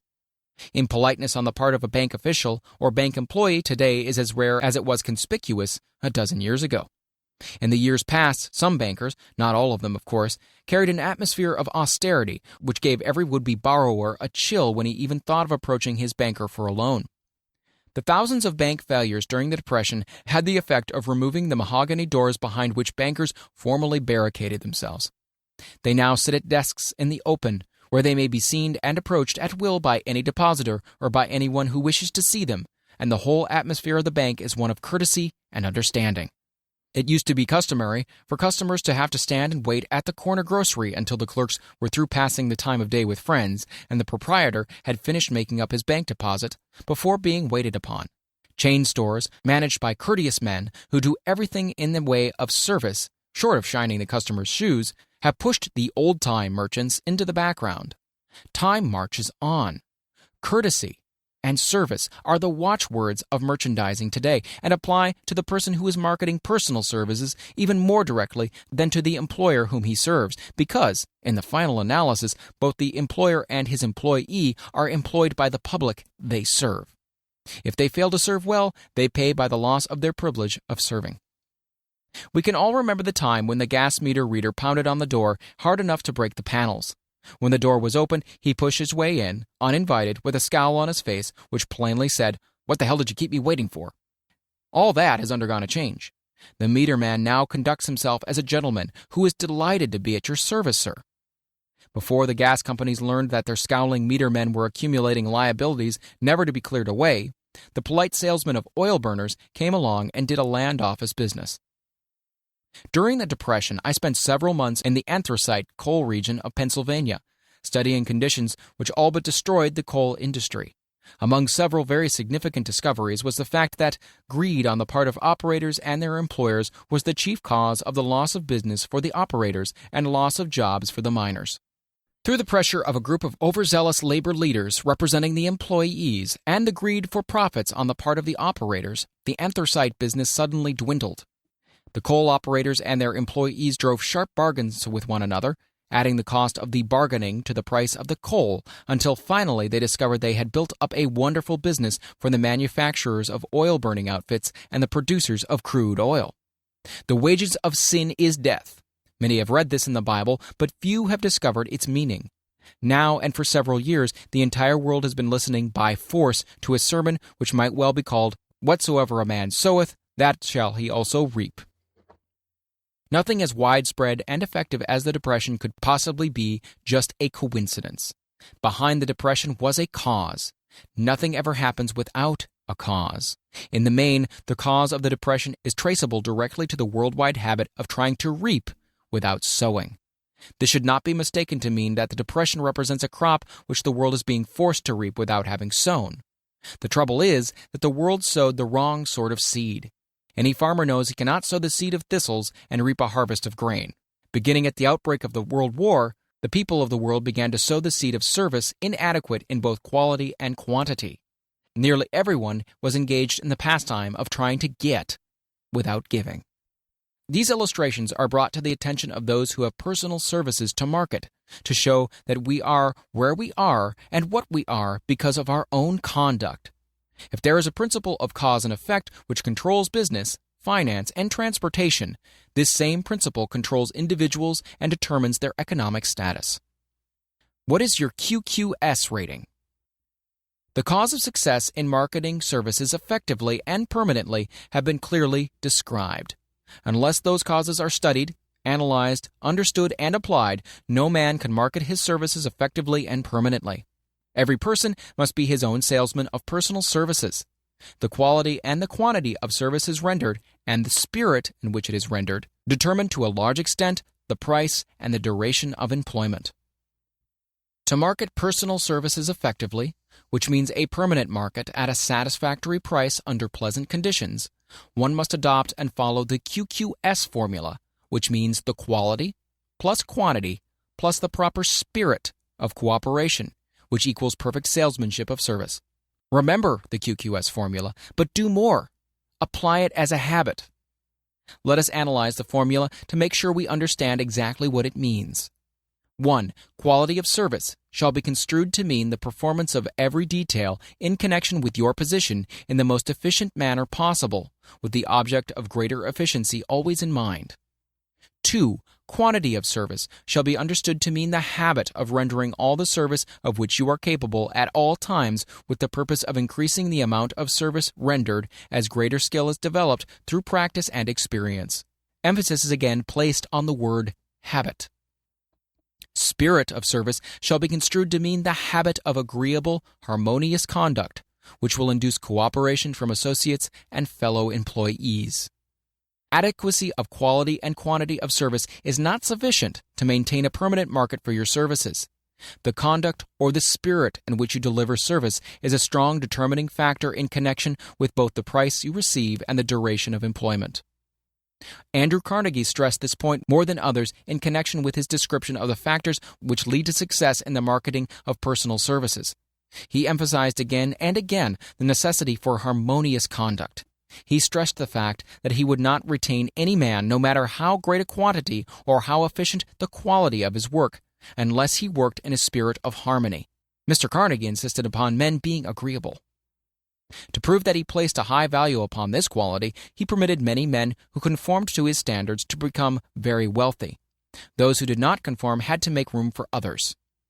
The importance of pleasing personality has been stressed because it is a factor which enables one to render service in the proper spirit.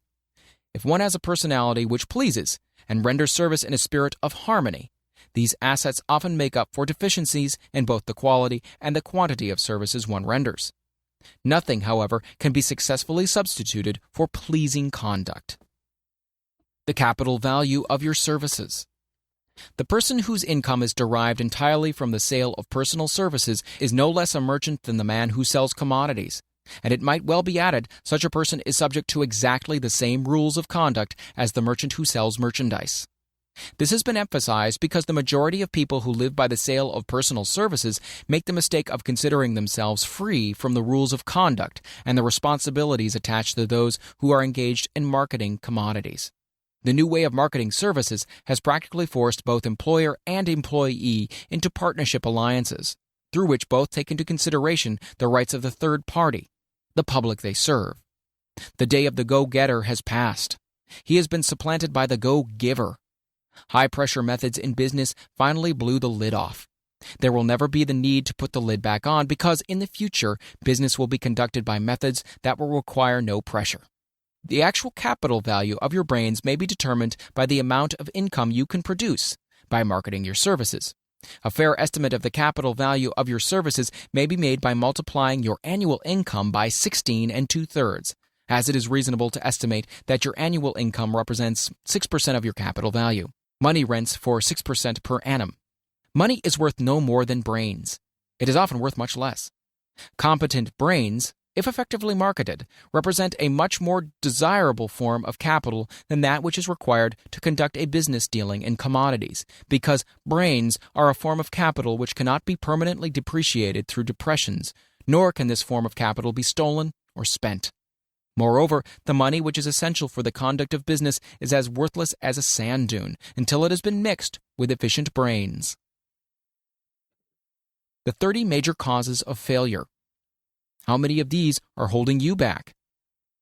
Life's greatest tragedy consists of men and women who earnestly try and fail. The tragedy lies in the overwhelmingly large majority of people who fail as compared to the few who succeed. I've had the privilege of analyzing several thousand men and women, 98% of whom were classed as failures. There is something radically wrong with a civilization and a system of education which permit 98% of the people to go through life as failures. But I did not write this book for the purpose of moralizing on the rights and wrongs of the world. That would require a book of 100 times the size of this one. My analysis work proved that there are 30 major reasons for failure, and 13 major principles through which people accumulate fortunes. In this chapter, a description of the 30 major causes of failure will be given. As you go over the list, check yourself by it, point by point, for the purpose of discovering how many of these causes of failure stand between you and success. 1. Unfavorable hereditary background.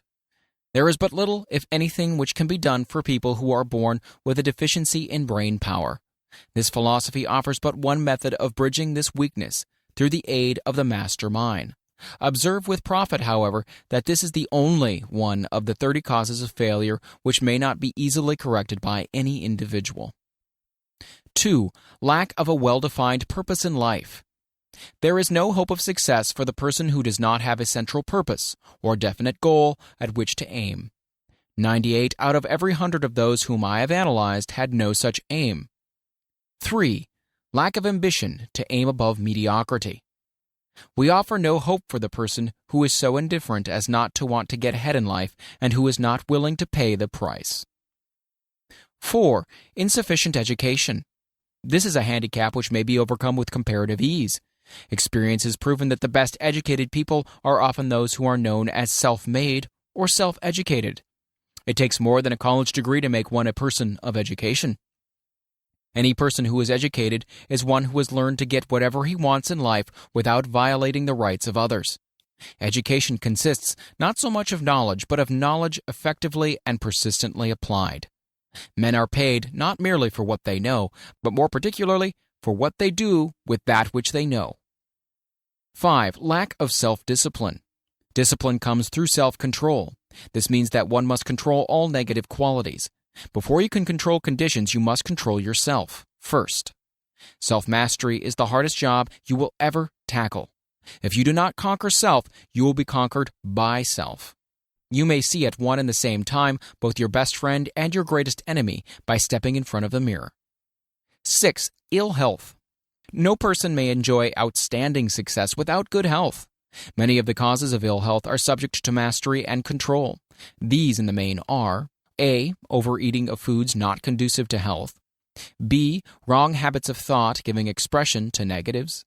C. Wrong use of and overindulgence in sex. D. Lack of proper physical exercise. E. An inadequate supply of fresh air due to improper breathing. 7. Unfavorable environmental influences during childhood. As the twig is bent, so shall the tree grow. Most people who have criminal tendencies acquire them as a result of a bad environment and improper associates during childhood. 8. Procrastination. This is one of the most common causes of failure. Old man procrastination stands within the shadow of every human being, waiting his opportunity to spoil one's chances of success. Most of us go through life as failures because we are waiting for the time to be right, to start doing something worthwhile. Don't wait. The time will never be just right. Start where you stand and work with whatever tools you may have at your command, and better tools will be found as you go along. 9. Lack of persistence. Most of us are good starters but poor finishers of everything we begin. Moreover, people are prone to give up at the first signs of defeat. There is no substitute for persistence. The person who makes persistence his watchword discovers that old man failure finally becomes tired and makes his departure. Failure cannot cope with persistence. 10. Negative personality. There is no hope of success for the person who repels power through a negative personality. Success comes through the application of power, and power is attained through the cooperative efforts of other people. A negative personality will not indulge cooperation. 11. Lack of controlled sexual urge. Sex energy is the most powerful of all the stimuli which move people into action. Because it is the most powerful of the emotions, it must be controlled through transmutation and converted into other channels. 12. Uncontrolled desire for something for nothing. The gambling instinct drives millions of people to failure. Evidence may be found for this in a study of the Wall Street crash of '29, during which millions of people tried to make money by gambling on stock margins. 13. Lack of a well-defined power of decision. Men who succeed reach decisions promptly and change them, if at all, very slowly. Men who fail reach decisions, if at all, very slowly and change them frequently and quickly. Indecision and procrastination are twin brothers. Where one is found, the other usually will be found also. Kill off this pair before they completely hog-tie you to the treadmill of failure. 14. One or more of the 6 basic fears. These fears have been analyzed for you in a later chapter. They must be mastered before you can market your services effectively. 15. Wrong selection of a mate in marriage. This is a most common cause of failure. The relationship of marriage brings people intimately into contact. Unless this relationship is harmonious, failure is likely to follow. Moreover, it will be a form of failure that is marked by misery and unhappiness, destroying all signs of ambition. 16. Overcaution. The person who takes no chances generally has to take whatever is left when others are through choosing. Overcaution is as bad as undercaution. Both are extremes to be guarded against. Life itself is filled with the element of chance. 17. Wrong selection of associates in business. This is one of the most common causes of failure in business. In marketing personal services, one should use great care to select an employer who will be an inspiration and who is himself intelligent and successful. We emulate those with whom we associate most closely. Pick an employer who is worth emulating. 18. Superstition and prejudice. Superstition is a form of fear. It is also a sign of ignorance. Men who succeed keep open minds and are afraid of nothing. 19. Wrong selection of a vocation. No man can succeed in a line of endeavor which he does not like. The most essential step in the marketing of personal services is that of selecting an occupation into which you can throw yourself in wholeheartedly. 20. Lack of concentration of effort. The jack of all trades seldom is good at any. Concentrate all of your efforts on the definite chief aim. 21. The habit of indiscriminate spending. The spendthrift cannot succeed mainly because he stands eternally in fear of poverty. Form the habit of systematic saving by putting aside a definite percentage of your income. Money in the bank gives one a very safe foundation of courage when bargaining for the sale of personal services. Without money, one must take what one is offered and be glad to get it. 22. Lack of enthusiasm. Without enthusiasm, one cannot be convincing. Moreover, enthusiasm is contagious, and the person who has it under control is generally welcome in any group of people. 23. Intolerance. The person with a closed mind on any subject seldom gets ahead. Intolerance means that one has stopped acquiring knowledge. The most damaging forms of intolerance are those connected with religious, racial, and political differences of opinion. 24. Intemperance. The most damaging forms of intemperance are connected with eating, strong drink, and sexual activities. Overindulgence in any of these is fatal to success. 25. Inability to cooperate with others. Most people lose their positions and their big opportunities in life because of this fault than for all other reasons combined. It is a fault which no well-formed businessman or leader will tolerate. 26. Possession of power that was not acquired through self-effort. Sons and daughters of wealthy men and others who inherit money which they did not earn. Power in the hands of one who did not acquire it gradually is often fatal to success. Quick riches are more dangerous than poverty. 27. Intentional dishonesty. There is no substitute for honesty. One may be temporarily dishonest by force of circumstances over which one has no control without permanent knowledge. But there is no hope for the person who is dishonest by choice.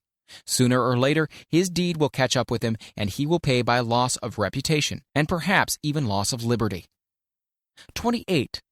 Egotism and vanity. These qualities serve as red lights which warn others to keep away. They are fatal to success. 29. Guessing instead of thinking. Most people are too indifferent or lazy to acquire facts with which to think accurately. They prefer to act on opinions created by guesswork or snap judgments. 30. Lack of capital. This is a common cause of failure among those who start out in business for the first time, without sufficient reserve of capital to absorb the shock of their mistakes and to carry them over until they have established a reputation. 31. Under this, name any particular cause of failure from which you have suffered that has not been included in the foregoing list. In these 30 major causes of failure is found a description of the tragedy of life, which obtains for practically every person who tries and fails. It will be helpful if you can induce someone who knows you well to go over this list with you and help to analyze you by the 30 causes of failure. It may be beneficial if you try this alone. Most people cannot see themselves as others see them. You may be one who can't. The oldest of admonition is, man, know thyself. If you market merchandise successfully, you must know the merchandise. The same is true in marketing personal services. You should know all of your weaknesses in order that you may either bridge them or eliminate them entirely. You should know your strength in order that you may call attention to it when selling your services. You can know yourself only through accurate analysis. The folly of ignorance in connection with self was displayed by a young man who applied to the manager of a well-known business for a position. He made a very good impression until the manager asked him what salary he expected. He replied that he had no fixed sum in mind, which is a lack of a definite aim. The manager then said, "We'll pay you all you're worth after we try you out for a week." "I will not accept it," the applicant replied, "because I'm getting more than that where I am now employed." Before you even start to negotiate for a readjustment of your salary in your present position or to seek employment elsewhere, be sure that you are worth more than you now receive. It is one thing to want money. Everyone wants more, but it is something entirely different to be worth more. Many people mistake their wants for their just dues. Your financial requirements or wants have nothing whatever to do with your worth. Your value is established entirely by your ability to render useful service or your capacity to induce others to render such service. Take inventory of yourself.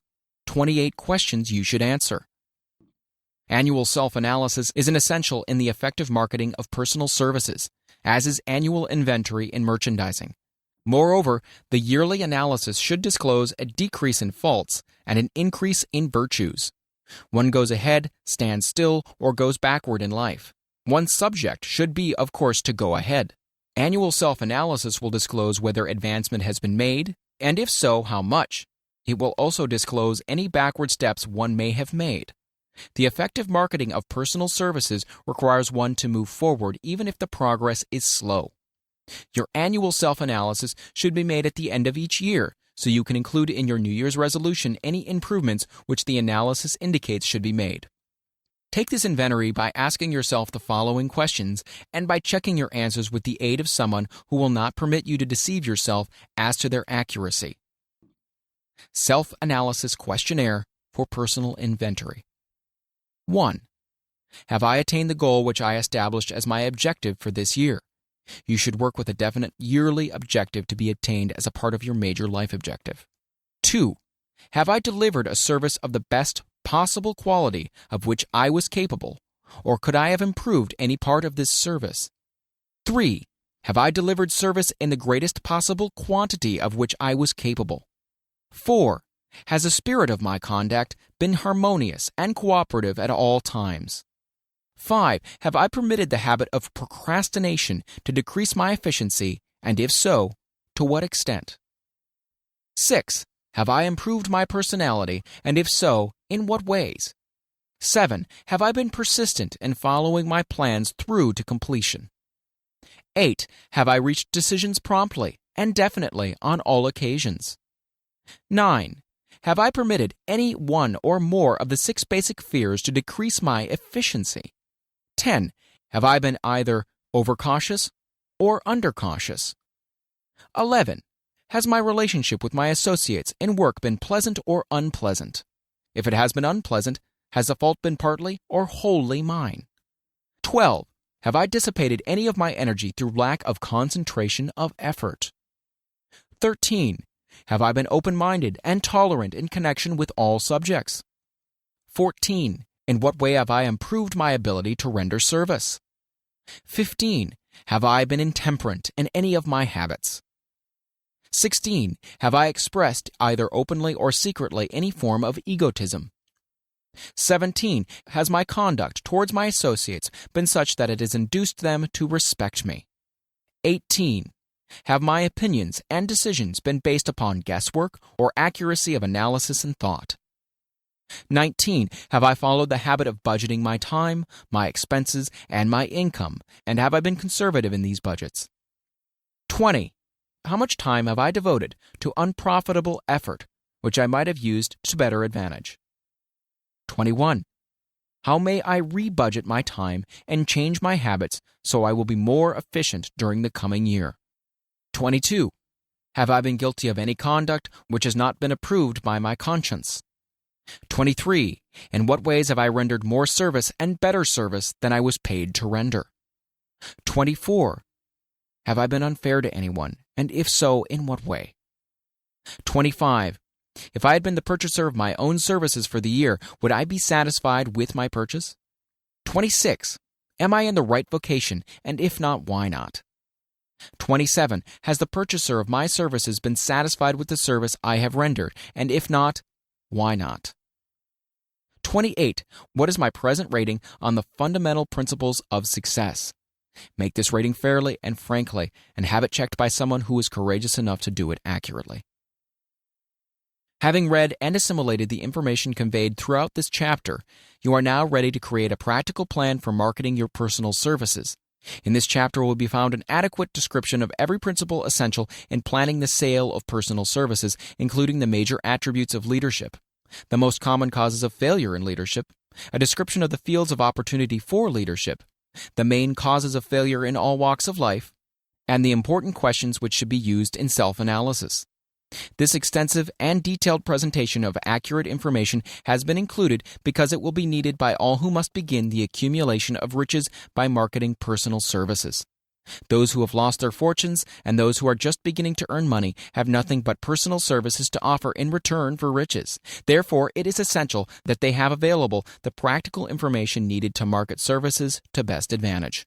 The information contained in this chapter will be of great value to all who aspire to attain leadership in any calling. It will be particularly helpful to those aiming to market their services as business or industrial executives. Complete assimilation and understanding of the information here conveyed will be helpful in marketing one's own services, and it will also help one to become more analytical and capable of judging people. The information will be priceless to personal directors, employment managers, and other executives charged with the selection of employees and the maintenance of efficient organizations. If you doubt this statement, test its soundness by answering and writing the 28 self-analysis questions. That might be both interesting and profitable, even though you do not doubt the soundness of the statement. Where and how one may find opportunities to accumulate riches.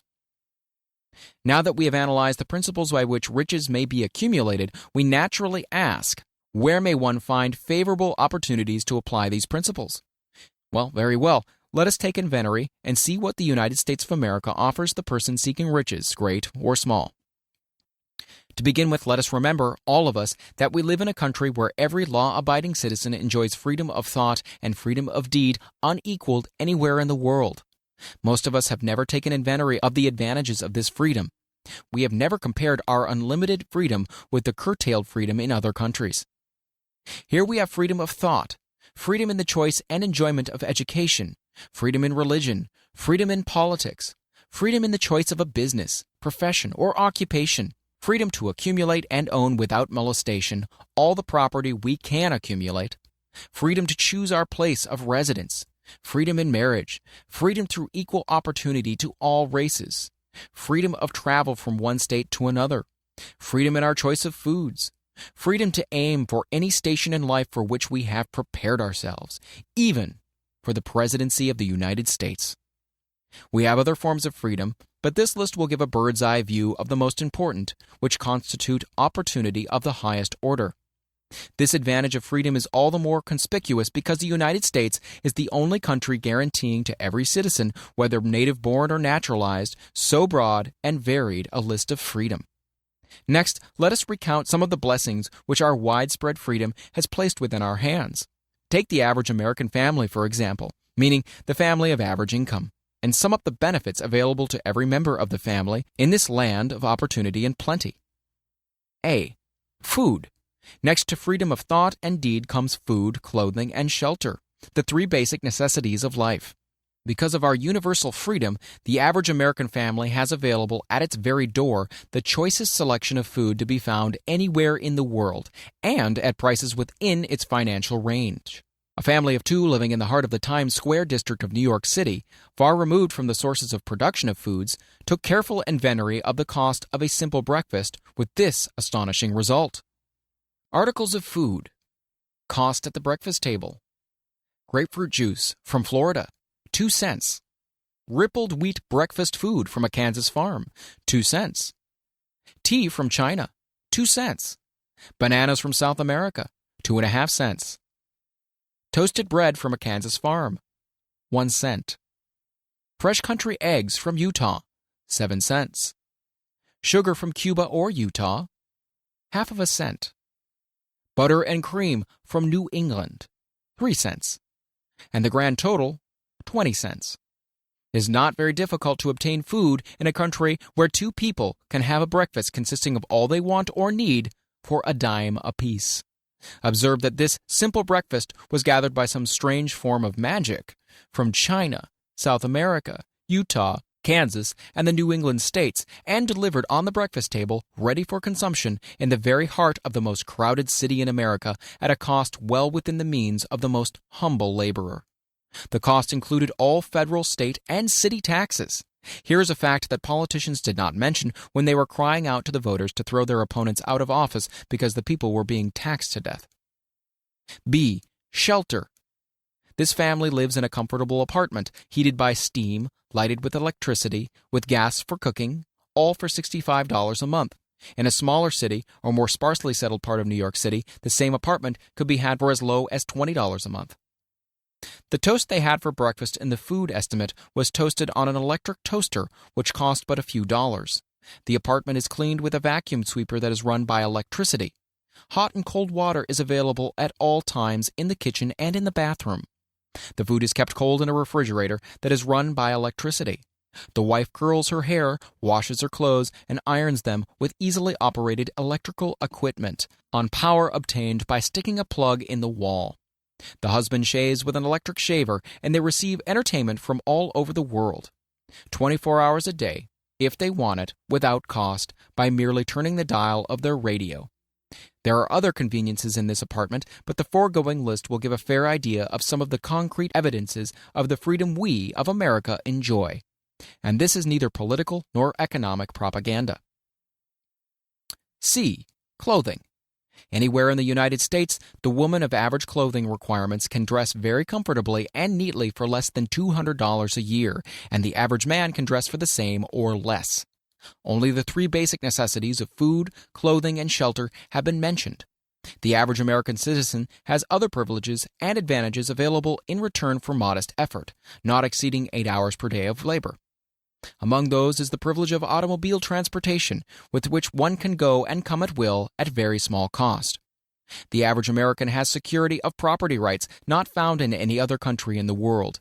He can place his surplus money in a bank with the assurance that his government will protect it and make good to him if the bank fails. If an American citizen wants to travel from one state to another, he needs no passport, no one's permission. He may go when he pleases and return at will.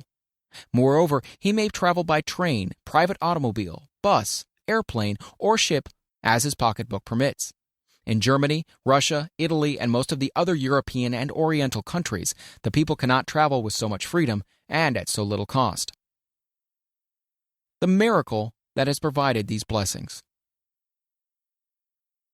We often hear politicians proclaiming the freedom of America when they solicit votes, but seldom do they take the time to devote sufficient effort to the analysis of the source or nature of this freedom. Having no axe to grind, no grudge to express, no ulterior motives to be carried out, I have the privilege of going into a frank analysis of that mysterious, abstract, greatly misunderstood something which gives to every citizen of America more blessings, more opportunities to accumulate wealth, more freedom of any nature than may be found in any other country. I have the right to analyze the source and nature of this unseen power because I know and have known for more than a quarter of a century many of the men who organized that power and many who are now responsible for its maintenance. The name of this mysterious benefactor of mankind is capital. Capital consists not alone of money, but more particularly of highly organized, intelligent groups of men who plan ways and means of using money efficiently for the good of the public and profitably to themselves. These groups consist of scientists, educators, chemists, inventors, business analysts, publicity men, transportation experts, accountants, lawyers, doctors, and both men and women who have highly specialized knowledge in all fields of industry and business. They pioneer, experiment, and blaze trails in new fields of endeavor. They support colleges, hospitals, public schools, build good roads, publish newspapers, pay most of the cost of government, and take care of the multitudinous detail essential to human progress. Stated briefly, the capitalists are the brains of civilization because they supply the entire fabric of which all education, enlightenment, and human progress consists. Money without brains always is dangerous. Properly used, it is the most important essential of civilization. The simple breakfast here described could not have been delivered to the New York family at a dime each or at any other price if organized capital had not provided the machinery, the ships, the railroads, and the huge armies of trained men to operate them. Some slight idea of the importance of organized capital may be had by trying to imagine yourself burdened with the responsibility of collecting, without the aid of capital, and delivering to the New York City family the simple breakfast described. To supply the tea, you'd have to make a trip to China or India, both a very long way from America. Unless you're an excellent swimmer, you'd become rather tired before making the round trip. Then, too, another problem would confront you. What would you use for money, even if you had the physical endurance to swim the ocean? To supply the sugar, you'd have to take another long swim to Cuba or a long walk to the sugar beet section of Utah. But even then, you might come back without the sugar because organized effort and money are necessary to produce the sugar, to say nothing of what is required to refine, transport, and deliver it to the breakfast table anywhere in the United States. The eggs you could deliver easily enough from the barnyards near New York City, but you'd have a very long walk to Florida and return before you could serve the 2 glasses of grapefruit juice. You'd have another long walk to Kansas or any of the other wheat-growing states when you went after the 4 slices of wheat bread. The rippled wheat biscuits would have to be omitted from the menu because they would not be available except through the labor of trained organizations of men and suitable machinery, all of which call for capital. While resting, you could take off for another little swim down to South America, where you would pick up a couple of bananas, and on your return, you could take a short walk to the nearest farm having a dairy and pick up some butter and cream. Then your New York City family would be ready to sit down and enjoy breakfast, and you could collect 2 dimes for your labor. Seems absurd, doesn't it? Well, the procedure described would be the only possible way these simple items of food could be delivered to the heart of New York City if we had no capitalistic system. The sum of money required for the building and maintenance of the railroads and steamships used in the delivery of that simple breakfast is so huge that it staggers one's imagination. It runs into hundreds of millions of dollars, not to mention the armies of trained employees required to man the ships and trains. But transportation is only a part of the requirement of modern civilization in capitalistic America. Before there can be anything to haul, something must be grown from the ground, or manufactured and prepared for market. This calls for millions of dollars of equipment, machinery, boxing, marketing, and for the wages of millions of men and women. Steamships and railroads do not spring up from the earth and function automatically. They come in response to the call of civilization, through the labor and ingenuity and organizing ability of men who have imagination, faith, enthusiasm, decision, persistence. These men are known as capitalists. They are motivated by the desire to build, construct, achieve, render useful service, earn profits, and accumulate riches. And because they render service without which there would be no civilization, they put themselves in the way of great riches. Just to keep the record simple and understandable, I will add that these capitalists are the selfsame men of whom most of us have heard soapbox orators speak. They are the same men to whom radicals, racketeers, dishonest politicians, and grafting labor leaders refer to as predatory interests, or Wall Street. I'm not attempting to present a brief for or against any group of men or any system of economics. I'm not attempting to condemn the collective bargaining when I refer to the grafting labor leaders, nor do I aim to give a clean bill of health to all individuals known as capitalists. The purpose of this book, a purpose to which I have faithfully devoted over a quarter of a century, is to present to all who want the knowledge the most dependable philosophy through which individuals may accumulate riches in whatever amounts they desire. I have here analyzed the economic advantages of the capitalistic system for the twofold purpose of showing, 1, that all who seek riches must recognize and adapt themselves to the system that controls all approaches to fortunes, large or small, and 2, to present the side of the picture opposite to that being shown by politicians and demagogues who deliberately becloud the issues they bring up by referring to organized capital as if it were something poisonous. This is a capitalistic country. It was developed through the use of capital, and we who claim the right to partake of the blessings of freedom and opportunity, we who seek to accumulate riches here, may as well know that neither riches nor opportunity would be available to us if organized capital had not provided these benefits. For more than 20 years, it has been a somewhat popular and growing pastime for radicals, self-seeking politicians, racketeers, crooked labor leaders, and on occasion religious leaders to take potshots at Wall Street, the money changers, and big business. The practice became so general that we witnessed during the business depression the unbelievable sight of high government officials lining up with the cheap politicians and labor leaders with the openly avowed purpose of throttling the system which had made industrial America the richest country on earth. The lineup was so general and so well organized that it prolonged the worst depression America has ever known.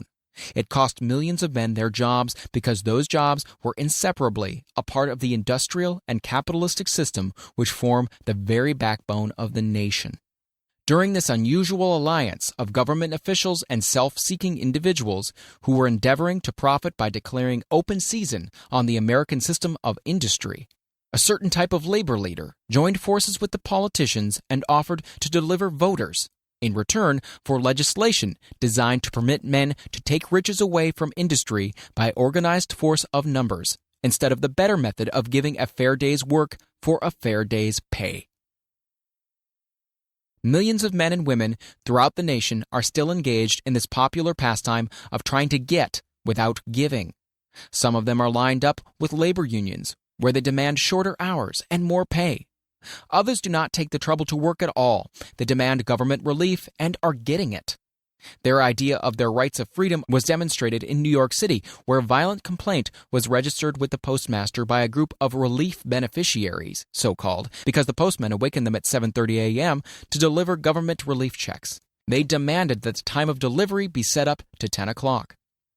If you are one of those who believe that riches can be accumulated by the mere act of men who organize themselves into groups and demand more pay for less service, if you're one of those who demand government relief without early morning disturbance when the money is delivered to you, if you are one of those who believe in trading their votes to politicians in return for the passing of laws which permit the raiding of the public treasury, you may rest securely on your belief with certain knowledge that no one will disturb you, because this is a free country, where every man may think as he pleases, where nearly everyone can live with but little effort, where many may live well without doing any work whatsoever.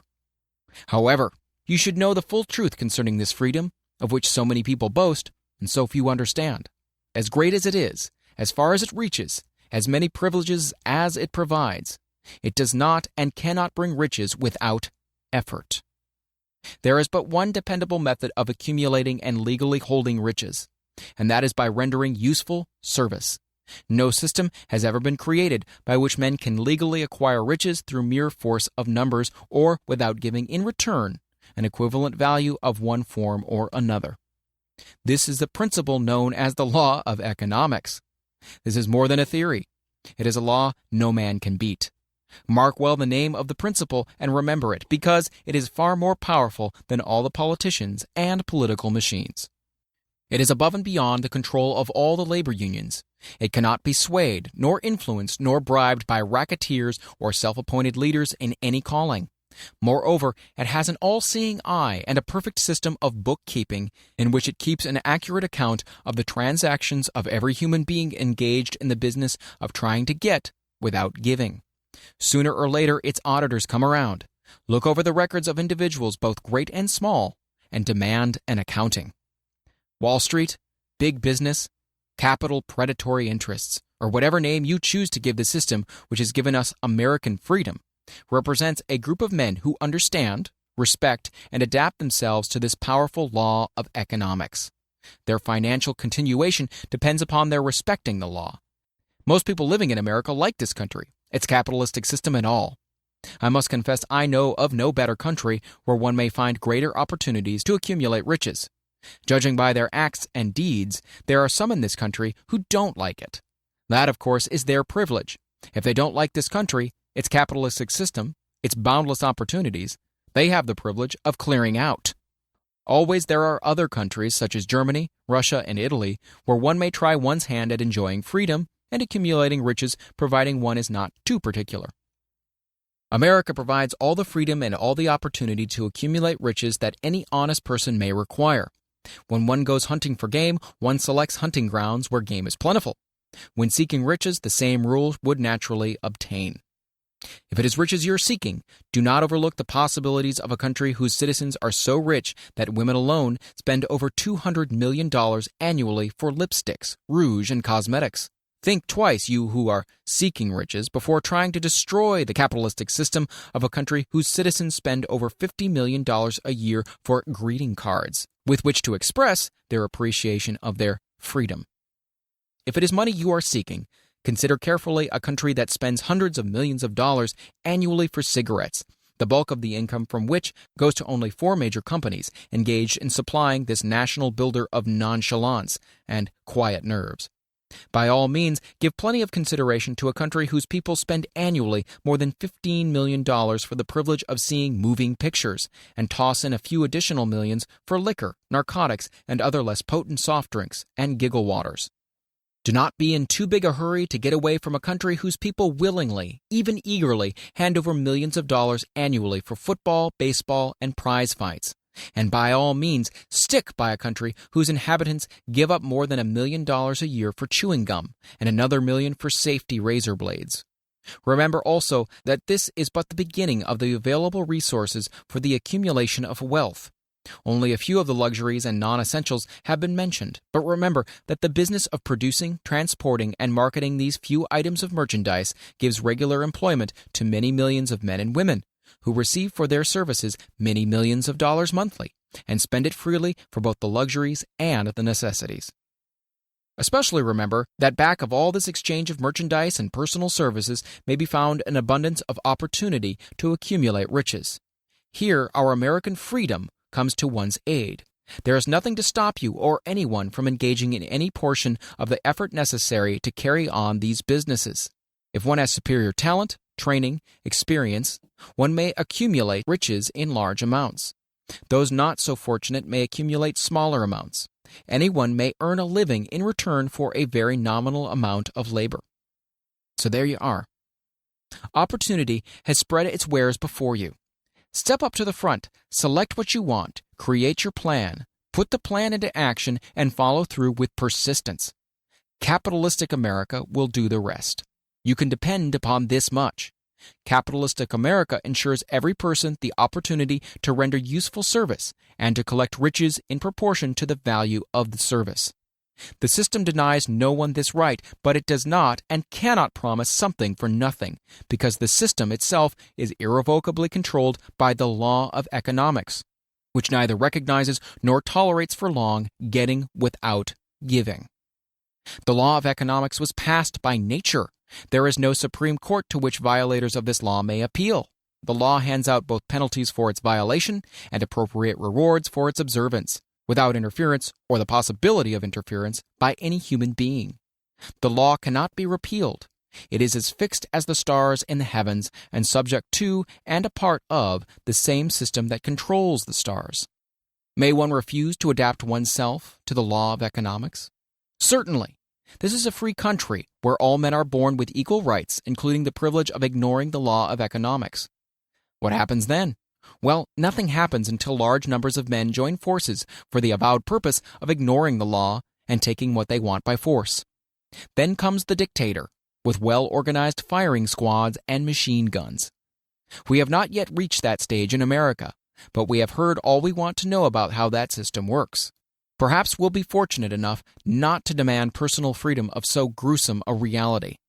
Doubtless, we shall prefer to continue with our freedom of speech, freedom of deed, and freedom to render useful service in return for riches. The practice by government officials of extending to men and women the privilege of raiding the public treasury in return for votes sometimes results in election. But as night follows day, the final payoff comes, when every penny wrongfully used must be repaid with compound interest on compound interest. If those who make the grab are not forced to repay, the burden falls on their children and their children's children, even unto the third and fourth generations. There is no way to avoid the debt. Men can, and sometimes do, form themselves into groups for the purpose of crowding wages up and working hours down. There is a point beyond which they cannot go. It is the point at which the law of economics steps in, and the sheriff gets both the employer and the employees. For 6 years, from 1929 to 1935, the people of America, both rich and poor, barely missed seeing the old man economics hand over to the sheriff all the businesses and industries and banks. It was not a pretty sight. It did not increase our respect for mob psychology, through which men cast reason to the winds and start trying to get without giving. We who went through those 6 discouraging years, when fear was in the saddle and faith was on the ground, cannot forget how ruthlessly the law of economics exacted its toll from both rich and poor, weak and strong, old and young. We shall not wish to go through another such experience. These observations are not found upon short-time experience. They are the result of 25 years of careful analysis of the methods of both the most successful and the most unsuccessful men America has known. Chapter 8. Decision: The Mastery of Procrastination. The 7th step toward riches.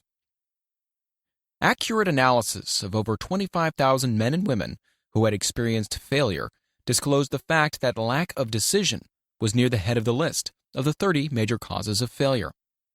This is no mere statement of theory, it is a fact. Procrastination, the opposite of decision, is a common enemy which practically every man must conquer. You'll have an opportunity to test your capacity to reach quick and definite decisions when you finish reading this book and are ready to begin putting into action the principles which it describes. Analysis of several hundred people who had accumulated fortunes well beyond the $1 million mark disclosed the fact that every one of them had the habit of reaching decisions promptly and of changing these decisions slowly, if and when they were changed. People who fail to accumulate money, without exception, have the habit of reaching decisions, if at all, very slowly, and of changing these decisions quickly and often. One of Henry Ford's most outstanding qualities is his habit of reaching decisions quickly and definitely and changing them slowly. This quality is so pronounced in Mr. Ford that it has given him the reputation of being obstinate. It was this quality which prompted Mr. Ford to continue to manufacture his famous Model T, the world's ugliest car, when all of his advisors and many of the purchasers of the car were urging him to change it. Perhaps Mr. Ford delayed too long in making the change, but the other side of the story is that Mr. Ford's firmness of decision yielded a huge fortune before the change in model became necessary. There is but little doubt that Mr. Ford's habit of definiteness of decision assumes the proportion of obstinacy, but this quality is preferable to slowness in reaching decisions and quickness in changing them.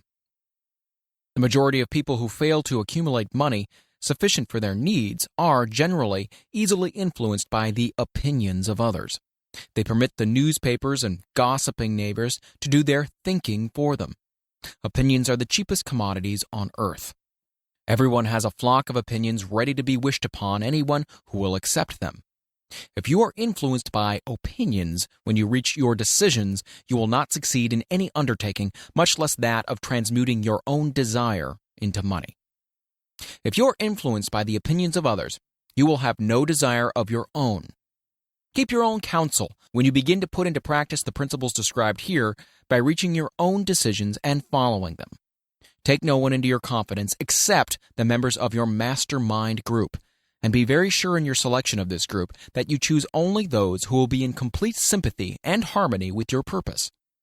Close friends and relatives, while not meaning to do so, often handicap one through opinions, and sometimes through ridicule, which is meant to be humorous. Thousands of men and women carry inferiority complexes with them all through life because some well-meaning but ignorant person destroyed their confidence through opinions or ridicule. You have a brain and mind of your own. Use it, and reach your own decisions. If you need facts or information from other people to enable you to reach decisions, as you probably will in many instances, acquire these facts or secure the information you need quietly without disclosing your purpose. It is characteristic of people who have but a smattering or a veneer of knowledge to try to give the impression that they have much knowledge. Such people generally do too much talking and too little listening. Keep your eyes and ears wide open and your mouth closed if you wish to acquire the habit of prompt decision. Those who talk too much do little else. If you talk more than you listen, you not only deprive yourself of many opportunities to accumulate useful knowledge, but you also disclose your plans and purposes to people who will take great delight in defeating you, because they envy you. Remember also that every time you open your mouth in the presence of a person who has an abundance of knowledge, you display to that person your exact stock of knowledge, or your lack of it. Genuine wisdom is usually conspicuous through modesty and silence. Keep in mind the fact that every person with whom you associate is like yourself seeking the opportunity to accumulate money. If you talk about your plans too freely, you may be surprised when you learn that some other person has beaten you to your goal by putting into action ahead of you the plans of which you talked unwisely. Let one of your first decisions be to keep a closed mouth and open ears and eyes. As a reminder to yourself, follow this advice. It will be helpful if you copy the following epigram in large letters and place it where you will see it daily. Tell the world what you intend to do, but first show it. This is the equivalent of saying that deeds and not words are what count most. Freedom or death on a decision. The value of decisions depends upon the courage required to render them. The great decisions, which served as the foundation of civilization, were reached by assuming great risks, which often meant the possibility of death. Lincoln's decision to issue his famous Proclamation of Emancipation, which gave freedom to the colored people of America, was rendered with full understanding that this act would turn thousands of friends and political supporters against him. He knew, too, that the carrying out of this proclamation would mean death to thousands of men on the battlefield. In the end, it cost Lincoln his life. That required courage. Socrates' decision to drink the cup of poison rather than compromise in his personal belief was a decision of courage. It turned time ahead 1,000 years and gave to people then unborn the right to freedom of thought and of speech. The decision of General Robert E. Lee when he came to the parting of the way with the Union and took up the cause of the South was a decision of courage, for he well knew that it might cost him his own life, that it would surely cost the lives of others. But the greatest decision of all time, as far as any American citizen is concerned, was reached in Philadelphia on July 4, 1776, when 56 men signed their names to a document which they well knew would bring freedom to all Americans or leave every one of those 56 hanging from the gallows. You have heard of this famous document, but you may not have drawn from it the great lesson in personal achievement it so plainly taught. We all remember the date of this momentous decision, but few of us realize what courage that decision required. We remember our history as it was taught. We remember dates and the names of the men who fought. We remember Valley Forge and Yorktown. We remember George Washington and Lord Cornwallis. But we know little of the real forces back of these names, dates, and places. We know still less of the intangible power which ensured us freedom long before Washington's armies reached Yorktown. We read the history of the Revolution and falsely imagine that George Washington was the father of our country, that it was he who won our freedom, while the truth is, Washington was only an accessory after the fact, because victory for his armies had been ensured long before Lord Cornwallis surrendered. This is not intended to rob Washington of any of the glory he so richly merited. Its purpose, rather, is to give greater attention to the astounding power that was the real cause of his victory. It's nothing short of a tragedy that the writers of history have missed entirely even the slightest reference to the irresistible power which gave birth and freedom to the nation destined to set up new standards of independence for all the peoples of the earth. I say it is a tragedy because it is the self-same power which must be used by every individual who surmounts the difficulties of life and forces life to pay the price asked. Let us briefly review the events which gave birth to this power. The story begins with an incident in Boston on March 5, 1770. British soldiers were patrolling the streets, openly threatening the citizens. The colonists resented armed men marching in their midst. They began to express their resentment openly, hurling stones as well as epithets at the marching soldiers until the commanding officer gave orders, fix bayonets, and charge. The battle was on. It resulted in the death and injury of many. The incident aroused such resentment that the Provincial Assembly, made up of prominent colonists, called a meeting for the purpose of taking definite action. Two of the members of this assembly were John Hancock and Samuel Adams. Long live their names. They spoke up courageously and declared that a move must be made to eject all British soldiers from Boston. Remember this. A decision in the minds of two men might properly be called the beginning of the freedom which we of the United States now enjoy. Remember, too, that the decision of these two men called for faith and courage, because it was dangerous. Before the assembly adjourned, Samuel Adams was appointed to call on the governor of the province, Hutchinson, and demand the withdrawal of the British troops. The request was granted, the troops were removed from Boston, but the incident was not closed. It had caused a situation destined to change the entire trend of civilization. Strange, is it not, how the great changes, such as the American Revolution and the World War, often have their beginnings in circumstances which seem unimportant. It is interesting also to observe that these important changes usually begin in the form of a definite decision in the minds of a relatively small number of people. Few of us know the history of our country well enough to realize that John Hancock, Samuel Adams, and Richard Henry Lee of the province of Virginia were the real fathers of our country. Richard Henry Lee became an important factor in this story by reason of the fact that he and Samuel Adams communicated frequently by correspondence, sharing freely their fears and their hopes concerning the welfare of the people of their provinces. From this practice, Adams conceived the idea that a mutual exchange of letters between the 13 colonies might help to bring about the coordination of efforts so badly needed in connection with the solution of their problems. 2 years after the clash with the soldiers in Boston of March of '72, Adams presented the idea to the Assembly in the form of a motion that a correspondence committee be established among the colonies, with definitely appointed correspondents in each colony, for the purpose, quote, of friendly cooperation for the betterment of the colonies of British America. Mark well this incident. It was the beginning of the organization of the far-flung power destined to give freedom to you and me. The mastermind had already been organized. It consisted of Adams, Lee, and Hancock. Quote, I tell you further that if two of you agree upon the earth concerning anything for which you ask, it will come to you from my Father, who is in heaven. The Committee of Correspondence was organized. Observe that this move provided the way for increasing the power of the mastermind by adding to it men from all the colonies. Take notice that this procedure constituted the first organized planning of the disgruntled colonists. In union, there is strength. The citizens of the colonies had been waging disorganized warfare against the British soldiers through incidents similar to the Boston riot, but nothing of benefit had been accomplished. Their individual grievances had not been consolidated under one master mind. No group of individuals had put their minds, souls, and hearts and bodies together in one definite decision to settle their difficulty with the British once and for all, until Adams, Hancock, and Lee got together. Meanwhile, the British were not idle. They too were doing some planning and masterminding on their own account, with the advantage of having back of them money and organized soldiery. The Crown appointed Gage to supplant Hutchinson as the governor of Massachusetts. One of the new governor's first acts was to send a messenger to call on Samuel Adams for the purpose of endeavoring to stop his opposition by fear. We can best understand the spirit of what happened by quoting the conversation between Colonel Fenton, the messenger sent by Gage, and Adams.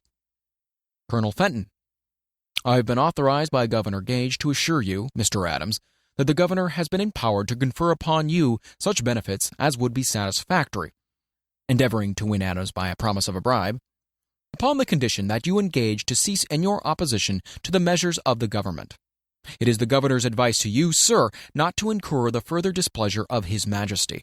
Your conduct has been such as makes you liable to penalties of an amount of Henry VIII, by which persons can be sent to England for trial for treason or misprision of treason, at the discretion of a governor of a province. But, by changing your political course, you will not only receive great personal advantages, but you'll also make your peace with the king. Samuel Adams had the choice of two decisions here. He could cease his opposition and receive personal bribes, or he could continue and run the risk of being hanged. Clearly, the time had come when Adams was forced to reach instantly a decision which could have cost him his life. The majority of men would have found it difficult to reach such a decision. The majority would have sent back an evasive reply, but not Adams. He insisted upon Colonel Fenton's word of honor that the colonel would deliver to the governor the answer exactly as Adams would give it to him. Adams's answer was, "Then you tell Governor Gage that I trust I have long since made my peace with the King of Kings. No personal consideration shall induce me to abandon the righteous cause of my country. And tell Governor Gage it is the advice of Samuel Adams to him no longer to insult the feelings of an exasperated people."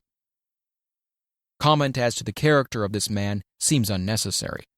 It must be obvious to all who read this astounding message that its sender possessed loyalty of the highest order. This is important. Racketeers and dishonest politicians have prostituted the honor for which such men as Adams died.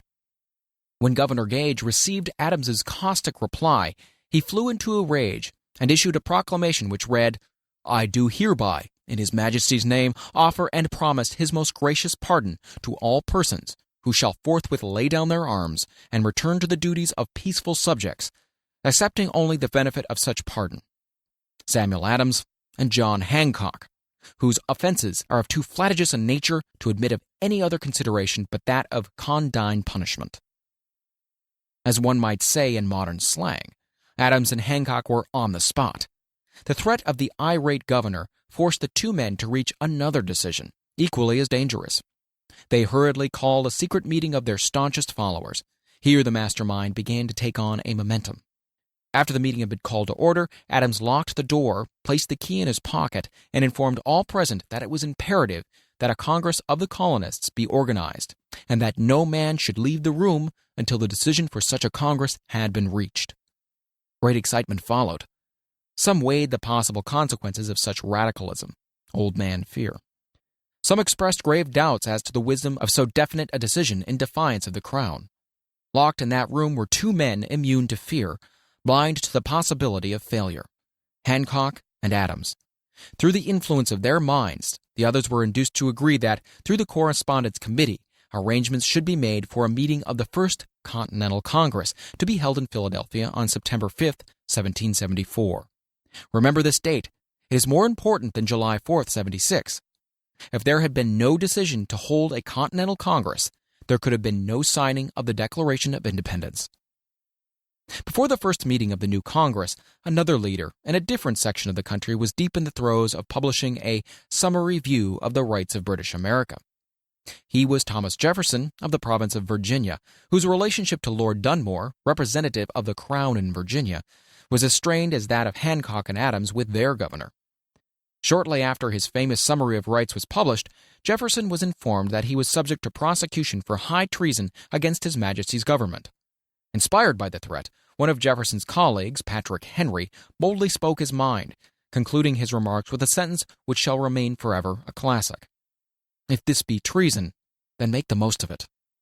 It was such men as these who, without power, without authority, without military strength, without money, sat in solemn consideration of the destiny of the colonies. beginning at the opening of the First Continental Congress and continuing at intervals for 2 years until on July 7, 1776, Richard Henry Lee arose, addressed the chair, and to the startled assembly made this motion. Gentlemen, I make the motion that these united colonies are, and of right, ought to be free and independent states, that they be absolved from all allegiance to the British Crown, and that all political connection between them and the state of Great Britain is, and ought to be, totally dissolved. Lee's astounding motion was discussed fervently and at such length that he began to lose patience. Finally, after days of argument, he again took the floor and declared in a clear, firm voice, "Mr. President, we have discussed this issue for days. It is the only course for us to follow. Why, then, sir, do we longer delay? Why still deliberate? Let this happy day give birth to an American republic. Let her arise, not to devastate and to conquer, but to reestablish the reign of peace and of law. The eyes of Europe are fixed on us. She demands of us a living example of freedom that may exhibit a contrast in the felicity of the citizen to the ever-increasing tyranny." Before his motion was finally voted upon, Lee was called back to Virginia because of serious family illness. But before leaving, he placed his cause in the hands of his friend Thomas Jefferson, who promised to fight until favorable action was taken. Shortly thereafter, the President of the Congress, Hancock, appointed Jefferson as co-chairman of a committee to draw up a Declaration of Independence. Long and hard the committee labored on a document which would mean, when accepted by the Congress, that every man who signed it would be signing his own death warrant, should the colonies lose in the fight with Great Britain, which was sure to follow. The document was drawn, and on June 28th, the original draft was read before the Congress. For several days it was discussed, altered, and made ready. On July 4th, 1776, Thomas Jefferson stood before the assembly and fearlessly read the most momentous decision ever placed upon paper. When in the course of human events it is necessary for one people to dissolve the political bands which have connected them with another, and to assume among the powers of the earth the separate and equal station to which the laws of nature and of nature's God entitle them, a decent respect to the opinions of mankind requires that they should declare the causes which impel them to the separation. When Jefferson finished, the document was voted upon, accepted, and signed by 56 men, every one staking his own life upon his decision to write his name. By that decision came into existence a nation destined to bring to mankind forever the privilege of making decisions. By decisions made in a similar spirit of faith, and only by such decisions can men solve their personal problems and win for themselves high estates of material and spiritual wealth. Let us not forget this. Analyze the events which led to the Declaration of Independence and be convinced that this nation, which now holds a position of commanding respect and power among all nations of the world, was born of a decision, created by a master mind, consisting of 56 men.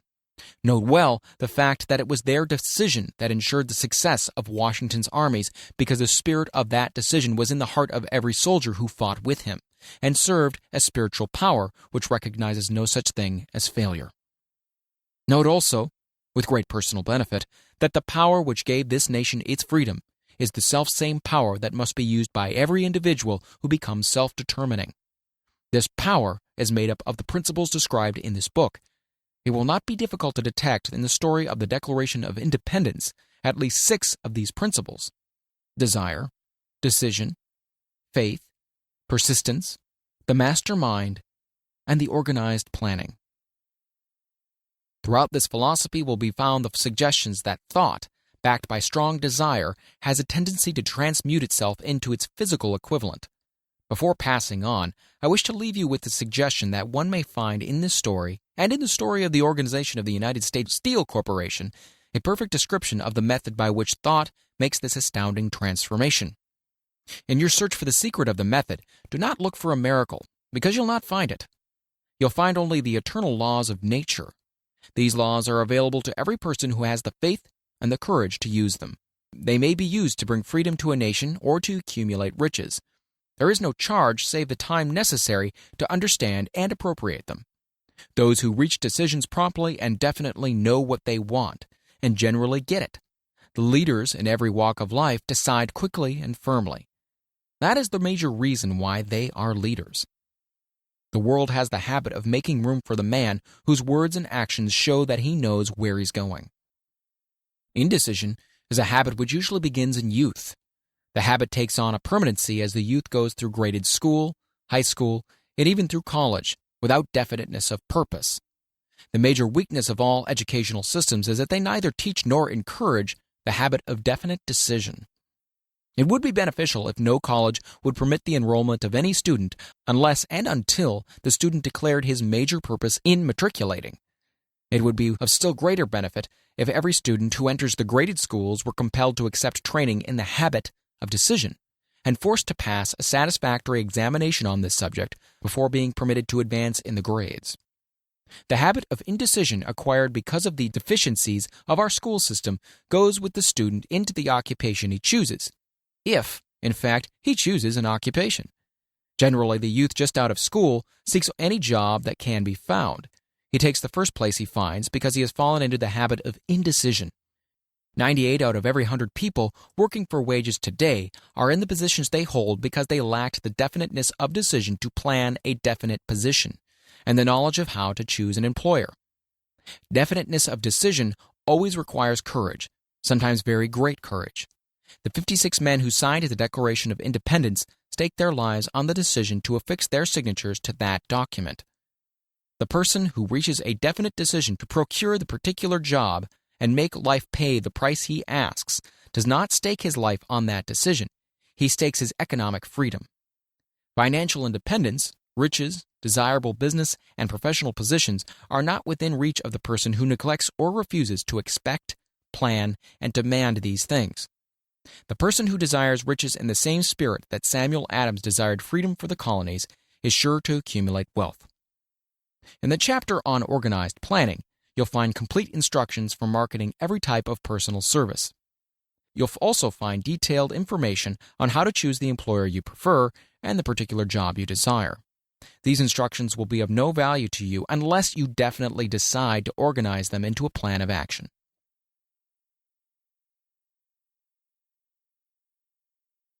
Chapter 9. Persistence, the sustained effort necessary to induce faith. The 8th step toward riches. Persistence is an essential factor in the procedure of transmuting desire into its monetary equivalent. The basis of persistence is the power of will. Willpower and desire, when properly combined, make an irresistible pair. Men who accumulate great fortunes are generally known as cold-blooded and sometimes ruthless. Often they are misunderstood. What they have is willpower, which they mix with persistence and place back of their desires to ensure the attainment of their objectives. Henry Ford has been generally misunderstood to be ruthless and cold-blooded. This misconception grew out of Ford's habit of following through in all of his plans with persistence. The majority of people are ready to throw their aims and purposes overboard and give up at the first sign of opposition or misfortune. A few carry on, despite all opposition, until they attain their goal. These few are the Fords, Carnegies, Rockefellers, and Edisons. There may be no heroic connotation to the word persistence, but the quality is to the character of man what carbon is to steel. The building of a fortune generally involves the application of the entire 13 factors of this philosophy. These principles must be understood. They must be applied with persistence by all who accumulate money. If you are following this book with the intention of applying the knowledge it contains, your first test is to your persistence. Your first test as to your persistence will come when you begin to follow the 6 steps described in the 2nd chapter. Unless you are one of the 2 out of every 100 who already have a definite goal at which you are aiming and a definite plan for its attainment, you may read the instructions and then pass on with your daily routine and never comply with those instructions. The author is checking you up at this point because lack of persistence is one of the major causes of failure. Moreover, experience with thousands of people has proved that lack of persistence is a weakness common to the majority of men. It is a weakness which may be overcome by effort. The ease with which lack of persistence may be conquered will depend entirely upon the intensity of one's desire. The starting point of all achievement is desire. Keep this constantly in mind. Weak desires bring weak results, just as a small amount of fire makes a small amount of heat. If you find yourself lacking in persistence, this weakness may be remedied by building a stronger fire under your desires. Continue to read through to the end, then go back to Chapter 2 and start immediately to carry out the instructions given in connection with the 6 steps. The eagerness with which you follow these instructions will indicate clearly how much or how little you really desire to accumulate money. If you find that you are indifferent, you may be sure that you have not yet acquired the money consciousness, which you must possess before you can be sure of accumulating a fortune. Fortunes gravitate to men whose minds have been prepared to attract them, just as surely as water gravitates to the ocean. In this book may be found all the stimuli necessary to attune any normal mind to the vibrations which will attract the object of one's desires. If you find you're weak in persistence, center your attention upon the instructions contained in the chapter on power. Surround yourself with a mastermind group, and through the cooperative efforts of the members of this group, you can develop persistence. You will find additional instructions for the development of persistence in the chapters on autosuggestion and on the subconscious mind. Follow the instructions outlined in these chapters until your habit nature hands over to your subconscious mind a clear picture of the object of your desire. From that point on, you will not be handicapped by a lack of persistence. Your subconscious mind works continuously while you're awake and while you're asleep. Spasmodic or occasional effort to apply the rules will be of no value to you. To get results, you must apply all of the rules until their application becomes a fixed habit with you. In no other way can you develop the necessary money consciousness. Poverty is attracted to the one whose mind is favorable to it, as money is attracted to him whose mind has been deliberately prepared to attract it, and through the same laws. Poverty consciousness will voluntarily seize the mind which is not occupied with the money consciousness. A poverty consciousness develops without conscious application of habits favorable to it. The money consciousness must be created to order, unless one is born with such a consciousness. Catch the full significance of the statements in the preceding paragraph, and you will understand the importance of persistence in the accumulation of a fortune. Without persistence, you will be defeated, even before you start. With persistence, you will win. If you have ever experienced a nightmare, you'll realize the value of persistence. You're lying in bed, half awake, with a feeling that you're about to smother. You're unable to turn over or to move a muscle. You realize that you must begin to regain control over your muscles. Through persistent effort of willpower, you finally manage to move the fingers of one hand. By continuing to move your fingers, you extend your control to the muscles of one arm until you can lift it. Then you gain control of the other arm in the same manner. You finally gain control over the muscles of one leg and then extend it to the other leg.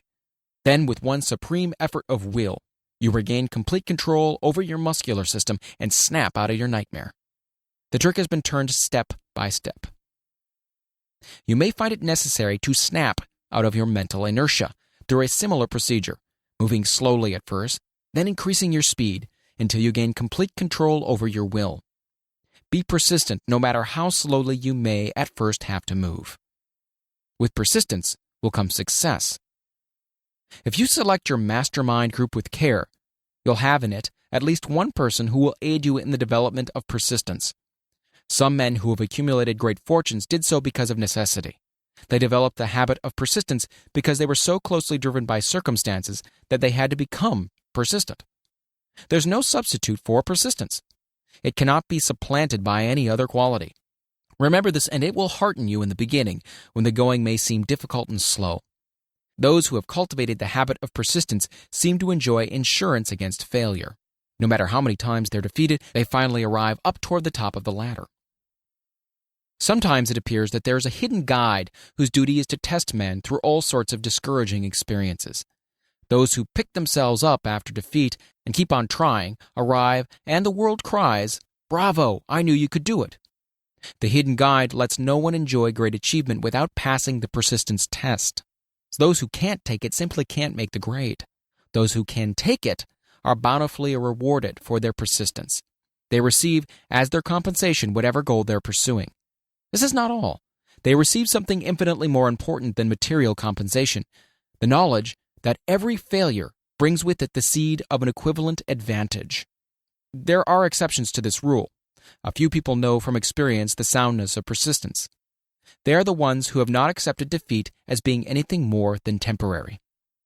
They are the ones whose desires are so persistently applied that defeat is finally changed into victory. We who stand on the sidelines of life see the overwhelmingly large number who go down in defeat, never to rise again. We see the few who take the punishment of defeat as an urge to greater effort. These fortunately never learn to accept life's reverse gear. But what we do not see, what most of us never suspect of existing, is the silent but irresistible power which comes to the rescue of those who fight on in the face of discouragement. If we speak of this power at all, we call it persistence, and let it go at that. One thing we all know, if one does not possess persistence, one does not achieve noteworthy success in any calling. As these lines are being written, I look up from my work and see before me, less than a block away, the great mysterious Broadway, the graveyard of dead hopes, and the front porch of opportunity. From all over the world, people have come to Broadway, seeking fame, fortune, power, love, or whatever it is that human beings call success. Once in a great while, someone steps out from the long procession of seekers, and the world hears that another person has mastered Broadway. But Broadway is not easily nor quickly conquered. She acknowledges talent, recognizes genius, pays off in money only after one has refused to quit. Then we know he has discovered the secret of how to conquer Broadway. The secret is always inseparably attached to one word: persistence. The secret is told in the struggle of Fannie Hurst, whose persistence conquered the Great White Way. She came to New York in 1915 to convert writing into riches. The conversion did not happen quickly, but it came. For 4 years, Miss Hurst learned about the, quote, sidewalks of New York from first-hand experience. She spent her days laboring and her nights hoping. When hope grew dim, she did not say, "All right, Broadway, you win." She said, "Very well, Broadway, you may whip some, but not for me. I'm going to force you to give up." One publisher, the Saturday Evening Post, sent her 36 rejection slips before she broke the ice and got a story across. The average writer, like the average in other walks of life, would have given up the job when the first rejection slip came. She pounded the pavement for 4 years to the tune of the publisher's no, because she was determined to win. Then came the payoff. The spell had been broken. The unseen guide had tested Fannie Hurst, and she could take it. From that time on, publishers made a beaten path to her door. Money came so fast she hardly had time to count it. Then the moving picture men came, discovered her, and money came not in small change but in floods. The moving picture rights to her latest novel, Great Laughter, brought $100,000, said to be the highest price ever paid for a story before publication. Her royalties from the sale of the book probably will run much more. Briefly, you have a description of what persistence is capable of achieving. Fannie Hurst is no exception. Wherever men and women accumulate great riches, you may be sure they have first acquired persistence. Broadway will give any beggar a cup of coffee and a sandwich, but it demands persistence of those who go after the big stakes. Kate Smith will say amen when she reads this. For years, she sang without money and without price before any microphone she could reach. Broadway said to her, "Come on, get it, if you can take it." She did take it, until one happy day Broadway got tired and said, "What's the use? You don't know when you're whipped, so name your price and go to work in earnest." Miss Smith named her price. And it was plenty, a way up in figures so high that 1 week's salary is far more than most people make in a whole year. Verily, it pays to be persistent. And here is an encouraging statement which carries with it a suggestion of great significance. Thousands of singers who excel Kate Smith are walking up and down Broadway looking for a break without success. Countless others have come and gone. Many of them sang well enough, but they failed to make the grade because they lacked the courage to keep on keeping on, until Broadway became tired of turning them away. Persistence is a state of mind, therefore it can be cultivated. Like all states of mind, persistence is based upon definite causes, among them these. A. Definiteness of purpose. Knowing what one wants is the first and perhaps the most important step towards the development of persistence. A strong motive forces one to surmount many difficulties. B. Desire. It is comparably easy to acquire and to maintain persistence in pursuing the object of intense desire. C. Self-reliance. Belief in one's ability to carry out a plan encourages one to follow the plan through with persistence. Self-reliance can be developed through the principle described in the chapter on autosuggestion. D. Definiteness of plans. Organized plans, even though they may be weak and entirely impractical, encourage persistence. E. Accurate knowledge. Knowing that one's plans are sound, based upon experience or observation, encourages persistence. Guessing instead of knowing destroys persistence. F. Cooperation. Sympathy, understanding, and harmonious cooperation with others tends to develop persistence. G. Willpower. The habit of concentrating one's thoughts upon the building of plans for the attainment of definite purpose leads to persistence. H. Habit. Persistence is the direct result of habit. The mind absorbs and becomes a part of the daily experiences upon which it feeds. Fear, the worst of all enemies, can be effectively cured by forced repetition of courage. Everyone who has seen active service in a war knows this. Before leaving the subject of persistence, take inventory of yourself and determine in what particular, if any, you are lacking in this essential quality. Measure yourself courageously, point by point, and see how many of the 8 factors of persistence you lack. The analysis may lead to discoveries that will give you a new grip on yourself. Symptoms of lack of persistence. Here you'll find the real enemies which stand between you and noteworthy achievement. Here you'll find not only the symptoms indicating weakness of persistence, but also the deeply seated subconscious causes of this weakness. Study the list carefully and face yourself squarely, if you really wish to know who you are and what you are capable of doing. These are the weaknesses which must be mastered by all who accumulate riches. 1. Failure to recognize and to clearly define exactly what one wants. 2. Procrastination with or without cause, usually backed up with a formidable array of alibis and excuses. 3. Lack of interest in acquiring specialized knowledge. 4. Indecision, the habit of passing the buck on all occasions instead of facing issues squarely. It's also backed by alibis. 5. The habit of relying upon alibis instead of creating definite plans for the solution of problems. 6. Self-satisfaction. There is but little remedy for this affliction and no hope for those who suffer from it. 7. Indifference, usually reflected in one's readiness to compromise on all occasions rather than meet opposition and fight it. 8. The habit of blaming others for one's mistakes and accepting unfavorable circumstances as being unavoidable. 9. Weakness of desire, due to neglect in the choice of motives that impel action. 10. Willingness, even eagerness, to quit at the first sign of defeat, based upon one or more of the 6 basic fears. 11. Lack of organized plans, placed in writing where they may be analyzed. 12. The habit of neglecting to move on ideas or to grasp opportunity when it presents itself. 13. Wishing instead of willing. 14. The habit of compromising with poverty instead of aiming at riches, generally absence of ambition to be, to do, and to own. 15. Searching for all the shortcuts to riches, trying to get without giving, a fair equivalent. Usually are reflected in the habit of gambling, endeavoring to drive sharp bargains. 16. Fear of criticism. Failure to create plans and to put them into action because of what other people will think, do, or say. This enemy belongs at the head of the list because it generally exists in one's subconscious mind, where its presence is not easily recognized. See the 6 basic fears in a later chapter. Let us examine some of the symptoms of the fear of criticism. The majority of people permit relatives, friends, and the public at large to so influence them that they cannot live their own lives because they fear criticism. Huge numbers of people make mistakes in marriage, stand by the bargain, and go through life miserable and unhappy because they fear criticism, which may follow if they correct the mistake. Anyone who has submitted to this form of fear knows the irreparable damage it does by destroying ambition, self-reliance, and the desire to achieve. Millions of people neglect to acquire belated educations after having left school because they fear criticism. Countless numbers of men and women, both young and old, permit relatives to wreck their lives in the name of duty because they fear criticism. Duty does not require any person to submit to the destruction of his personal ambitions and the right to live his own life in his own way.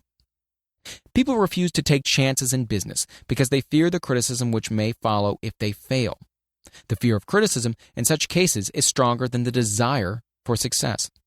Too many people refuse to set high goals for themselves or even neglect selecting a career because they fear the criticism of relatives and friends, quote unquote, who may say, "Don't aim so high.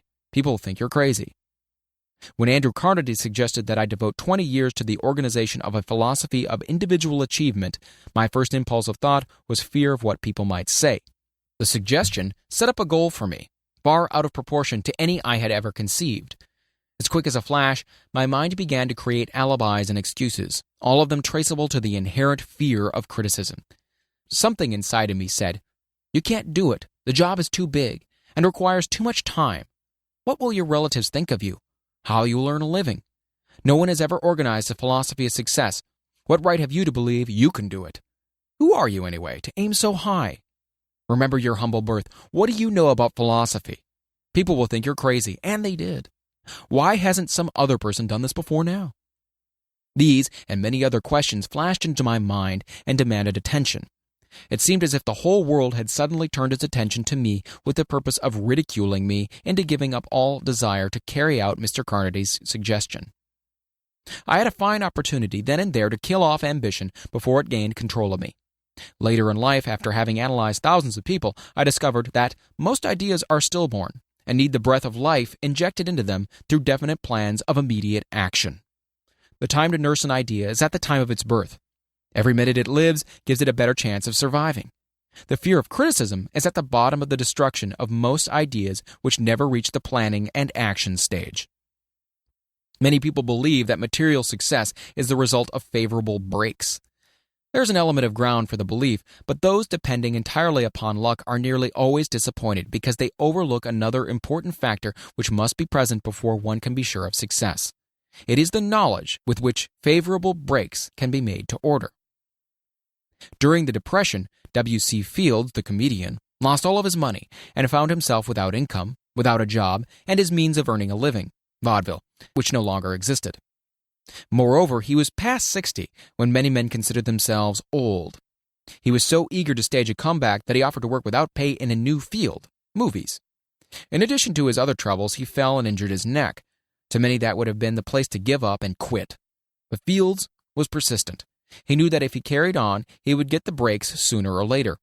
And he did get them, but not by chance. Marie Dressler found herself down and out, with her money gone, with no job, when she was about 60. She too went after the breaks and got them. Her persistence brought on astounding triumph late in life, long beyond the age when most men and women are done with ambition to achieve. Eddie Cantor lost his money in the 1921 stock crash, but he still had his persistence and his courage. With these plus 2 prominent eyes, he exploited himself back into the income of $10,000 a week. Verily, if one has persistence, one can get along very well without many other qualities. The only break anyone can afford to rely upon is a self-made break. These come through the application of persistence. The starting point is definiteness of purpose. Examine the first 100 people you meet. Ask them what they want most in life, and 98 of them will not be able to tell you. If you press them for an answer, some will say security. Many will say money. A few will say happiness. Others will say fame and power. And still others will say social recognition, ease in living, ability to sing, dance, or write. None of them will be able to define these terms or give the slightest indication of a plan by which they hope to attain these vaguely expressed wishes. Riches do not respond to wishes. They respond only to definite plans, backed by definite desires through constant persistence. How to develop persistence? There are 4 simple steps which lead to the habit of persistence. They call for no great amount of intelligence, no particular amount of education, and but little time or effort. The necessary steps are: 1. A definite purpose backed by a burning desire for its fulfillment. 2. A definite plan expressed in continuous action. 3. A mind closed tightly against all negative and discouraging influence, including negative suggestions of relatives, friends, and acquaintances. 4. A friendly alliance with one or more persons who will encourage one to follow through with both plan and purpose. These 4 steps are essential for success in all walks of life. The entire purpose of the 13 principles of this philosophy is to enable one to take these 4 steps as a matter of habit. These are the steps by which one may control one's economic destiny. They are the steps that lead to freedom and independence of thought. They are the steps that lead to riches in small or great quantities. They lead the way to power, fame, and worldly recognition. They are the 4 steps which guarantee favorable breaks. They are the steps that convert dreams into physical realities. They lead also to the mastery of fear, discouragement, indifference. There is a magnificent reward for all who learn to take these 4 steps. It is the privilege of writing one's own ticket and of making life yield whatever price is asked. I have no way of knowing the facts, but I venture to conjecture that Mrs. Wallace Simpson's great love for a man was not accidental, nor the result of favorable breaks alone.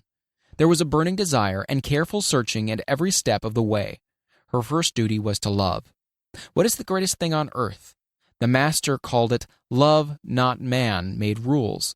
Criticism, bitterness, slander, or political marriages. But love. The master called it love, not man-made rules, criticism, bitterness, slander, or political marriages, but love. She knew what she wanted, not after she met the Prince of Wales, but long before that. Twice when she had failed to find it, she had the courage to continue her search. To thine own self be true, and it must follow, as the night the day, thou canst not be false to any man. Her rise from obscurity was of the slow, progressive, persistent order, but it was sure.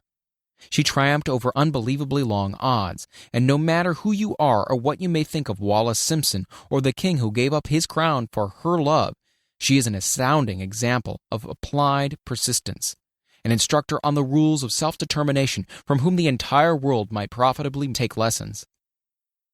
When you think of Wallace Simpson, think of one who knew what she wanted and shook the greatest empire on earth to get it. Women who complain that this is a man's world, that women do not have an equal chance to win, owe it to themselves to study carefully the life of this unusual woman, who, at an age which most women consider old, captured the affection of the most desirable bachelor in the entire world. And what of King Edward? What lesson may we learn from his part in the world's greatest drama of recent times? Did he pay too high a price for the affection of the woman of his choice? Surely no one but he can give the correct answer. The rest of us can only conjecture. This much we know: the king came into the world without his own consent. He was born to great riches without requesting them. He was persistently sought in marriage. Politicians and statesmen throughout Europe tossed dowagers and princesses at his feet. Because he was the firstborn of his parents, he inherited a crown, which he did not seek and perhaps did not desire. For more than 40 years he was not a free agent, could not live his life in his own way, but had little privacy, and finally assumed duties inflicted upon him when he ascended the throne. Some will say, with all these blessings, King Edward should have found peace of mind, contentment, and joy of living. The truth is that back of all the privileges of a crown, all the money, the fame, and the power inherited by King Edward, there was an emptiness which could be filled only by love. His greatest desire was for love. Long before he met Wallace Simpson, he doubtless felt this great universal emotion tugging at the strings of his heart, beating upon the door of his soul, and crying out for expression. But when he met a kindred spirit, crying out for the same holy privilege of expression, he recognized it, and without fear or apology, opened his heart and bade it enter. All the scandal-mongers in the world cannot destroy the beauty of this international drama, through which 2 people found love and had the courage to face open criticism, renounce all else, to give it holy expression. King Edward's decision to give up the crown of the world's most powerful empire for the privilege of going the remainder of the way through life with the woman of his choice was a decision that required courage. The decision also had a price, but who has the right to say the price was too great? Surely not he who said, "He among you who is without sin, let him cast the first stone." As a suggestion to any evil-minded person who chooses to find fault with the Duke of Windsor because his desire was for love, and for openly declaring his love for Wallace Simpson, and giving up his throne for her, let it be remembered that the open declaration was not essential. He could have followed the custom of clandestine liaison which has prevailed in Europe for centuries, without giving up either his throne or the woman of his choice, and there would have been no complaint from either church or laity. But this unusual man was built of sterner stuff. His love was clean, it was deep and sincere. It represented one thing which above all else he truly desired, Therefore, he took what he wanted and paid the price demanded. If Europe had been blessed with more rulers with the human heart and the traits of honesty of ex-King Edward for the past century, that unfortunate hemisphere, now seething with greed, hate, lust, political connivance, and threats of war, would have a different and a better story to tell, a story of which love and not hate would rule. In the words of Stuart Austin Weir, we raise our cup and drink this toast to ex-King Edward and Wallace Simpson. Blessed is the man who has come to know that our muted thoughts are our sweetest thoughts. Blessed is the man who, from the blackest depths, can see the luminous figure of love, and seeing, sing, and singing say, sweeter far than uttered lays are the thoughts I have of you.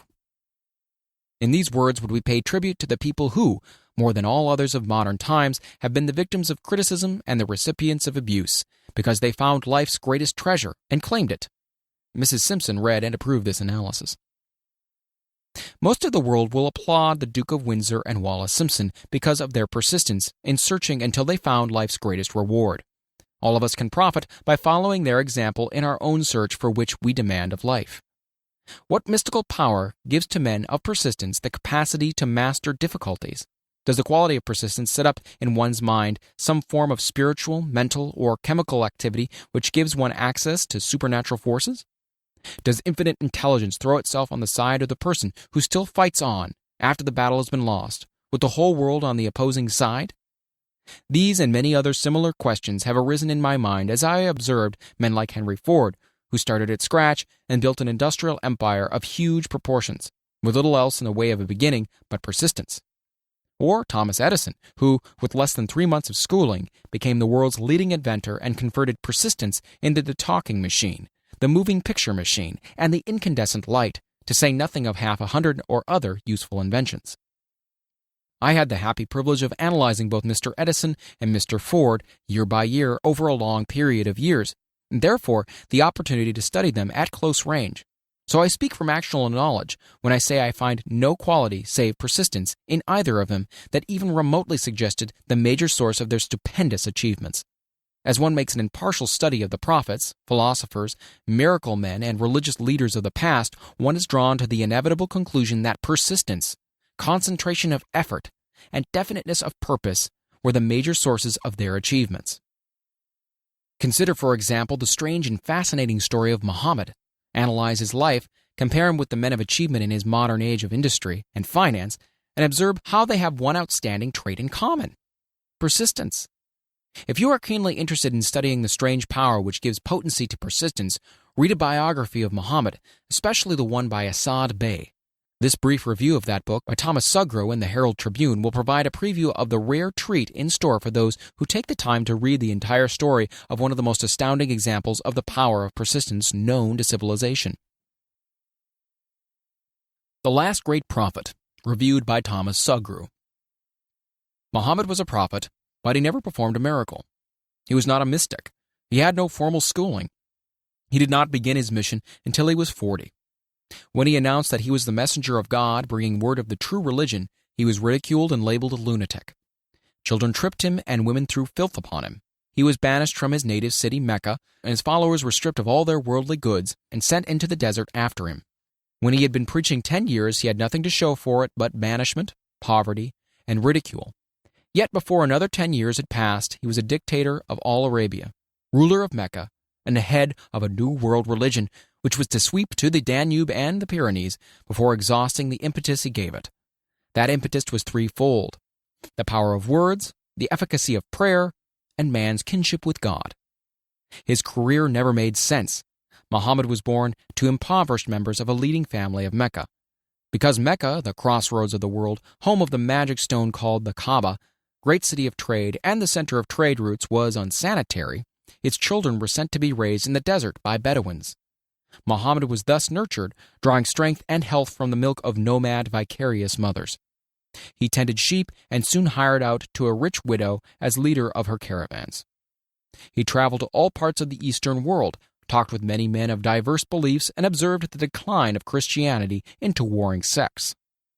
When he was 28, Khadijah, the widow, looked upon him with favor and married him.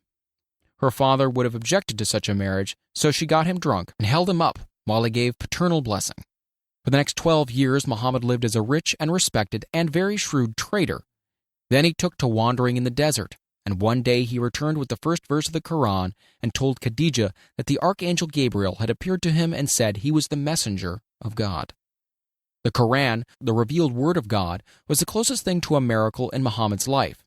He had not been a poet, he had no gift of words.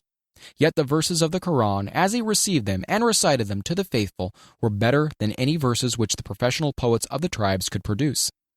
This to the Arabs was a miracle. To them the gift of words was the greatest gift. The poet was all wonderful. In addition, the Quran said that all men were equal before God, that the world should be a democratic state, Islam. It was this political heresy, plus Muhammad's desire to destroy all the 360 idols in the courtyard of the Kaaba, which brought about his banishment. The idols brought the desert tribes to Mecca, and that meant trade. So the businessmen of Mecca, the capitalists, of which he had been one, set upon Muhammad. Then he retreated to the desert and demanded sovereignty over the world. The rise of Islam began. Out of the desert came a flame which would not be extinguished, a democratic army fighting as a unit and prepared to die without wincing. Muhammad had invited the Jews and Christians to join him, for he was not building a new religion.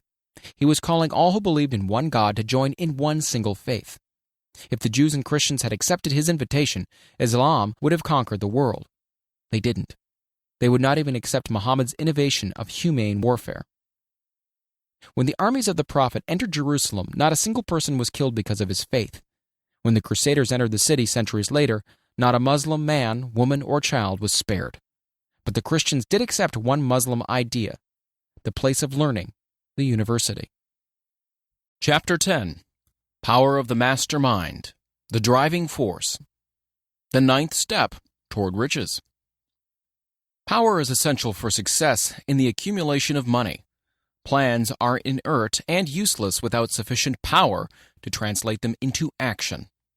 This chapter will describe the method by which an individual may attain and apply power. Power may be defined as organized and intelligently directed knowledge. Power, as the term is here used, refers to organized effort, sufficient to enable an individual to transmute desire into its monetary equivalent. Organized effort is produced through the coordination of effort of two people or more who work toward a definite end in the spirit of harmony. Power is required for the accumulation of money. Power is necessary for the retention of money after it has been accumulated.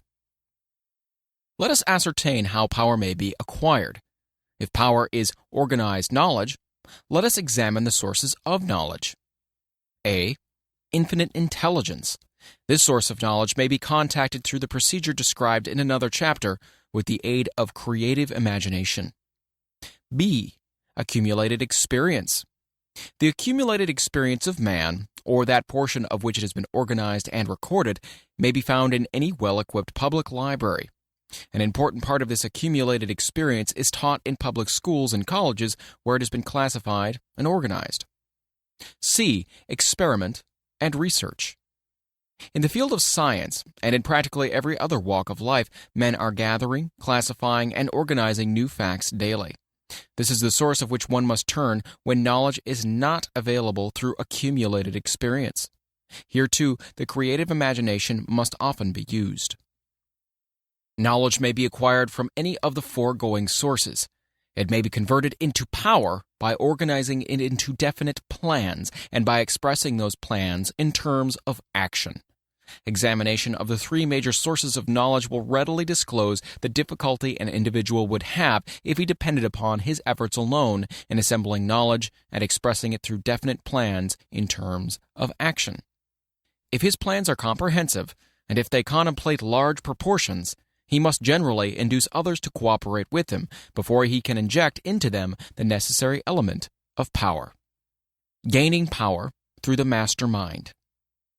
The master mind may be defined as coordination of knowledge and effort in a spirit of harmony between two or more people for the attainment of a definite purpose. No individual may have great power without availing himself of the master mind. In a preceding chapter, instructions were given for the creation of plans for the purpose of translating desire into its monetary equivalent. If you carry out these instructions with persistence and intelligence and use discrimination in the selection of your mastermind group, your objective will have been halfway reached even before you begin to recognize it. So you may better understand the intangible potentialities of power available to you through a properly chosen mastermind group, we will here explain the two characteristics of the mastermind principle, one of which is economic in nature and the other psychic. The economic feature is obvious. Economic advantages may be created by any person who surrounds himself with the advice, counsel, and personal cooperation of a group of men who are willing to lend him wholehearted aid in the spirit of perfect harmony. This form of cooperative alliance has been the basis of nearly every great fortune. Your understanding of this great truth may definitely determine your financial status. The psychic phase of the mastermind principle is much more abstract, much more difficult to comprehend, because it has reference to the spiritual forces with which the human race as a whole is not well acquainted. You may catch a significant suggestion from the statement, "No two minds ever come together without thereby creating a third, invisible, intangible force which may be likened to a third mind." Keep in mind the fact that there are only two known elements in the whole universe, energy and matter. It is a well-known fact that matter may be broken down into units of molecules, atoms, and electrons. There are units of matter which may be isolated, separated, and analyzed. Likewise, there are units of energy. The human mind is a form of energy, a part of it being spiritual in nature. When the minds of two people are coordinated in a spirit of harmony, the spiritual units of energy of each mind form an affinity, which constitutes the psychic phase of the mastermind. The mastermind principle, or rather the economic feature of it, were first called to my attention by Andrew Carnegie over 25 years ago. Discovery of this principle was responsible for the choice of my life's work. Mr. Carnegie's mastermind group consisted of a staff of approximately 50 men, with whom he surrounded himself, for the definite purpose of manufacturing and marketing steel. He attributed his entire fortune to the power he accumulated through this mastermind. Analyze the record of any man who has accumulated a great fortune and many of those who have accumulated modest fortunes, and you will find that they have either consciously or unconsciously employed the mastermind principle. Great power can be accumulated through no other principle. Energy is nature's universal set of building blocks out of which she constructs every material thing in the universe, including man and every form of animal and vegetable life. Through a process which only nature completely understands, she translates energy into matter. Nature's building blocks are available to man in the energy involved in thinking. Man's brain may be compared to an electric battery. It absorbs energy from the ether, which permeates every atom of matter and fills the entire universe. It's a well-known fact that a group of electric batteries will provide more energy than a single battery. It's also a well-known fact that an individual battery will provide energy in proportion to the number and capacity of the cells it contains. The brain functions in a similar fashion. This accounts for the fact that some brains are more efficient than others and leads to this significant statement. A group of brains coordinated or connected in a spirit of harmony will provide more thought energy than a single brain, just as a group of electric batteries will provide more energy than a single battery. Through this metaphor, it becomes immediately obvious that the mastermind principle holds the secret of the power welded by men who surround themselves with other men of brains. There follows now another statement which will lead still nearer to an understanding of the psychic phase of the mastermind principle. When a group of individual brains are coordinated and function in harmony, the increased energy created through the alliance becomes available to every individual brain in the group. It's a well-known fact that Henry Ford began his business career under the handicap of poverty, illiteracy, and ignorance. It is an equally well-known fact that within the inconceivably short period of 10 years, Mr. Ford mastered these three handicaps, and that within 25 years he made himself one of the richest men in America.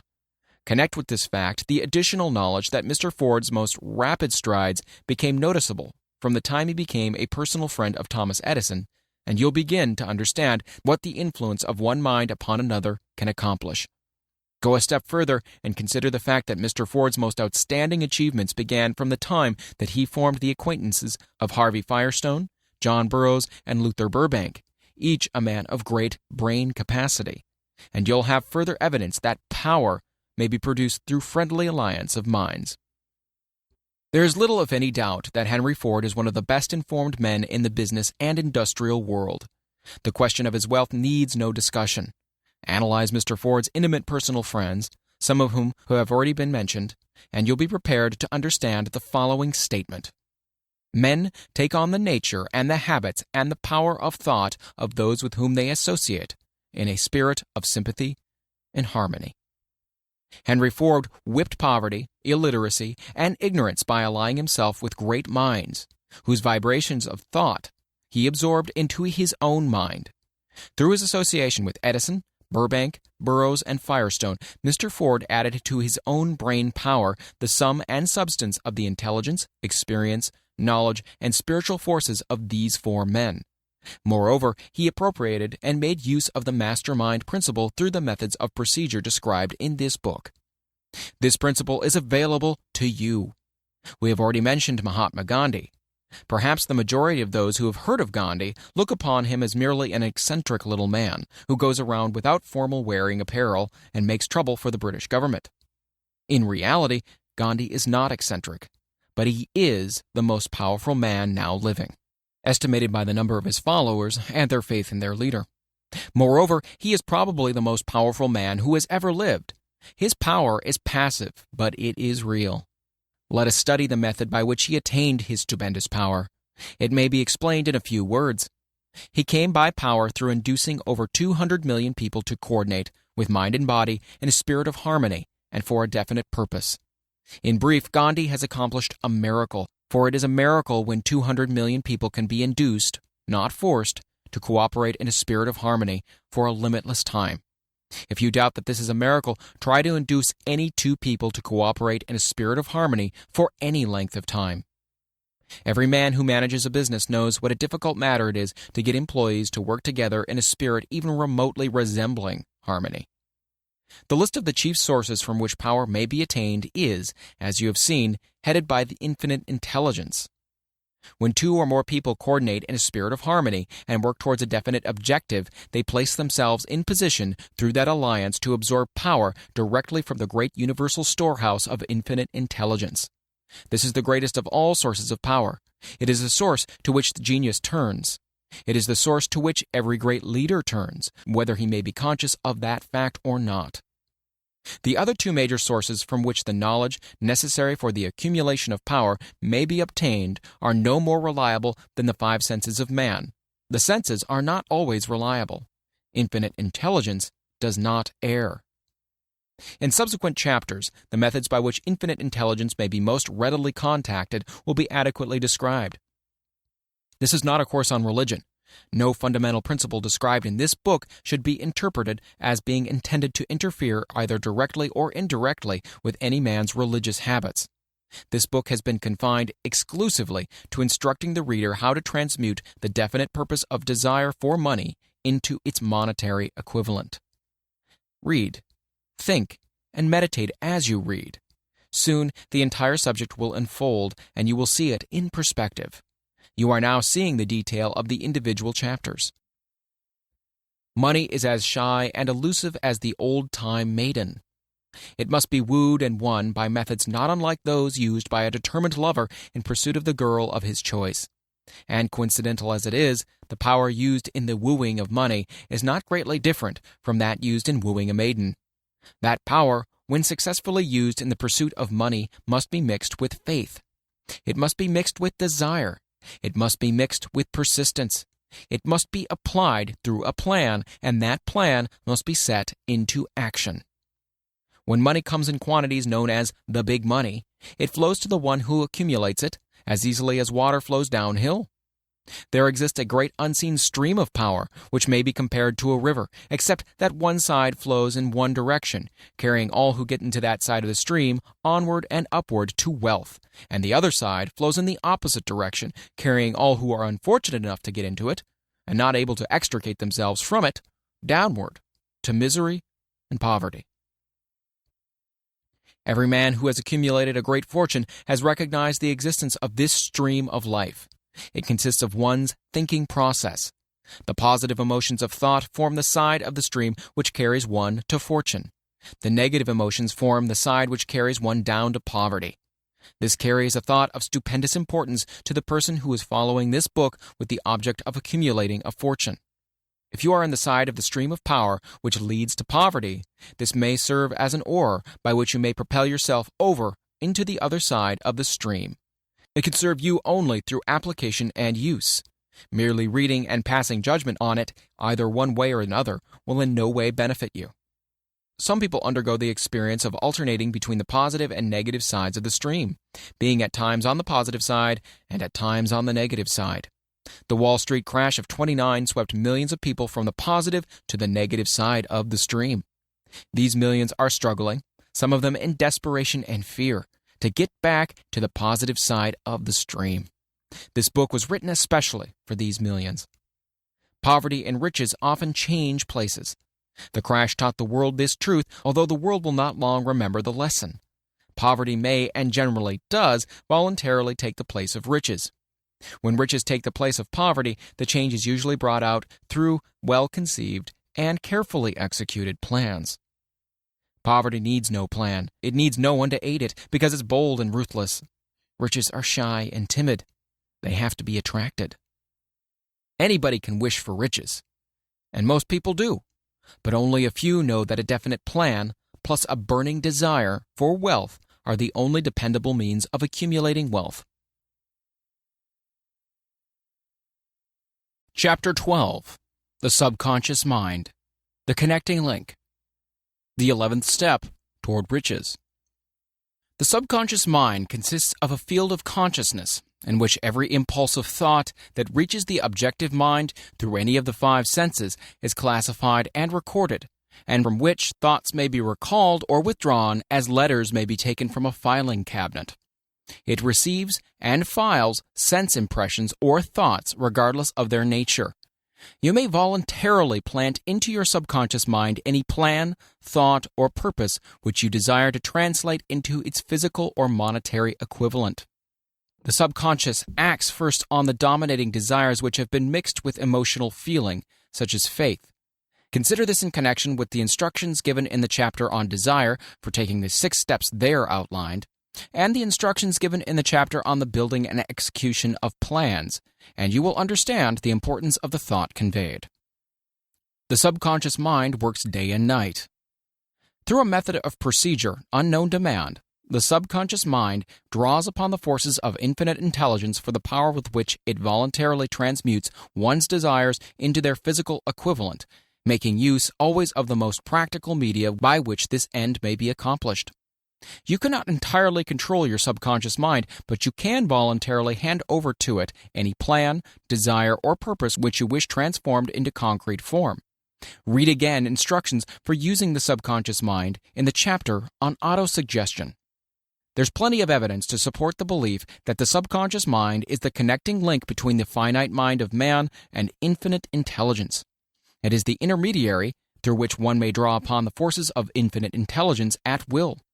It alone contains the secret process by which mental impulses are modified and changed into their spiritual equivalent. It alone is the medium through which prayer may be transmitted to the source capable of answering prayer. The possibilities of creative effort connected with the subconscious mind are stupendous and imponderable. They inspire one with awe. I never approached the discussion of the subconscious mind without a feeling of littleness and inferiority, due perhaps to the fact that man's entire stock of knowledge on this subject is so pitifully limited. The very fact that the subconscious mind is the medium of communication between the thinking mind of man and infinite intelligence is of itself a thought which most paralyzes one's reason.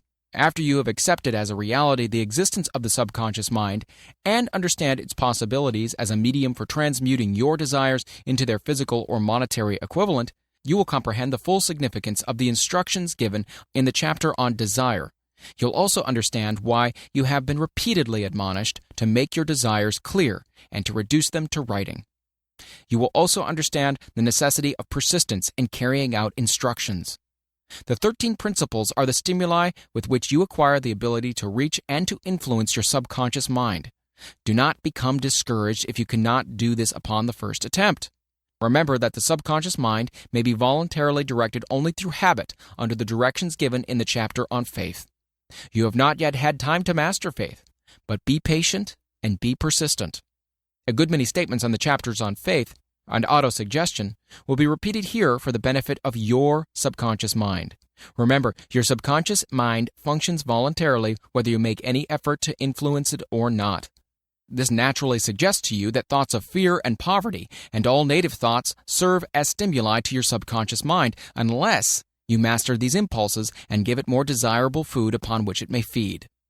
The subconscious mind will not remain idle. If you fail to plant desires in your subconscious mind, it will feed upon the thoughts which reach it as a result of your neglect. We have already explained that thought impulses, both negative and positive, are reaching the subconscious mind continuously from the 4 sources which were mentioned in the chapter on sex transmutation. For the present, it's sufficient if you remember that you are living daily in the midst of all manner of thought impulses which are reaching your subconscious mind without your knowledge. Some of these impulses are negative and some are positive. You are now engaged in trying to help shut off the flow of negative impulses and to aid in voluntarily influencing your subconscious mind through positive impulses of desire. When you achieve this, you'll possess the key which unlocks the door to your subconscious mind. Moreover, you'll control that door so completely that no undesirable thought may influence your subconscious mind. Everything which man creates begins in the form of a thought impulse. Man can create nothing which he does not first conceive in thought. Through the aid of the imagination, thought impulses may be assembled into plans. The imagination, when under control, may be used for the creation of plans or purposes that lead to success in one's chosen occupation. All thought impulses intended for transmutation into their physical equivalent, voluntarily planted in the subconscious mind, must pass through the imagination and be mixed with faith. The mixing of faith with a plan or purpose intended for submission to the subconscious mind may be done only through the imagination. From these statements, you'll readily observe that voluntary use of the subconscious mind calls for coordination and application of all the principles. Ella Wheeler Wilcox gave evidence of her understanding of the power of the subconscious mind when she wrote, "You never can tell what a thought will do in bringing you hate or love. For thoughts are things, and their airy wings are swifter than carrier doves. They follow the law of the universe. Each thing creates its kind, and they speed o'er the track to bring you back whatever went from your mind." Mrs. Wilcox understood the truth that thoughts which go out from one's mind also embed themselves deeply in one's subconscious mind, where they serve as a magnet, pattern, or blueprint by which the subconscious mind is influenced while translating them into their physical equivalent. Thoughts are truly things for the reason that every material thing begins in the form of thought energy. The subconscious mind is more susceptible to influence by impulses of thought mixed with feeling or emotion than by those originating solely in the reasoning portion of the mind. In fact, there's much evidence to support the theory that only emotionalized thoughts have any action influence upon the subconscious mind. It's a well-known fact that emotion or feeling rules the majority of people. If it is true that the subconscious mind responds more quickly to and is influenced more readily by thought impulses that are well mixed with emotion, it is essential to become familiar with the more important of the emotions. There are 7 major positive emotions and 7 major negative emotions. The negatives voluntarily inject themselves into the thought impulses, which ensure passage into the subconscious mind. The positives must be injected through the principle of autosuggestion into the thought impulses, which an individual wishes to pass on to his subconscious mind. Instructions have been given in the chapter on autosuggestion. These emotions or feeling impulses may be likened to yeast in a loaf of bread because they constitute the action element, which transforms thought impulses from the passive to the active state. Thus may one understand why thought impulses, which have been well mixed with emotion, are acted upon more readily than thought impulses originating in cold reason. You are preparing yourself to influence and control the inner audience of your subconscious mind in order to hand over to it the desire for money, which you wish transmuted into its monetary equivalent. It is essential, therefore, that you understand the method of approach to this inner audience. You must speak its language, or it will not heed your call. It understands best the language of emotion or feeling. Let us therefore describe here the 7 major positive emotions and the 7 major negative emotions so that you may draw upon the positives and avoid the negatives when giving the instructions to your subconscious mind. The 7 major positive emotions. The emotion of desire, the emotion of faith, the emotion of love, the emotion of sex, the emotion of enthusiasm, the emotion of romance, the emotion of hope. There are other positive emotions, but these are the most powerful and the ones most commonly used in creative effort. Master these 7 emotions. They can be mastered only by use, and the other positive emotions will be at your command when you need them. Remember in this connection that you are studying a book which is intended to help you develop a money consciousness by filling your mind with positive emotions. One does not become money conscious by filling one's mind with negative emotions. The 7 major negative emotions to be avoided. The emotion of fear, the emotion of jealousy, the emotion of hatred, the emotion of revenge, the emotion of greed, the emotion of superstition, the emotion of anger. Positive and negative emotions cannot occupy the mind at the same time. One or the other must dominate. It is your responsibility to make sure that the positive emotions constitute the dominating influence of your mind. Here, the law of habit will come to your aid.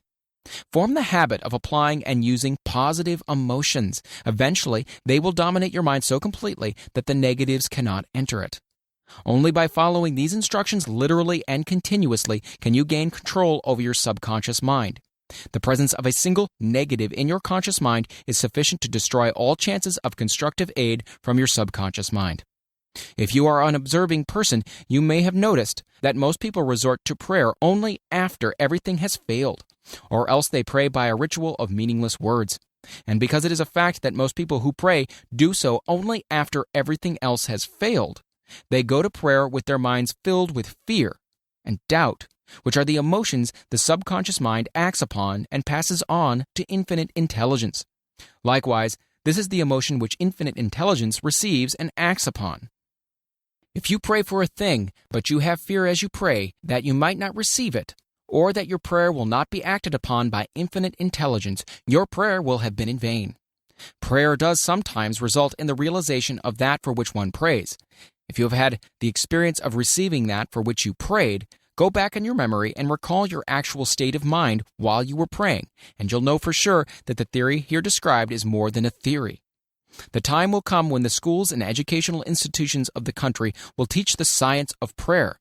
Moreover, then prayer may be and will be reduced to a science. When that time comes, and it'll come as soon as mankind is ready for it and demands it, no one will approach the universal mind in a state of fear, for the very good reason that there will be no such emotion as fear. Ignorance, superstition, and false teaching will have disappeared, and man will have attained his true status as a child of infinite intelligence. A few have already attained this blessing. If you believe this prophecy is far-fetched, take a look at the human race in retrospect. Less than 100 years ago, men believed the lightning to be evidence of the wrath of God and feared it. Now, thanks to the power of faith, men have harnessed the lightning and made it turn the wheels of industry. Much less than 100 years ago, men believed the space between the planets to be nothing but a great void, a stretch of dead nothingness. Now, thanks to this same power of faith, men know that far from being either dead or a void, the space between the planets is very much alive, that it is the highest form of vibration known, excepting perhaps the vibration of thought. Moreover, men know that this living, pulsating, vibratory energy, which permeates every atom of matter and fills every niche of space, connects every human brain with every other human brain. What reason have men to believe that this same energy does not connect every human brain with infinite intelligence? There are no toll gates between the finite mind of man and infinite intelligence. The communication costs nothing except patience, faith, persistence, understanding, and a sincere desire to communicate. Moreover, the approach can be made only by the individual himself. Paid prayers are worthless. Infinite intelligence does no business by proxy. You either go direct or you do not communicate. You may buy prayer books and repeat them until the day of your doom without avail. Thoughts which you wish to communicate to infinite intelligence must undergo transformation, such as can be given only through your own subconscious mind. The method by which you may communicate with infinite intelligence is very similar to that through which the vibration of sound is communicated by radio. If you understand the working principles of radio, you of course know that sound cannot be communicated through the ether until it has been stepped up or changed into a rate of vibration which the human ear cannot detect. The radio sending station picks up the sound of the human voice and scrambles or modifies it by stepping up the vibration millions of times. Only in this way can the vibration of sound be communicated through the ether. After this transformation has taken place, the ether picks up the energy, which was originally in the forms of vibrations of sound, carries that energy to radio receiving stations, and these receiving sets step that energy back down to its original rate of vibration so it is recognized as sound. The subconscious mind is the intermediary, which translates one's prayers into terms which infinite intelligence can recognize, presents the message, and brings back the answer in the form of a definite plan or idea for procuring the object of the prayer.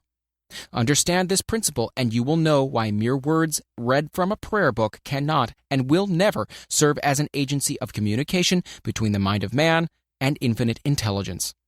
Before your prayer will reach infinite intelligence, a statement of the author's theory only, it probably is transformed from its original thought vibration into terms of spiritual vibration. Faith is the only known agency which will give your thoughts a spiritual nature. Faith and fear make poor bedfellows. Where one is found, the other cannot exist. Chapter 13. The Brain. The 12th Step Toward Riches. More than 20 years ago, the author, working in conjunction with the late Dr. Alexander Graham Bell and Dr. Elmer R. Gates, observed that every human brain is both a broadcasting and a receiving station for the vibration of thought. Through the medium of the ether, in a fashion similar to that employed by the radio broadcasting principle, every human brain is capable of picking up vibrations of thought which are being released by other brains. In connection with the statement in the preceding paragraph, compare and consider the description of the creative imagination, as outlined in the chapter on imagination. The creative imagination is the receiving set of the brain, which receives thoughts released by the brains of others. It is the agency of communication between one's conscious or reasoning mind and the four sources from which one may receive thought stimuli. When stimulated or stepped up to a high rate of vibration, the mind becomes more receptive to the vibration of thought which reaches it through the ether from outside sources.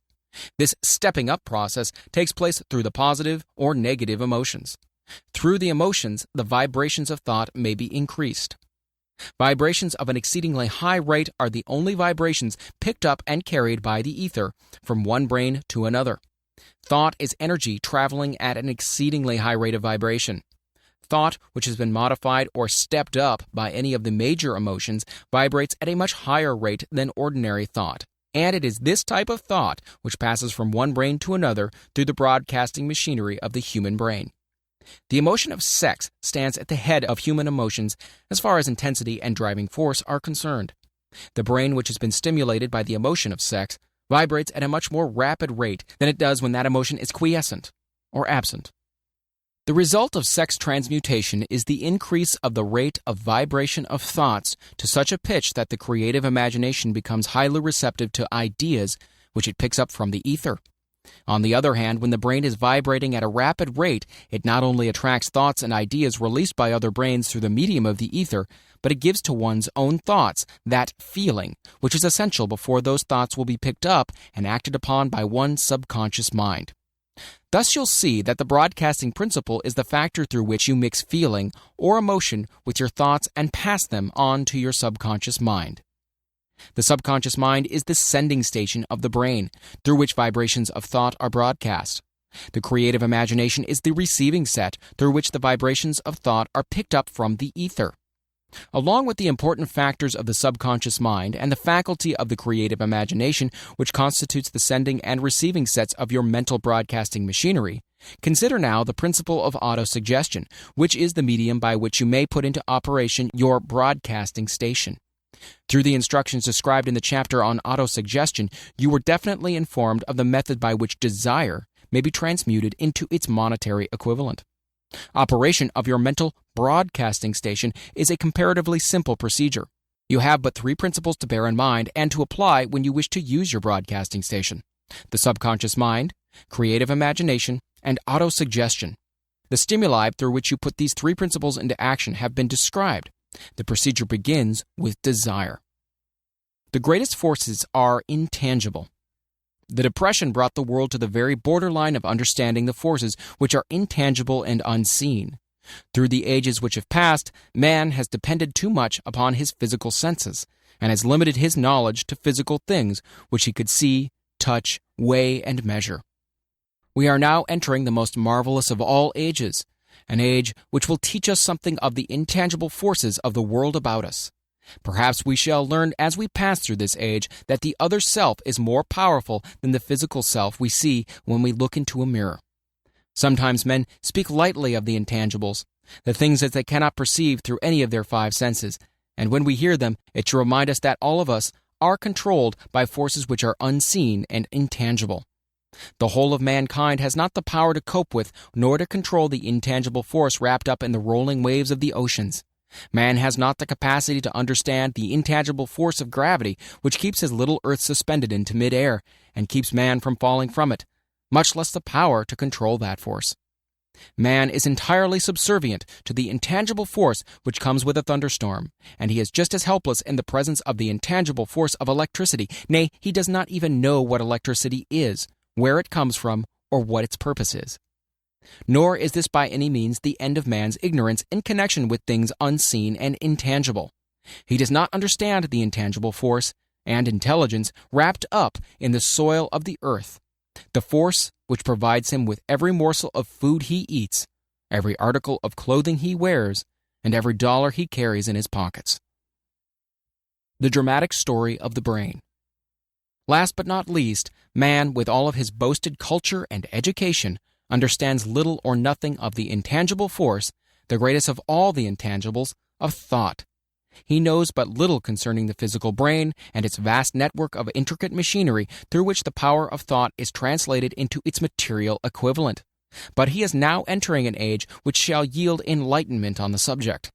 Already men of science have begun to turn their attention to the study of this stupendous thing called a brain, and while they are still in the kindergarten stage of their studies, they have uncovered enough knowledge to know that the central switchboard of the human brain, the number of lines which connect the brain cells one with the other, equal the figure 1, followed by 15 million ciphers. The figure is so stupendous, said Dr. C. Judson Herrick of the University of Chicago, that astronomical figures dealing with hundreds of millions of light years become insignificant by comparison. It has been determined that there are 10 billion to 14 billion nerve cells in the human cerebral cortex, and we know that these are arranged in definite patterns. These arrangements are not haphazard, they are orderly. Recently developed methods of electrophysiology draw off action currents from very precisely located cells or fibers with microelectrodes, amplify them with radio tubes, and record potential differences to the millionth of a volt. It is inconceivable that such a network of intricate machinery should be in existence for the sole purpose of carrying on the physical functions incidental to growth and maintenance of the physical body. Is it not likely that the same system, which gives billions of brain cells the media of communication one with another, provides also the means of communication with other intangible forces? After this book had been written, just before the manuscript went to the publisher, there appeared in the New York Times an editorial showing that at least one great university and one intelligent investigator in the field of mental phenomena are carrying out an organized research through which conclusions have been reached that parallel many of these described in this and the following chapter. The editorial briefly analyzed the work carried on by Dr. Rhine and his associates at Duke University, viz., what is telepathy? Quote, "A month ago, we cited on this page some of the remarkable results achieved by Professor Rind and his associates in Duke University from more than 100,000 tests to determine the existence of telepathy and clairvoyance.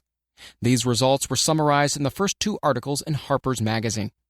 In the second, which has now appeared, the author E.H. Wright attempts to summarize what has been learned, or what it seems reasonable to infer regarding the exact nature of these extrasensory modes of perception. The actual existence of telepathy and clairvoyance now seems to some scientists enormously probable as a result of Rhine's experiments. Various percipients were asked to name as many cards in a special pack as they could without looking at them and without their sensory access to them. About a score of men and women were discovered who could regularly name so many of the cards correctly that there was not one chance in many million of their having done their feats by luck or accident. But how did they do them? These powers, assuming that they exist, do not seem to be sensory. There is no known organ for them. The experiment worked just as well at distances of several hundred miles as they did in the same room. These facts also dispose, in Mr. Wright's opinion, of the attempt to explain telepathy or clairvoyance through any physical theory of radiation. All known forms of radiant energy decline inversely as the square of the distance traversed. Telepathy and clairvoyance don't, but they do vary through physical causes, as our other mental powers do. Contrary to widespread opinion, they do not improve when the percipient is asleep or half asleep, but, on the contrary, when he is most wide awake and alert. Rhine discovered that a narcotic will invariably lower a percipient's score, while a stimulant will always send it higher. The most reliable performer apparently cannot make a good score unless he tries to do his best. One conclusion that Wright draws with some confidence is that telepathy and clairvoyance are really one and the same gift. That is, the faculty that sees a card face down and on a table seems to be exactly the same one that reads a thought residing only in another mind. There are several grounds for believing this. So far, for example, the two gifts have been found in every person who enjoys either of them.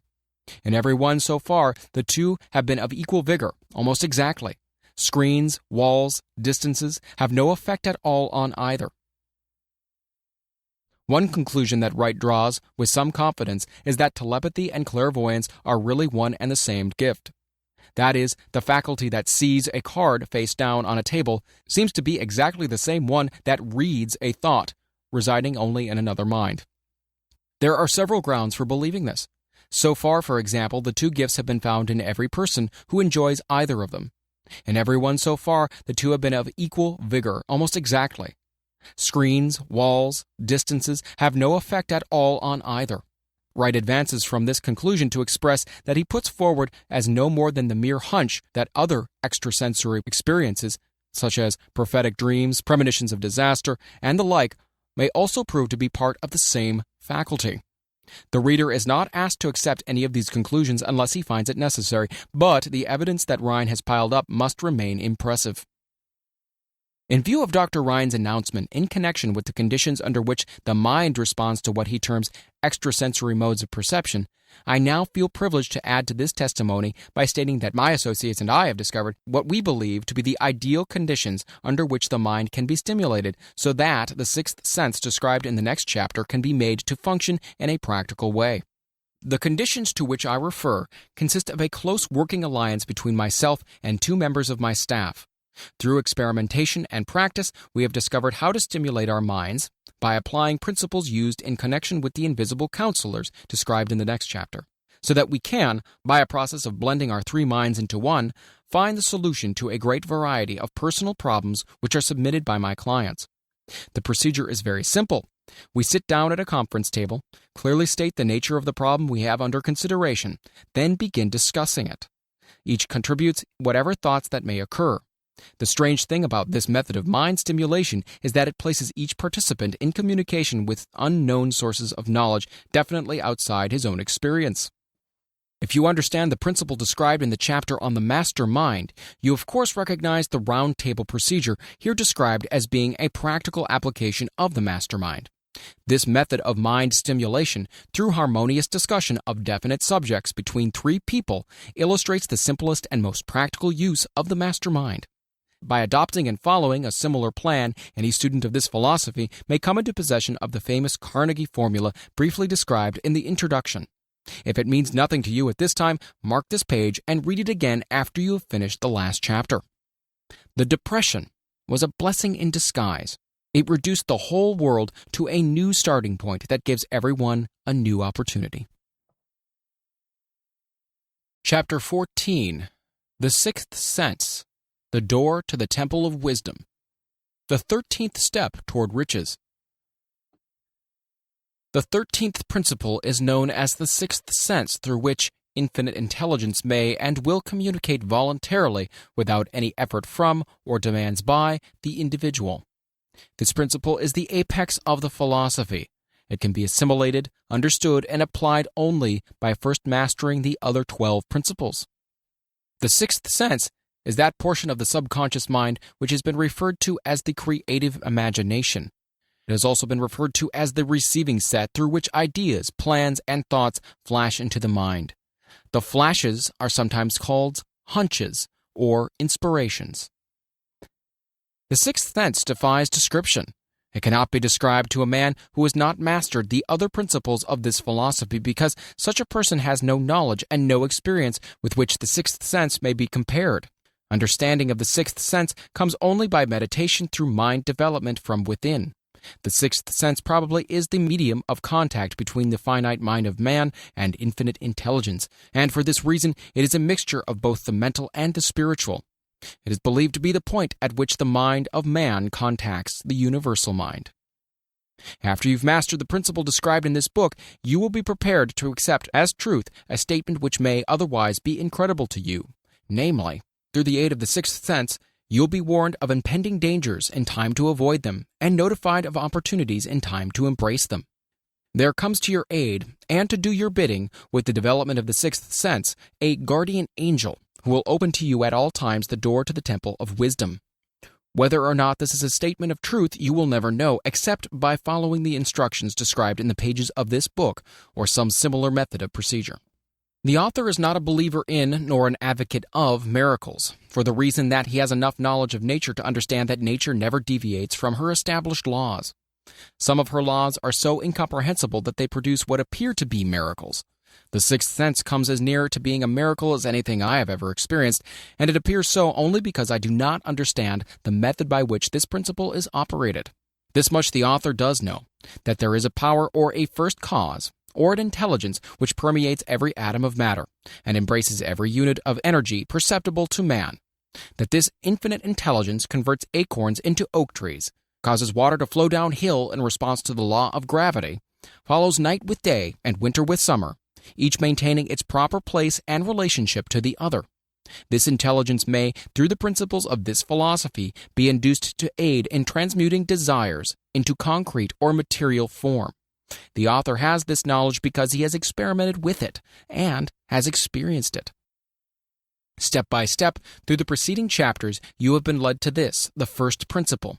If you have mastered each of the preceding principles, you are now prepared to accept, without being skeptical, the stupendous claims made here. If you have not mastered the other principles, you must do so before you may determine definitely whether or not the claims made in this chapter are fact or fiction. While I was passing through the age of hero worship, I found myself trying to imitate with those whom I admired. Moreover, I discovered that the element of faith with which I endeavored to imitate my idols gave me great capacity to do so quite successfully. I have never entirely divested myself of this habit of hero worship, although I have passed the age commonly given over to such. My experience has taught me that the next best thing to being truly great is to emulate the great, by feeling and action as nearly as possible.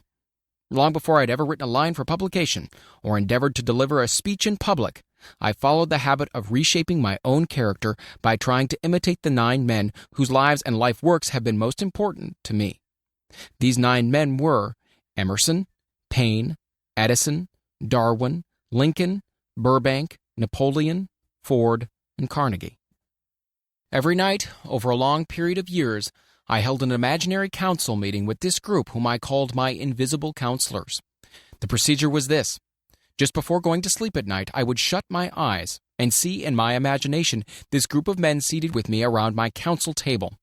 Here, I had not only an opportunity to sit among these men, whom I considered to be great, but I actually dominated the group by serving as the chairman. I had a very definite purpose in indulging my imagination through these nightly meetings. My purpose was to rebuild my own character so it would represent a composite of the characters of my imaginary counselors. Realizing as I did early in life that I had to overcome the handicap of birth in an environment of ignorance and superstition, I desperately assigned myself the task of voluntary rebirth through the method here described. Building character through autosuggestion. Being an earnest student of psychology, I knew, of course, that all men have become what they are because of their dominating thoughts and desires. I knew that every deeply seated desire has the effect of causing one to seek outward expression through which that desire may be transmuted into reality. I knew that self-suggestion is a powerful factor in building character, that it is, in fact, the sole principle through which character is builded. With this knowledge of the principles of mind operation, I was fairly well armed with the equipment needed in rebuilding my character. In these imaginary council meetings, I called on my cabinet members for the knowledge I wished each to contribute, addressing myself to each member in audible words as follows. Mr. Emerson, I desire to acquire from you the marvelous understanding of nature which distinguished your life. I ask that you make an impress upon my subconscious mind of whatever qualities you possessed, which enabled you to understand and adapt yourself to the laws of nature. I ask that you assist me in reaching and drawing upon whatever sources of knowledge are available to this end. Mr. Burbank, I request that you pass on to me the knowledge which enabled you to so harmonize the laws of nature that you caused the cactus to shed its thorns and become an edible food. Give me access to the knowledge which enabled you to make 2 blades of grass grow where but one grew before, and helped you to blend the coloring of the flowers with more splendor and harmony, for you alone have successfully gilded the lily. Napoleon, I desire to acquire from you, by emulation, the marvelous ability you possess to inspire men, and to arouse them to greater and more determined spirits of action. Also to acquire the spirit of enduring faith, which enabled you to turn defeat into victory and to surmount staggering obstacles. Emperor of fate, king of chance, man of destiny, I salute you.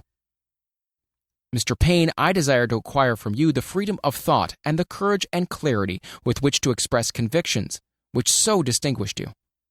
Mr. Darwin, I wish to acquire from you the marvelous patience and ability to study cause and effect without bias or prejudice, so exemplified by you in the field of natural science. Mr. Lincoln, I desire to build into my own character the keen sense of justice, an untiring spirit of patience, the sense of humor, the human understanding, and the tolerance which were your distinguishing characteristics. Mr. Carnegie, I am already indebted to you for my choice of a life work, which has brought me great happiness and peace of mind. I wish to acquire a thorough understanding of the principles of organized effort, which you use so effectively in the building of a great industrial enterprise. Mr. Ford, you have been among the most helpful of the men who have supplied much of the material essential to my work. I wish to acquire your spirit of persistence, the determination, poise, and self-confidence which has enabled you to master poverty, organize, unify, and simplify human effort so I may help others to follow in your footsteps. Mr. Edison, I've seated you nearest to me at my right because of the personal cooperation you've given me during my research into the causes of success and failure. I wish to acquire from you the marvelous spirit of faith, with which you have uncovered so many of nature's secrets, the spirit of unremitting toil, with which you have so often wrested victory from defeat. My method of addressing the members of the imaginary cabinet would vary according to the traits of character in which I was for the moment most interested in acquiring. I studied the records of their lives with painstaking care. After some months of this nightly procedure, I was astounded by the discovery that these imaginary figures became apparently real. Each of these 9 men developed individual characteristics which surprised me. For example, Lincoln developed the habit of always being late when walking around in solemn parade. When he came, he walked very slowly with his hands clasped behind him, and once in a while he would stop as he passed and rest his hand momentarily upon my shoulder. He always wore an expression of seriousness upon his face. Rarely did I see him smile. The cares of a sundered nation made him grave. That was not true of the others. Burbank and Payne often indulged in witty repartee, which seemed at times to shock the other members of the cabinet. One night Payne suggested that I prepare a lecture on the age of reason, and deliver it from the pulpit of a church which I formerly attended. Many around the table laughed heartily at the suggestion, but not Napoleon. He drew his mouth down at the corners and groaned so loudly that all turned and looked at him with amazement. To him the church was but a pawn of the state, not to be reformed, but to be used as a convenient inciter to mass activity by the people. On one occasion Burbank was late. When he came, he was excited with enthusiasm and explained that he had been late because of an experiment he was making, through which he hoped to be able to grow apples on any sort of tree. Paine chided him by reminding him that it was an apple which started all the trouble between man and woman. Darwin chuckled heartily as he suggested that Paine should watch out for little serpents when he went into the forest to gather apples, as they had the habit of growing into big snakes. Emerson observed, "No serpents, no apples," and Napoleon remarked, "No apples, no state." Lincoln developed the habit of always being the last one to leave the table after each meeting. On one occasion, he leaned across the end of the table, his arms folded, and remained in that position for many minutes. I made no attempt to disturb him. Finally, he lifted his head slowly, got up and walked to the door, then turned around, came back, and laid his hand on my shoulder and said, "My boy, you will need much courage if you remain steadfast in carrying out your purpose in life. But remember, when difficulties overtake you, the common people have common sense. Adversity will develop it." One evening, Edison arrived ahead of all the others. He walked over and seated himself at my left, where Emerson was accustomed to sit, and said, "You are destined to witness the discovery of the secret of life. When the time comes, you will observe that life consists of great swarms of energy, or entities, each as intelligent as human beings think themselves to be. These units have differences of opinion, the same as human beings, and often fight among themselves. These meetings which you are conducting will be very helpful to you. They will bring to your rescue some of the same units of life which serve the members of your cabinet during their lives. These units are eternal. They never die. Your own thoughts and desires serve as the magnet which attracts units of life from the great ocean of life that is out there. Only the friendly units are attracted, the ones which harmonize with the nature of your desires." The other members of the cabinet began to enter the room. Edison got up and slowly walked around to his own seat. Edison was still living when this happened. It impressed me so greatly that I went to see him and told him about the experience. He smiled broadly and said, "Your dream has more a reality than you may have imagined it to have been." He added no further explanation to this statement. These meetings became so realistic that I became fearful of their consequences and discontinued them for several months. The experiences were so uncanny, I was afraid if I continued them, I would lose sight of the fact that the meetings were purely experiences of my imagination. Some 6 months after I had discontinued the practice, I was awakened one night, or thought I was, when I saw Lincoln standing at my bedside. He said, "The world will soon need your services. It's about to undergo a period of chaos which will cause men and women to lose faith and become panic-stricken. Go ahead with your work and complete your philosophy. That is your mission in life. If you neglect it for any cause whatsoever, you will be reduced to a primal state and be compelled to retrace the cycles through which you have passed during thousands of years." I was unable to tell the following morning whether I had dreamed this or had actually been awake, and I have never found out which it was, but I do know that the dream, if it was a dream, was so vivid in my mind the next day that I resumed my meetings the following night. At our next meeting, the members of my cabinet all filed into the room together and stood at their accustomed places at the council table, while Lincoln raised a glass and said, "Gentlemen, let us drink a toast to a friend who has returned to the fold." After that, I began to add new members to my cabinet, until now it consists of more than 50, among them Christ, St. Paul, Galileo, Copernicus, Aristotle, Plato, Socrates, Homer, Voltaire, Bruno, Spinoza, Drummond, Kant, Schopenhauer, Newton, Confucius, Albert Hubbard, Braun, Ingersoll, Wilson, and William James. This is the first time that I have had the courage to mention this. Heretofore, I have remained quiet on the subject because I knew from my own attitude in connection with such matters that I would be misunderstood if I described my unusual experience. I have been emboldened now to reduce my experience to the printed page because I'm now less concerned about what they say than I was in the years that have passed. One of the blessings of maturity is that it sometimes brings one greater courage to be truthful, regardless of what those who do not understand may think or say. Lest I be misunderstood, I wish here to state more emphatically that I still regard my cabinet meetings as being purely imaginary, but I feel entitled to suggest that while the members of my cabinet may be purely fictional and the meetings existent only in my own imagination, they have led me into glorious paths of adventure, rekindled an appreciation of true greatness, encouraged creative endeavor, and emboldened the expression of honest thought. Somewhere in the cell structure of the brain is located an organ which receives vibrations of thought ordinarily called hunches. So far, science has not discovered where this organ of the sixth sense is located, but it is not important at this point. The fact remains that human beings do receive accurate knowledge through sources other than the physical senses. Such knowledge generally is received when the mind is under the influence of extraordinary stimulation. Any emergency which arouses the emotions and causes the heart to beat more rapidly than normal may, and generally does, bring the sixth sense into action. Anyone who has experienced a near accident while driving knows that on such occasions the sixth sense often comes to one's rescue and aids by split seconds in avoiding the accident. These facts are mentioned preliminary to a statement of fact which I shall now make, namely, that during my meetings with the invisible counselors, I find my mind more receptive to ideas, thoughts, and knowledge which reach me through the sixth sense. I can truthfully say that I owe entirely to my invisible counselors full credit for such ideas, facts, or knowledge as I received through inspiration. On scores of occasions, when I have faced emergencies, some of them so grave that my life was in jeopardy, I've been miraculously guided past these difficulties through the influence of my invisible counselors. My original purpose in conducting council meetings with imaginary beings was solely that of impressing my own subconscious mind through the principle of autosuggestion with certain characteristics which I desired to acquire. In more recent years, my experimentation has taken on an entirely different trend. I now go to my imaginary counselors with every difficult problem which confronts me and my clients. The results are often astonishing, although I do not depend entirely on this form of counsel.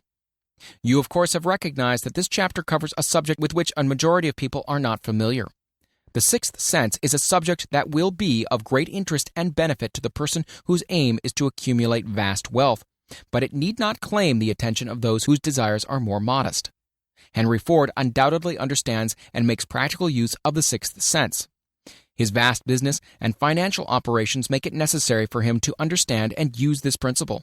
The late Thomas Edison understood and used the sixth sense in connection with the development of inventions, especially those involving basic patents, in connection with which he had no human experience and no accumulated knowledge to guide him, as was the case while he was working on the talking machine and the moving picture machine.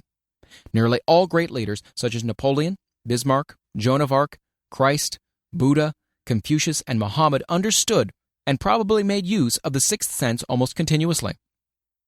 The major portion of their greatness consisted of their knowledge of this principle. The sixth sense is not something that one can take off and put on at will. Ability to use this power comes slowly through application of the other principles outlined in this book. Seldom does any individual come into workable knowledge of the sixth sense before the age of 40. More often the knowledge is not available until one is well past 50, and this for the reason that the spiritual forces, with which the sixth sense is so closely related, do not mature and become usable except through years of meditation, self-examination, and serious thought. No matter who you are or what may have been your purpose in reading this book, you can profit by it without understanding the principle described in this chapter. This is especially true if your major purpose is that of accumulation of money or other material things. The chapter on the sixth sense was included because the book is designed for the purpose of presenting a complete philosophy by which individuals may unerringly guide themselves in attaining whatever they ask of life. The starting point of all achievement is desire. The finishing point is that brand of knowledge which leads to understanding. Understanding of self, understanding of others, understanding of the laws of nature, recognition, and understanding of happiness. This sort of understanding comes in its fullness only through familiarity with and the use of the principle of the sixth sense. Hence, that principle had to be included as a part of this philosophy for the benefit of those who demand more than money. Having read the chapter, you must have observed that while reading it, you were lifted to a high level of mental stimulation. Well, that's splendid. Come back to this again, a month from now, read it once more, and observe that your mind will soar to a still higher level of stimulation. Repeat this experience from time to time, giving no concern as to how much or how little you learn at the time, and eventually you'll find yourself in possession of a power that will enable you to throw off discouragement, master fear, overcome procrastination, and draw freely upon your imagination. Then you will have felt the touch of that unknown something, which has been the moving spirit of every truly great thinker, leader, artist, musician, writer, and statesman. Then you'll be in a position to transmute your desires into their physical or financial counterpart as easily as you may lie down and quit at the first sign of opposition. Faith versus fear. Previous chapters have described how to develop faith through autosuggestion, desire, and the subconscious. The next chapter presents detailed instructions for the mastery of fear.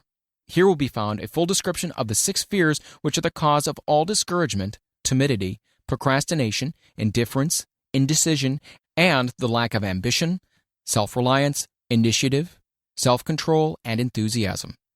Search yourself carefully as you study these 6 enemies, as they may exist only in your subconscious mind, where their presence will be hard to detect. Remember, too, as you analyze the 6 ghosts of fear, that they are nothing but ghosts, because they exist only in one's mind. Remember also that ghost creations of uncontrolled imagination have caused most of the damage people have done to their own minds. Therefore, ghosts can be as dangerous as if they lived and walked on the earth in physical bodies. The ghost of the fear of poverty, which seized the minds of millions of people in 1929, was so real that it caused the worst business depression this country has ever known.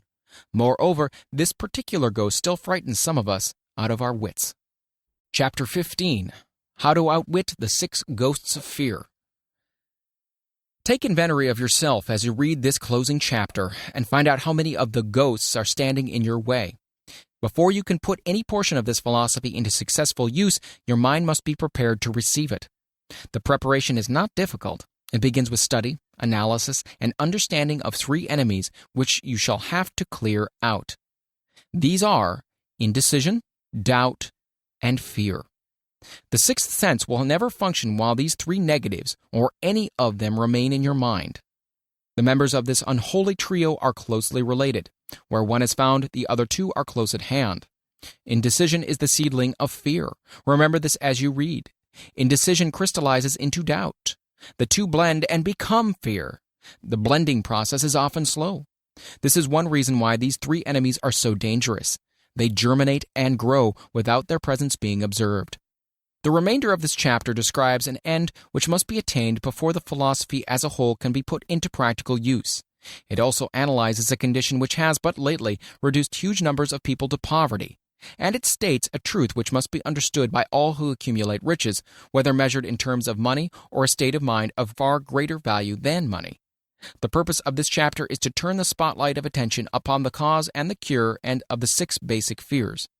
Before we can master an enemy, we must know its name, its habits, and its place of abode. As you read, analyze yourself carefully and determine which, if any, of the 6 common fears have attached themselves to you. Do not be deceived by the habits of these subtle enemies. Sometimes they remain hidden in the subconscious mind where they are difficult to locate and still more difficult to eliminate. The 6 basic fears. There are 6 basic fears with some combination of which every human suffers at one time or another. Most people are fortunate if they do not suffer from the entire 6.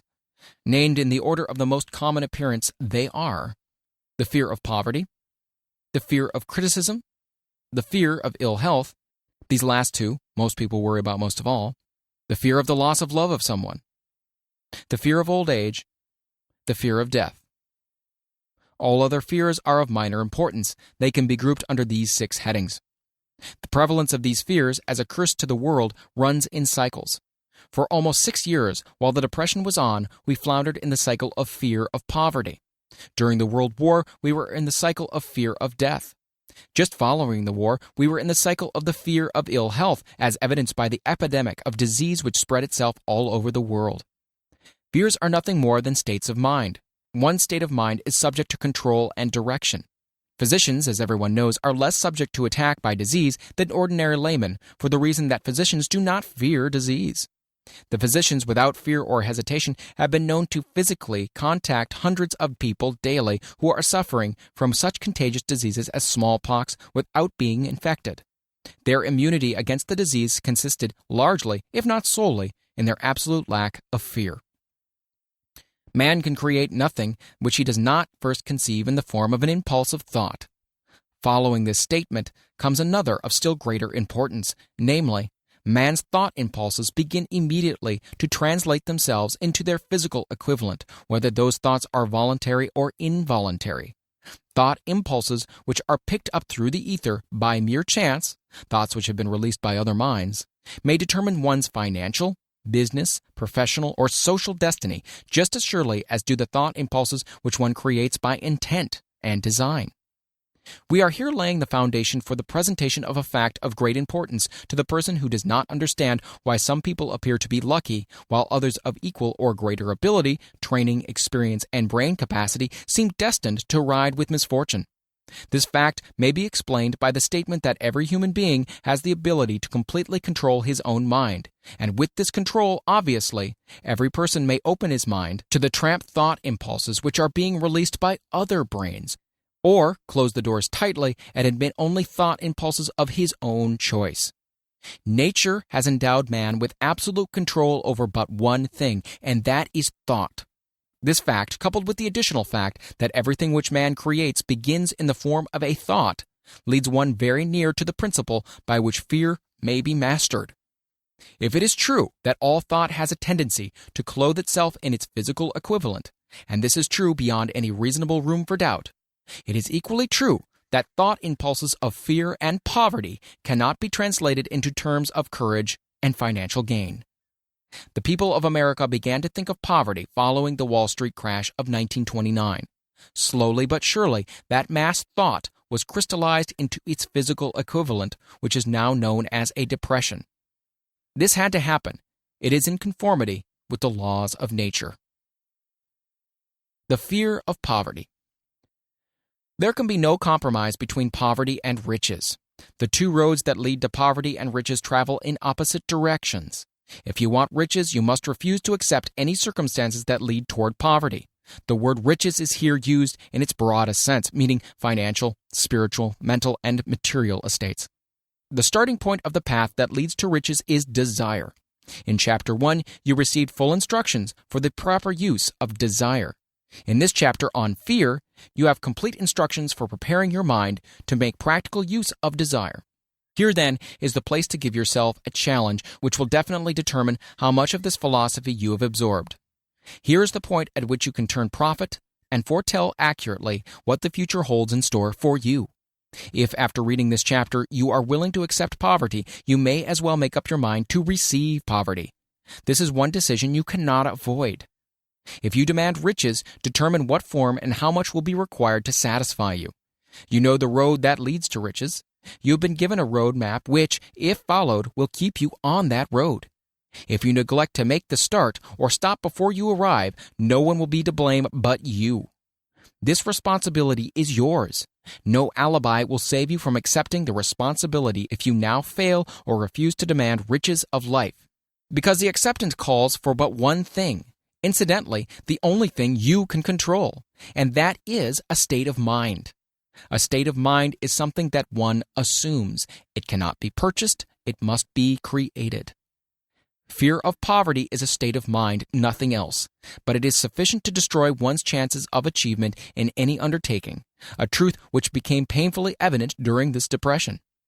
This fear paralyzes the faculty of reason, destroys the faculty of imagination, kills off self-reliance, undermines enthusiasm, discourages initiative, leads to uncertainty of purpose, encourages procrastination, wipes out enthusiasm, and makes self-control an impossibility.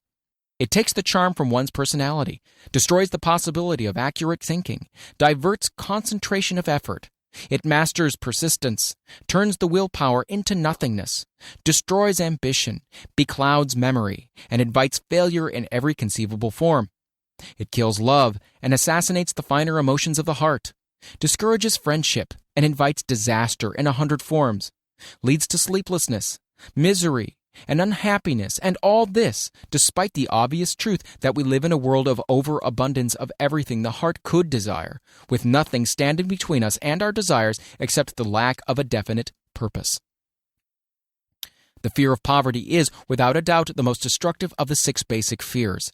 It has been placed at the head of the list because it is the most difficult to master. Considerable courage is required to state the truth about the origin of this fear, and still greater courage to accept the truth after it has been stated. The fear of poverty grew out of man's inherited tendency to prey upon his fellow man economically. Nearly all animals lower than man are motivated by instinct, but their capacity to think is limited. Therefore, they prey upon one another physically. Man with his superior sense of intuition, with the capacity to think and to reason, does not eat his fellow man bodily. He gets more satisfaction out of eating him, quote unquote, financially. Man is so avaricious that every conceivable law has been passed to safeguard him from his fellow man.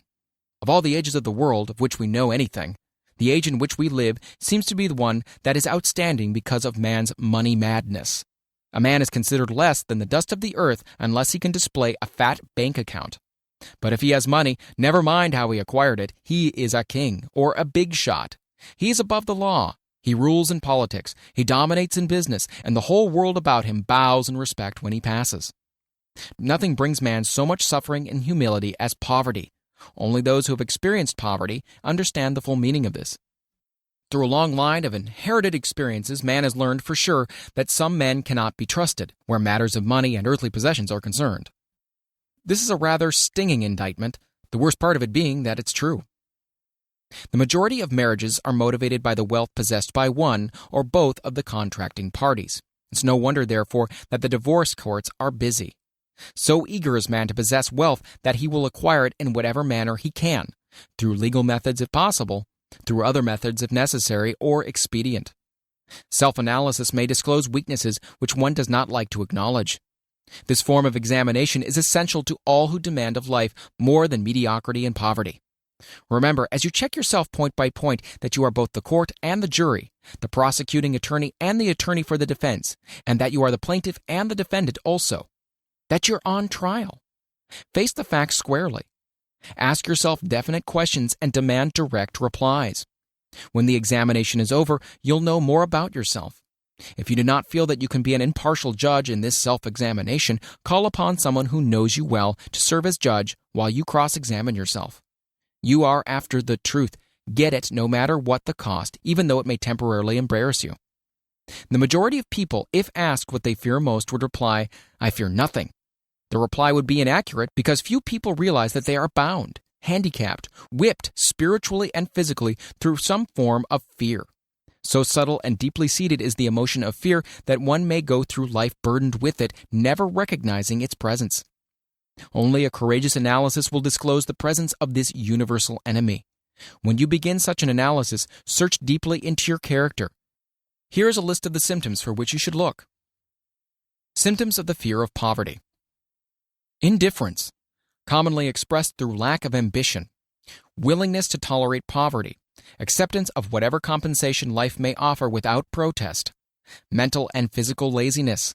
Lack of initiative, imagination, enthusiasm, and self-control. Indecision, the habit of permitting others to do one's thinking. Staying on the fence. Doubt, generally expressed through alibis and excuses designed to cover up, explain away, or apologize for one's failures, sometimes expressed in the form of envy of those who are successful or by criticizing them. Worry, usually expressed by finding fault with others, a tendency to spend beyond one's income, neglect of personal appearance, scowling and frowning, intemperance in the use of alcoholic drink, sometimes through the use of narcotics, nervousness, lack of poise, self-consciousness, and lack of self-reliance. Overcaution, the habit of looking for the negative side of every circumstance, thinking and talking of possible failure instead of concentrating upon the means of succeeding, knowing all the roads to disaster but never searching for the plans to avoid failure, waiting for the right time to begin putting ideas and plans into action until the waiting becomes a permanent habit, remembering those who have failed and forgetting those who have succeeded, seeing the hole in the donut but overlooking the donut itself, pessimism leading to indigestion, poor elimination, auto-intoxication, bad breath, and bad disposition. Procrastination, the habit of putting off until tomorrow that which should have been done last year, spending enough time in creating alibis and excuses to have done the job. This system is closely related to overcaution, doubt, and worry. Refusal to accept responsibility when it can be avoided. Willingness to compromise rather than to put up a stiff fight. Compromising with difficulties instead of harnessing and using them as stepping stones to advancement. Bargaining with life for a penny instead of demanding prosperity, opulence, riches, contentment, and happiness. Planning what to do if and when overtaken by failure instead of burning all bridges and making retreat impossible. Weakness of and often total lack of self-confidence, definiteness of purpose, self-control, initiative, enthusiasm, ambition, thrift, and sound reasoning ability. Expecting poverty instead of demanding riches. Association with those who accept poverty instead of seeking the company of those who demand and receive riches. Money talks. Some will ask, why did you write a book about money? Why measure riches in dollars alone? Some will believe, and rightly so, that there are other forms of riches more desirable than money. Yes, there are riches which cannot be measured in terms of dollars, but there are millions of people who will say, give me all the money I need and I will find everything else I want. The major reason why I wrote this book on how to get money is the fact that the world has but lately passed through an experience that left millions of men and women paralyzed with the fear of poverty. What this sort of fear does to one was well described by Westbridge Pegler in the New York World Telegram, viz. Money is only clamshells or metal discs or scraps of paper, and there are treasures of the heart and soul which money cannot buy. But most people, being broke, are unable to keep this in mind and sustain their spirits. When a man is down and out and on the street, unable to get any job at all, something happens to his spirit which can be observed in the droop of his shoulders, the set of his hat, his walk, and his gaze. He cannot escape a feeling of inferiority among people with regular employment, even though he knows that they are definitely not his equals in character, intelligence, or ability. These people, even his friends, feel, on the other hand, a sense of superiority, and regard him, perhaps unconsciously, as a casualty. He may borrow for a time, but not enough to carry on in his accustomed way, and he cannot continue to borrow very long. But borrowing in itself, when a man is borrowing merely to live, is a depressing experience, and the money lacks the power of earned money to revive his spirits. Of course, none of this applies to bums or habitual never-do-wells, but only to men of normal ambition and self-respect. Women conceal despair. Women in the same predicament must be different. We somehow do not think of women at all in considering the down-and-outers. They are scarce in the breadlines, they're rarely seen begging on the streets, and they're not recognizable in crowds by the same plain signs which identify busted men. Of course, I do not mean the shuffling hags of the city streets who are opposite number of the confirmed male bums. I mean reasonably young, decent, and intelligent women. There must be many of them, but their despair is just not apparent. Maybe they kill themselves. When a man is down and out, he has time on his hands for brooding. He may travel miles to see a man about a job and discover that the job is filled, or that it is one of those jobs with no base pay, but only a commission on the sale of some useless knick-knack which nobody would buy except out of pity. Turning that down, he finds himself back on the street and nowhere to go but just anywhere. So he walks and walks. He gazes into store windows at luxuries which are not for him, and feels inferior and gives way to people who stop to look with an active interest. He wanders into the railroad station or puts himself down in the library to ease his legs and soak up a little heat, but that isn't looking for a job, so he gets going again. He may not know it, but his aimlessness would give him away even if the very lines of his figure did not. He may be well dressed in the clothes left over from the days in which he had a steady job, but the clothes cannot disguise the droop. Money makes difference. He sees thousands of other people, bookkeepers or clerks or chemists or wagon hands, busy at their work, and envies them from the bottom of his soul. They have their independence, their self-respect, and manhood, and he simply cannot convince himself that he is a good man too, though he argue it out and arrive at a favorable verdict hour after hour. It is just money which makes this difference in him. With a little money, he would be himself again. Some employers take the most shocking advantage of people who are down and out. The agencies hang out little colored cards offering miserable wages to busted men, $12 a week, $15 a week. An $18 a week a job is a plum, and anyone with $25 a week to offer does not hang the job in front of an agency on a colored card. I have a want ad clipped from a local paper demanding a clerk, a good clean penman, to take telephone orders for a sandwich shop between 11 a.m. and 2 p.m. for $8 a month. Not $8 a week, $8 a month. The ad also says, state religion. Can you imagine the brutal effrontery of anyone who demands a good clean penman for 11 cents an hour inquiring into the victim's religion? But this is what busted people are offered. The fear of criticism. Just how man originally came by this fear, no one can state definitely. But one thing is certain, he has it in a highly developed form. Some believe that this fear made its appearance about the time that politics became a profession. Others believe it can be traced to the age when women first began to concern themselves with styles and wearing apparel. This author, being neither a humorist nor a prophet, is inclined to attribute the basic fear of criticism to that part of man's inherited nature which prompts him not only to take away his fellow man's goods and wares, but to justify his action by criticism of his fellow man's character.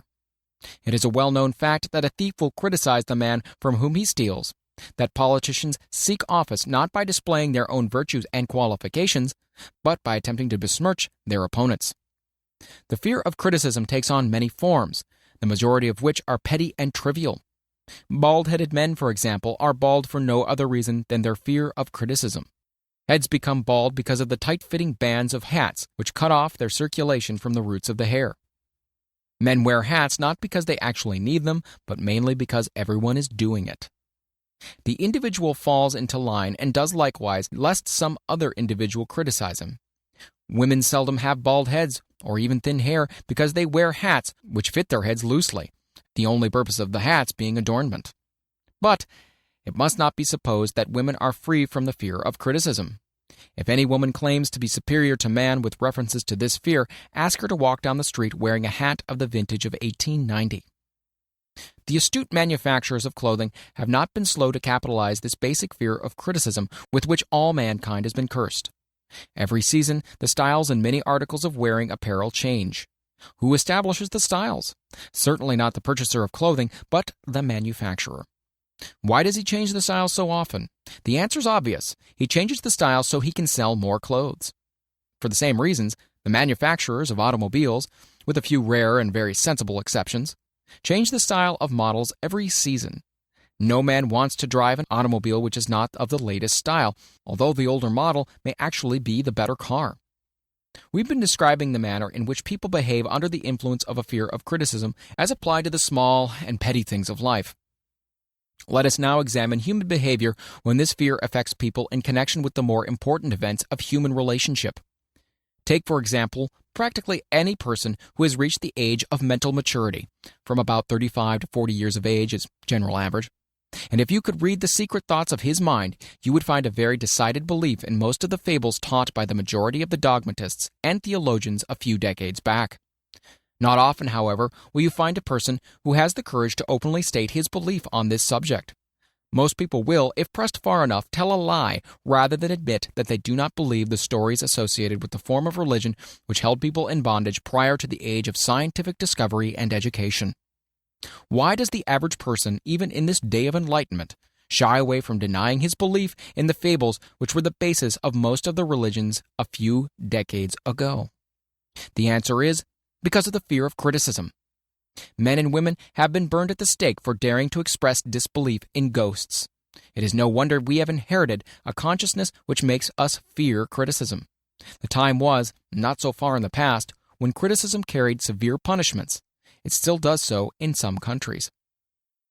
The fear of criticism robs man of his initiative, destroys his power of imagination, limits his individuality, takes away his self-defense, and does him damage in 100 other ways. Parents often do their children irreparable injury by criticizing them.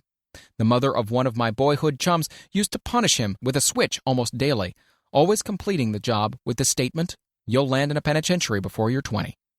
He was sent to a reformatory at the age of 17. Criticism is one form of service of which everyone has too much. Everyone has a stock of which is handed out gratis, whether called for or not. One's nearest relatives often are the worst offenders. It should be recognized as a crime, in reality it is a crime of the worst nature, for any parent to build inferiority complexes in the mind of a child through unnecessary criticism. Employers who understand human nature get the best there is in men, not by criticism, but by constructive suggestion. Parents may accomplish the same results with their children. Criticism will plant fear in the human heart or resentment, but it will not build love or affection. Symptoms of the fear of criticism. This fear is almost as universal as the fear of poverty, and its effects are just as fatal to personal achievement, mainly because this fear destroys initiative and discourages the use of imagination. The major symptoms of the fear are self-consciousness, generally expressed through nervousness, timidity in conversation and in meeting strangers, awkward movement of the hands, limbs, and shifting of the eyes. Lack of poise, expressed through a lack of voice control, nervousness in the presence of others, poor posture of body, and poor memory. Personality, lacking in a firmness of decision, personal charm, and ability to express opinions definitely. The habit of sidestepping issues instead of meeting them squarely, agreeing with others without careful examination of their opinions. Inferiority complex, the habit of expressing self-approval by word of mouth and by actions as a means of covering up a feeling of inferiority. Using big words to impress others, often without knowing the real meaning of the words. Imitating others in dress, speech, and manners. Boasting of an imaginary achievement. This sometimes gives a surface appearance of a feeling of superiority. Extravagance, the habit of trying to keep up with the Joneses, spending beyond one's income. Lack of initiative, failure to embrace opportunities for self-advancement, fear to express opinions, lack of confidence in one's own ideas, giving evasive answers to questions asked by superiors, hesitancy of manner and speech, deceit in both words and deeds, lack of ambition, mental and physical laziness, lack of self-assertion, slowness in reaching decisions, easily influenced by others, the habit of criticizing others behind their backs and flattering them to their faces, the habit of accepting defeat without protest, quitting an undertaking when opposed by others, suspicious of other people without cause, lacking in tactfulness of manner and speech, unwillingness to accept the blame for mistakes. The fear of ill health. This fear may be traced to both physical and social heredity. It is closely associated as to its origin with the cause of the fear of old age and the fear of death, because it leads one closely to the border of terrible worlds of which man knows not, but concerning which he has been taught some discomforting stories. The opinion is somewhat general, also, that certain unethical people engaged in the business of selling health have had not a little to do with keeping alive the fear of ill health. In the main, man fears ill health because of the terrible pictures which have been planted in his mind of what may happen if death should overtake him. He also fears it because of the economic toll which it may claim. A reputable physician estimated that 75% of all people who visit physicians for professional services are suffering with hypochondria, imaginary illness. It has been shown most convincingly that the fear of disease, even where there is not the slightest cause for fear, often produces the physical symptoms of the disease feared. Powerful and mighty is the human mind. It builds or it destroys. Playing upon this common weakness of fear of ill health, dispensers of patent medicines have reaped fortunes. This form of imposition upon credulous humanity became so prevalent almost some 20 years ago that Collier's Weekly conducted a bitter campaign against some of the worst offenders in the patent medicine business. During the flu epidemic which broke out during the World War, the mayor of New York City took drastic steps to check the damage which people were doing themselves through their inherent fear of ill health. He called in the newspaper men and said to them, "Gentlemen, I feel it necessary to ask you not to publish any scare headlines concerning this flu epidemic. Unless you cooperate with me, we will have a situation which we cannot control." The newspapers quit publishing the stories about the flu, and within 1 month, the epidemic had been successfully checked. Through a series of experiments conducted some years ago, it was proved that people may be made ill by suggestion. We conducted the experiment by causing the 3 acquaintances to visit the victims, each of whom asked the question, "What ails you?" or "You look terribly ill." The first questioner usually provoked a grin and a nonchalant reply, which was usually something like, "Oh, nothing, I'm all right," from the victim. The second questioner usually was answered with the statement, "I don't know exactly, but I do feel badly." The third questioner was usually met with the frank admission that the victim was actually feeling ill. Try this on an acquaintance if you doubt that it will make him uncomfortable. But do not carry the experiment too far. There's a certain religious sect whose members take vengeance upon their enemies by the hexing method. They call it placing a spell on the victim. There is overwhelming evidence that disease sometimes begins in the form of negative thought impulse. Such an impulse may be passed from one's mind to another by suggestion or created by an individual in his own mind. A man who was blessed with more wisdom than his incident might indicate once said, "When anyone asks me how I feel, I always want to answer by knocking him down." Doctors send patients into new climates for their health because a change of mental attitude is necessary. The seed of fear of ill health lives in every human mind. Worry, fear, discouragement, disappointment in love and business affairs cause this seed to germinate and grow. The recent business depression kept the doctors on the run because every form of negative thinking may cause ill health. Disappointments in business and in love stand at the head of the list of causes of the fear of ill health. A young man suffered a disappointment in love which sent him to the hospital. For months he hovered between life and death. A specialist in suggesting therapeutics was called in. The specialist changed nurses, placing him in charge of a very charming young woman who began, by prearrangement with the doctor, to make love to him the first day of her arrival on the job. Within 3 weeks, the patient was discharged from the hospital, still suffering, but with an entirely different malady. He was in love again. The remedy was a hoax, but the patient and the nurse were later married. Both are in good health at the time of this writing. The symptoms of this almost universal fear are autosuggestion, the habit of negative use of self-suggestion by looking for and expecting to find the symptoms of all kinds of disease, enjoying imaginary illness and speaking of it as being real, the habit of trying all fads and isms recommended by others as having therapeutic value, talking to others of operations, accidents, and other forms of illness, experimenting with diets, physical exercises, reducing systems without professional guidance, trying home remedies, patent medicines, and quack remedies. Hypochondria, the habit of talking of illness, concentrating the mind upon disease, and expecting its appearance until a nervous break occurs. Nothing that comes in bottles can cure this condition. It is brought on by negative thinking, and nothing but positive thought can effect a cure. Hypochondria, a medical term for imaginary disease, is said to do as much damage on occasion as the disease one fears might do. Most so-called cases of nerves come from imaginary illness. Exercise. Fear of ill health often interferes with proper physical exercise and results in overweight by causing one to avoid outdoor life. Susceptibility. Fear of ill health breaks down nature's body resistance and creates favorable condition for any form of disease one may contact. The fear of ill health is often related to the fear of poverty, especially in the case of the hypochondriac, who constantly worries about the possibility of having to pay doctor's bills, hospital bills, etc. This type of person spends much time preparing for sickness, talking about death, saving money for cemetery lots and burial expenses and other things. Self-coddling. The habit of making a bid for sympathy, using imaginary illness as the lure. People often resort to this trick to avoid work. The habit of feigning illness to cover plain laziness or to serve as an alibi for lack of ambition. Intemperance. The habit of using alcohol or narcotics to destroy pains such as headaches, neuralgia, etc., instead of eliminating the cause. The habit of reading about illness and worrying about the possibility of being stricken by it. The habit of reading patent medicine advertisements. The fear of loss of love. The origin source of this inherent fear needs but little description because it obviously grew out of man's polygamous habit of stealing his fellow man's mate and his habit of taking liberties with her whenever he could. Jealousy and other similar forms of dementia grow out of a man's inherited fear of the loss of love of someone.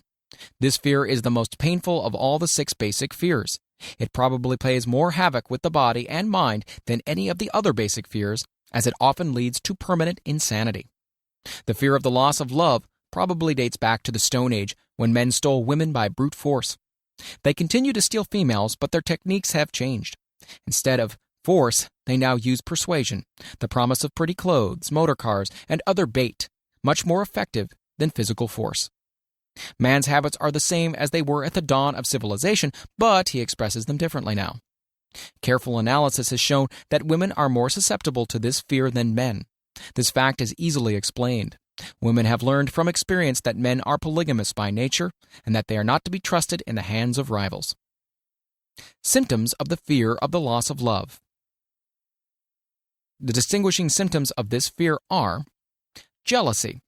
The habit of being suspicious of friends and loved ones without any reasonable evidence of sufficient grounds. Jealousy is a form of dementia, which sometimes becomes violent without the slightest cause. The habit of accusing wife or husband of infidelity without grounds. General suspicion of everyone, absolute faith in no one. Fault-finding.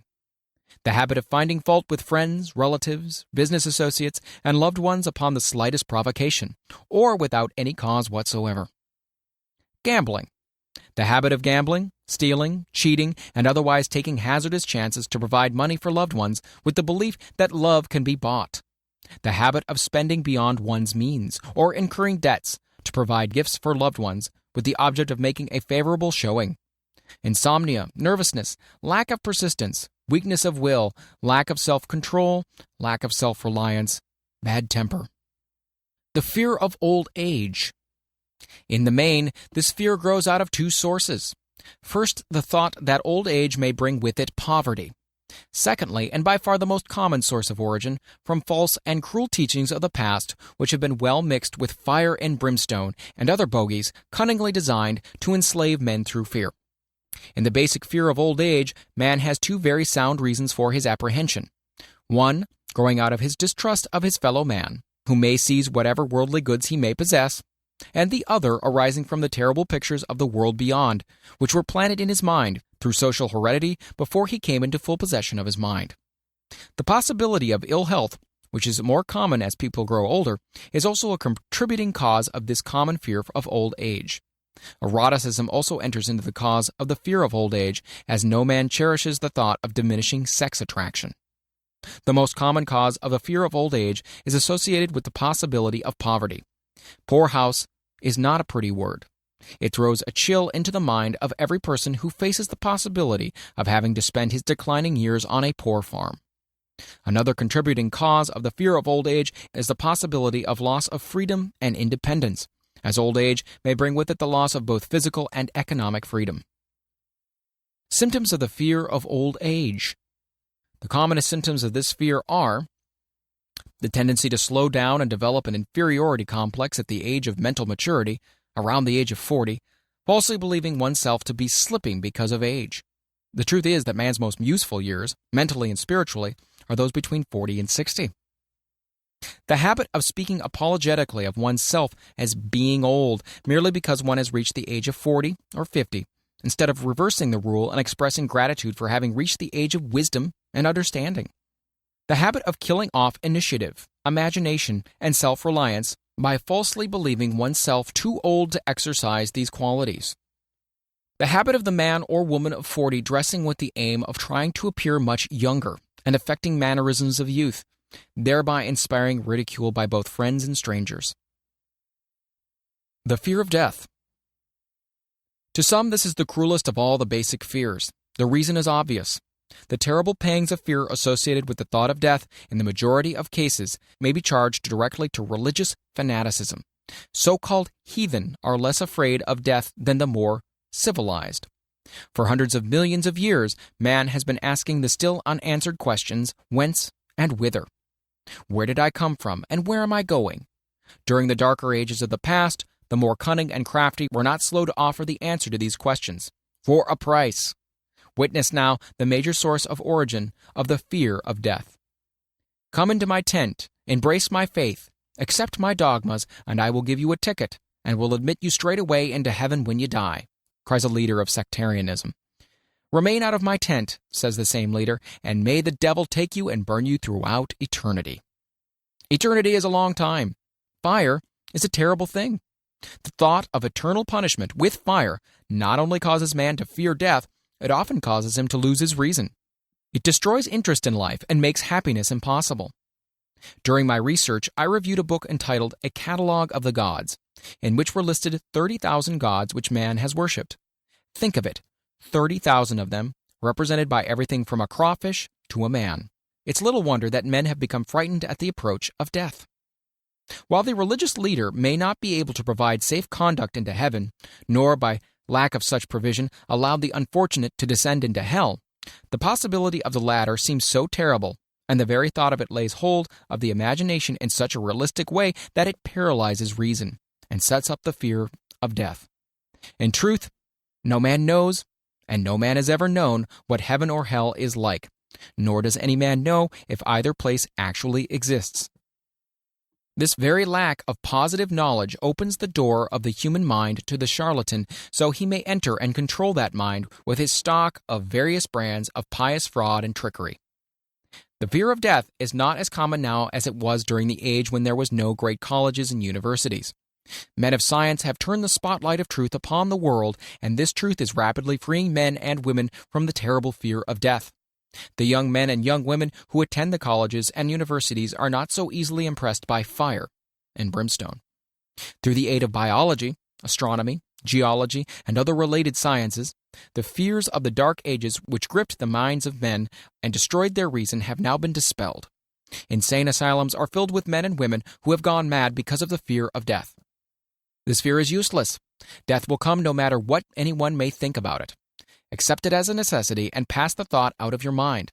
It must be a necessity, or it would not come at all. Perhaps it's not as bad as it's been pictured. The entire world is made up of only two things: energy and matter. In elementary physics, we learn that neither matter nor energy, the only two realities known to man, can be created nor destroyed. Both matter and energy can be transformed, but neither can be destroyed. Life is energy, if it's anything. If neither energy nor matter can be destroyed, then of course life can't be destroyed. Life, like other forms of energy, may be passed through various processes of transition or change, but it can't be destroyed. Death is a mere transition.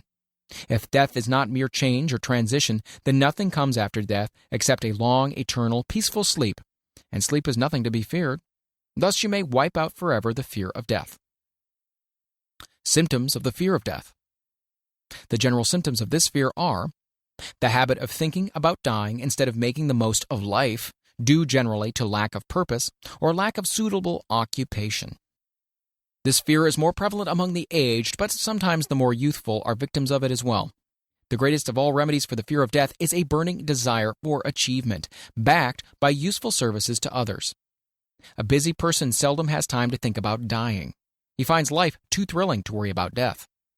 The fear of death is closely associated with the fear of poverty, where one's death would leave loved ones poverty-stricken. In other cases, the fear of death is caused by illness and the consequent breaking down of physical body resistance. The commonest causes of the fear of death are ill health, poverty, lack of appropriate occupation, disappointment over love, insanity, religious fanaticism. Old man worry. Worry is a state of mind based upon fear. It works slowly but persistently. It is insidious and subtle. Step by step, it digs itself in until it paralyzes one's reasoning faculty, destroys self-confidence and initiative. Worry is a form of sustained fear caused by indecision. Therefore, it is a state of mind which can be controlled. An unsettled mind is helpless. Indecision makes an unsettled mind. Most individuals lack the willpower to reach decisions promptly and to stand by them after they have been made, even during normal business conditions. During periods of economic unrest, such as the world has recently experienced, the individual is handicapped, not alone by his inherent nature to be slow at reaching decisions, but he is influenced by the indecision of others around him, who have created a state of mass indecision. During the Depression, the whole atmosphere all over the world was filled with fierenza, and worryitis, the two mental disease germs which began to spread themselves after the Wall Street frenzy in 1929. There's only one known antidote for these germs. It is the habit of prompt and firm decision. Moreover, it is an antidote which every individual must apply for himself. We do not worry over conditions once we have reached a decision to follow a definite line of action. I once interviewed a man who was to be electrocuted 2 hours later. The condemned man was the calmest of some 8 men who were in the same death cell with him. His calmness prompted me to ask him how it felt to know he was going into eternity in a short while.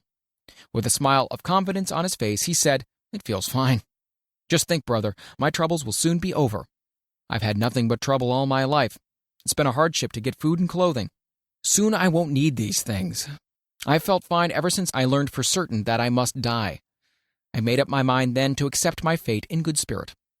As he spoke, he devoured a dinner of proportions sufficient for 3 men, eating every mouthful of the food brought to him, and apparently enjoying it as much as if no disaster awaited him. Decision gave this man resignation to his fate. Decision can also prevent one's acceptance of undesired circumstances. The 6 basic fears become translated into a state of worry through indecision. Relieve yourself forever of the fear of death by reaching a decision to accept death as an inescapable event. Whip the fear of poverty by reaching a decision to get along with whatever wealth you can accumulate without worry. Put your foot upon the neck of the fear of criticism by reaching a decision not to worry about what other people think, do, or say. Eliminate the fear of old age by reaching a decision to accept it, not as a handicap, but as a great blessing which carries with it wisdom, self-control, and understanding not known to youth. Acquit yourself of the fear of ill health by the decision to forget symptoms. Master the fear of loss of love by reaching a decision to get along without love if that is necessary. Kill the habit of worry in all its forms by reaching a general blanket decision that nothing which life has to offer is worth the price of worry. With this decision will come poise, peace of mind, and calmness of thought which will bring happiness.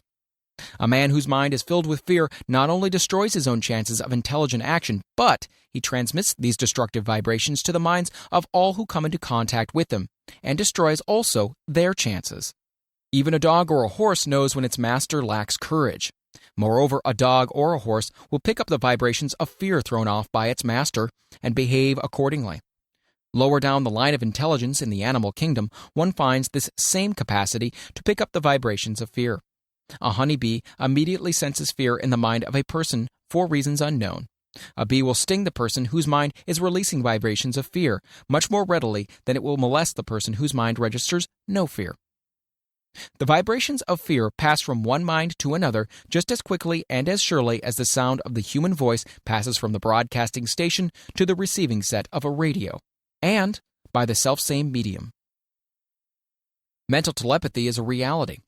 Thoughts pass from one mind to another, voluntarily, whether or not this fact is recognized by either the person releasing the thoughts or the persons who pick up those thoughts.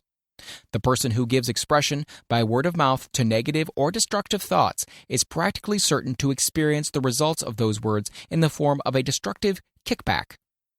The release of destructive thought impulses, alone without the aid of words, produces also a kickback in more ways than one. First of all, and perhaps the most important to be remembered, the person who releases thoughts of a destructive nature must suffer damage through the breaking down of the faculty of creative imagination. Secondly, the presence in the mind of any destructive emotion develops a negative personality which repels people and often converts them into antagonists. The third source of damage to the person who entertains or releases negative thoughts lies in this significant fact. These thought impulses are not only damaging to others, but they embed themselves in the subconscious mind of the person releasing them, and there become a part of his character. One is never through with a thought merely by releasing it. When a thought is released, it spreads in every direction through the medium of the ether, but it also plants itself permanently in the subconscious mind of the person releasing it. Your business in life is, presumably, to achieve success. To be successful, you must find peace of mind, acquire the material needs of life, and above all, attain happiness. All of these evidences of success begin in the form of thought impulses. You may control your own mind. You have the power to feed it whatever thought impulses you choose. With this privilege also goes the responsibility of using it constructively. You are the master of your own earthly destiny just as surely as you have the power to control your own thoughts. You may influence, direct, and eventually control your own environment, making your life what you want it to be. Or you may neglect to exercise the privilege which is yours, to make your life to order, thus casting yourself upon the broad sea of circumstance, where you will be tossed hither and yon like a chip on the waves of the ocean. The Devil's Workshop, the 7th basic evil. In addition to the 6 basic fears, there's another evil by which people suffer. It constitutes a rich soil in which the seeds of failure grow abundantly. It's so subtle that its presence often is not detected. This affliction cannot properly be classed as a fear. It's more deeply seated and more often fatal than all of the 6 fears. For want of a better name, let us call this evil susceptibility to negative influences. Men who accumulate great riches always protect themselves against this evil. The poverty-stricken never do. Those who succeed in any calling must prepare their minds to resist the evil. If you are reading this philosophy for the purpose of accumulating riches, you should examine yourself very carefully to determine whether you are susceptible to negative influences. If you neglect this self-analysis, you will forfeit your right to attain the object of your desires. Make the analysis searching. After you read the questions prepared for this self-analysis, hold yourself to a strict accounting in your answers. Go at the task as carefully as you would search for any other enemy you knew to be awaiting you in an ambush, and deal with your own faults as you would with a more tangible enemy. You can easily protect yourself against highway robbers because the law provides organized cooperation for your benefit. But the seventh basic evil is more difficult to master because it strikes when you are not aware of its presence, when you're asleep, and while you're awake. Moreover, its weapon is intangible because it consists of merely a state of mind. This evil is also dangerous because it strikes in as many different forms as there are human experiences. Sometimes it enters the mind through the well-meant words of one's own relatives. At other times it bores from within, through one's own mental attitude. Always it is as deadly as poison, even though it may not kill as quickly. How to protect yourself against negative influences? To protect yourself against negative influences, whether of your own making or the result of the activities of negative people around you, recognize that you have a willpower and put it into constant use until it builds a wall of immunity against negative influences in your own mind. Recognize the fact that you and every other human being are by nature lazy, indifferent, and susceptible to all suggestions which harmonize with your weakness.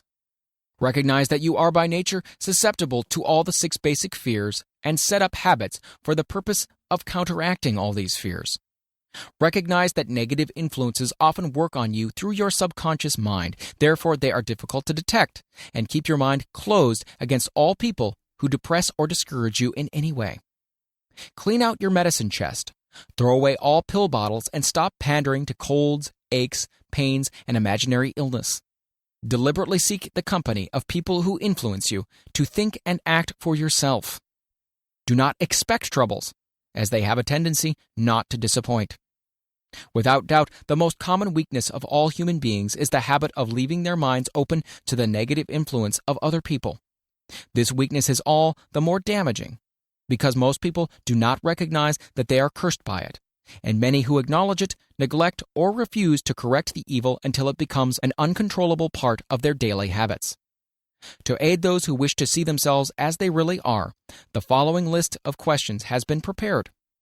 Read the questions and state your answers aloud so you can hear your own voice. This will make it easier for you to be truthful with yourself. Self-analysis test questions. Do you often complain of feeling bad? And if so, what is the cause? Do you find fault with other people at the slightest provocation? Do you frequently make mistakes in your work, and if so, why? Are you sarcastic and offensive in your conversation? Do you deliberately avoid the association of anyone, and if so, why? Do you suffer frequently with indigestion? If so, what is the cause? Does life seem futile and the future hopeless to you? If so, why? Do you like your occupation? If not, why? Do you often feel self-pity, and if so, why? Are you envious of those who excel you? To which do you devote most time? Thinking of success or of failure? Are you gaining or losing self-confidence as you grow older? Do you learn something of value from all mistakes? Are you permitting some relative or acquaintance to worry you? If so, why? Are you sometimes in the clouds and at other times in the depths of despondency? Who has the most inspiring influence upon you? What is the cause? Do you tolerate negative or discouraging influences which you can avoid? Are you careless of your personal appearance? If so, when and why? Have you learned how to drown your troubles by being too busy to be annoyed by them? Would you call yourself a spineless weakling if you permitted others to do your thinking for you? Do you neglect internal bathing until auto-intoxication makes you ill-tempered and irritable? How many preventable disturbances annoy you, and why do you tolerate them? Do you resort to liquor, narcotics, or cigarettes to quiet your nerves? If so, do you not try willpower instead? Does anyone nag you, and if so, for what reason? Do you have a definite major purpose, and if so, what is it? And what plan have you for achieving it? Do you suffer from any of the 6 basic fears? If so, which ones? Have you a method by which you can shield yourself against the negative influence of others? Do you make deliberate use of autosuggestion to make your mind positive? Do you value most your material possessions or your privilege of controlling your own thoughts?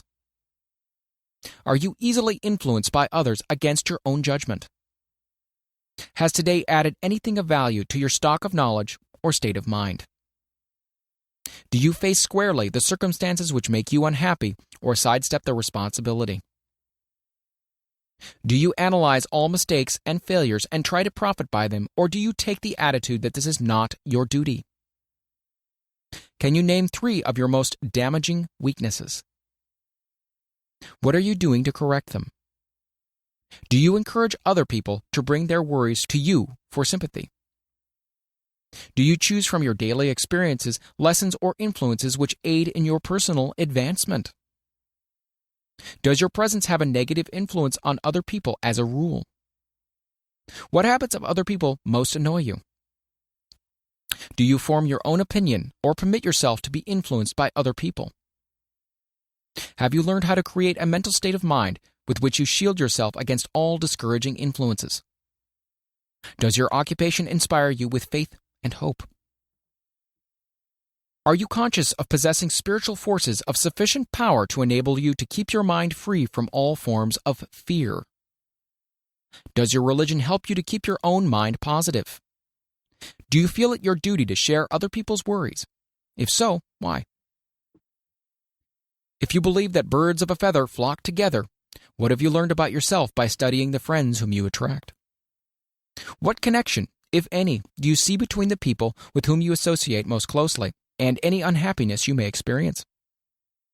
Could it be possible that some person whom you consider to be a friend is in reality your worst enemy because of his negative influence on your mind?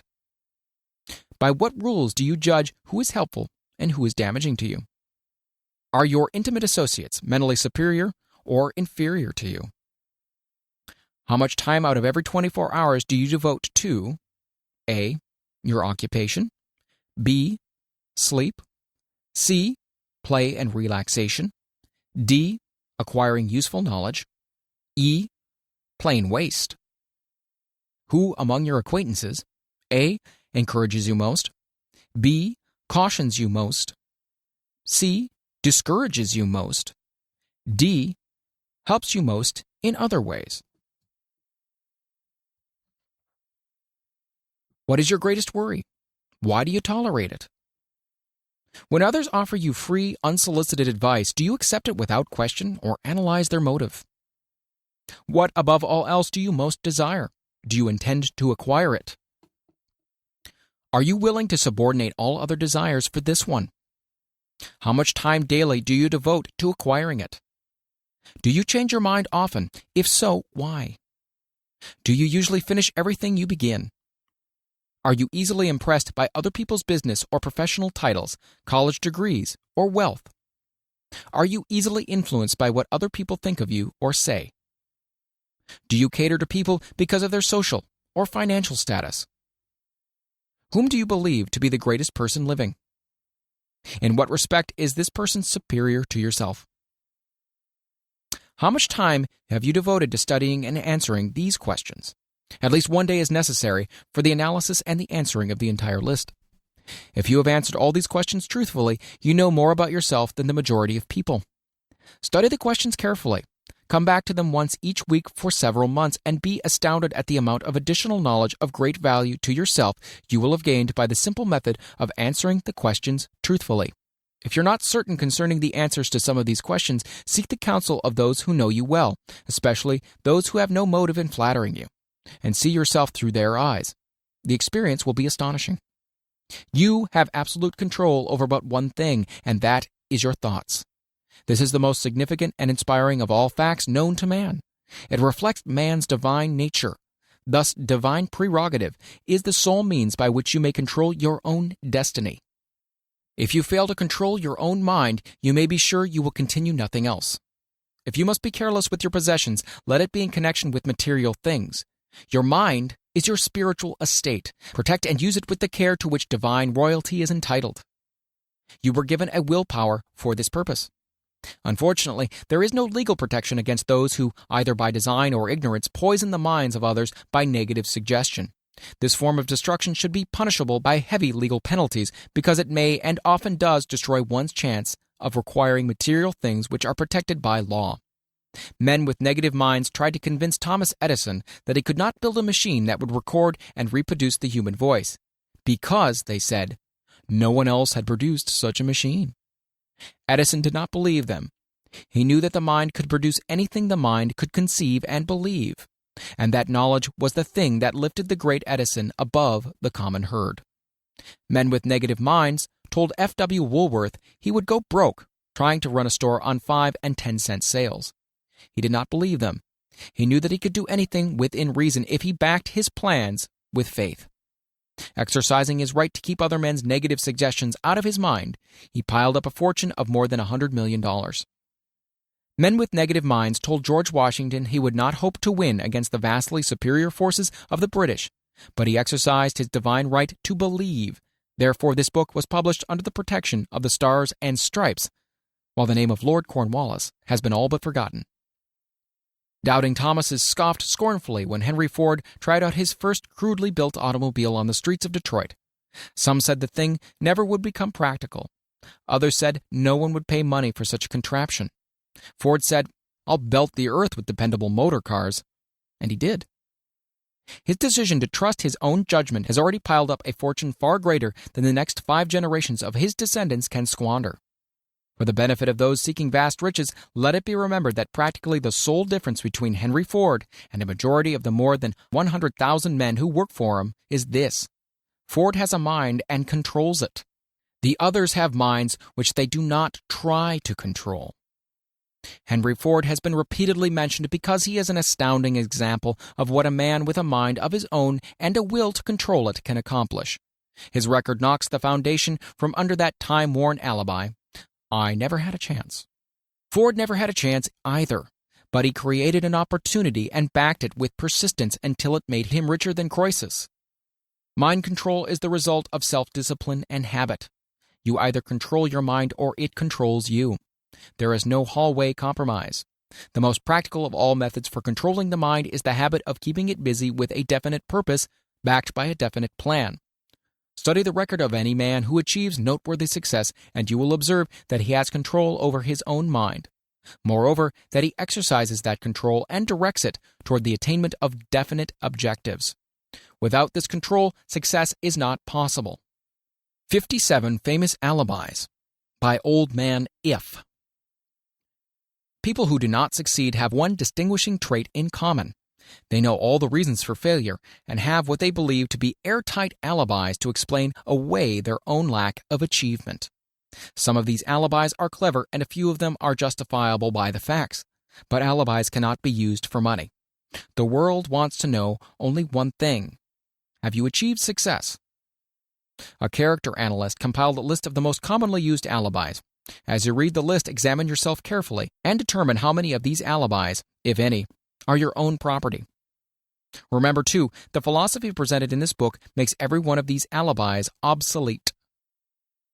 If I didn't have a wife and family, if I had enough pull, if I had money, if I had a good education, if I could get a job, if I had good health, if I only had time, if times were better, if other people understood me, if conditions around me were only different, if I could live my life over again, if I did not fear what they would say, if I had been given a chance, if I now had a chance, if other people didn't have it in for me, if nothing happens to stop me.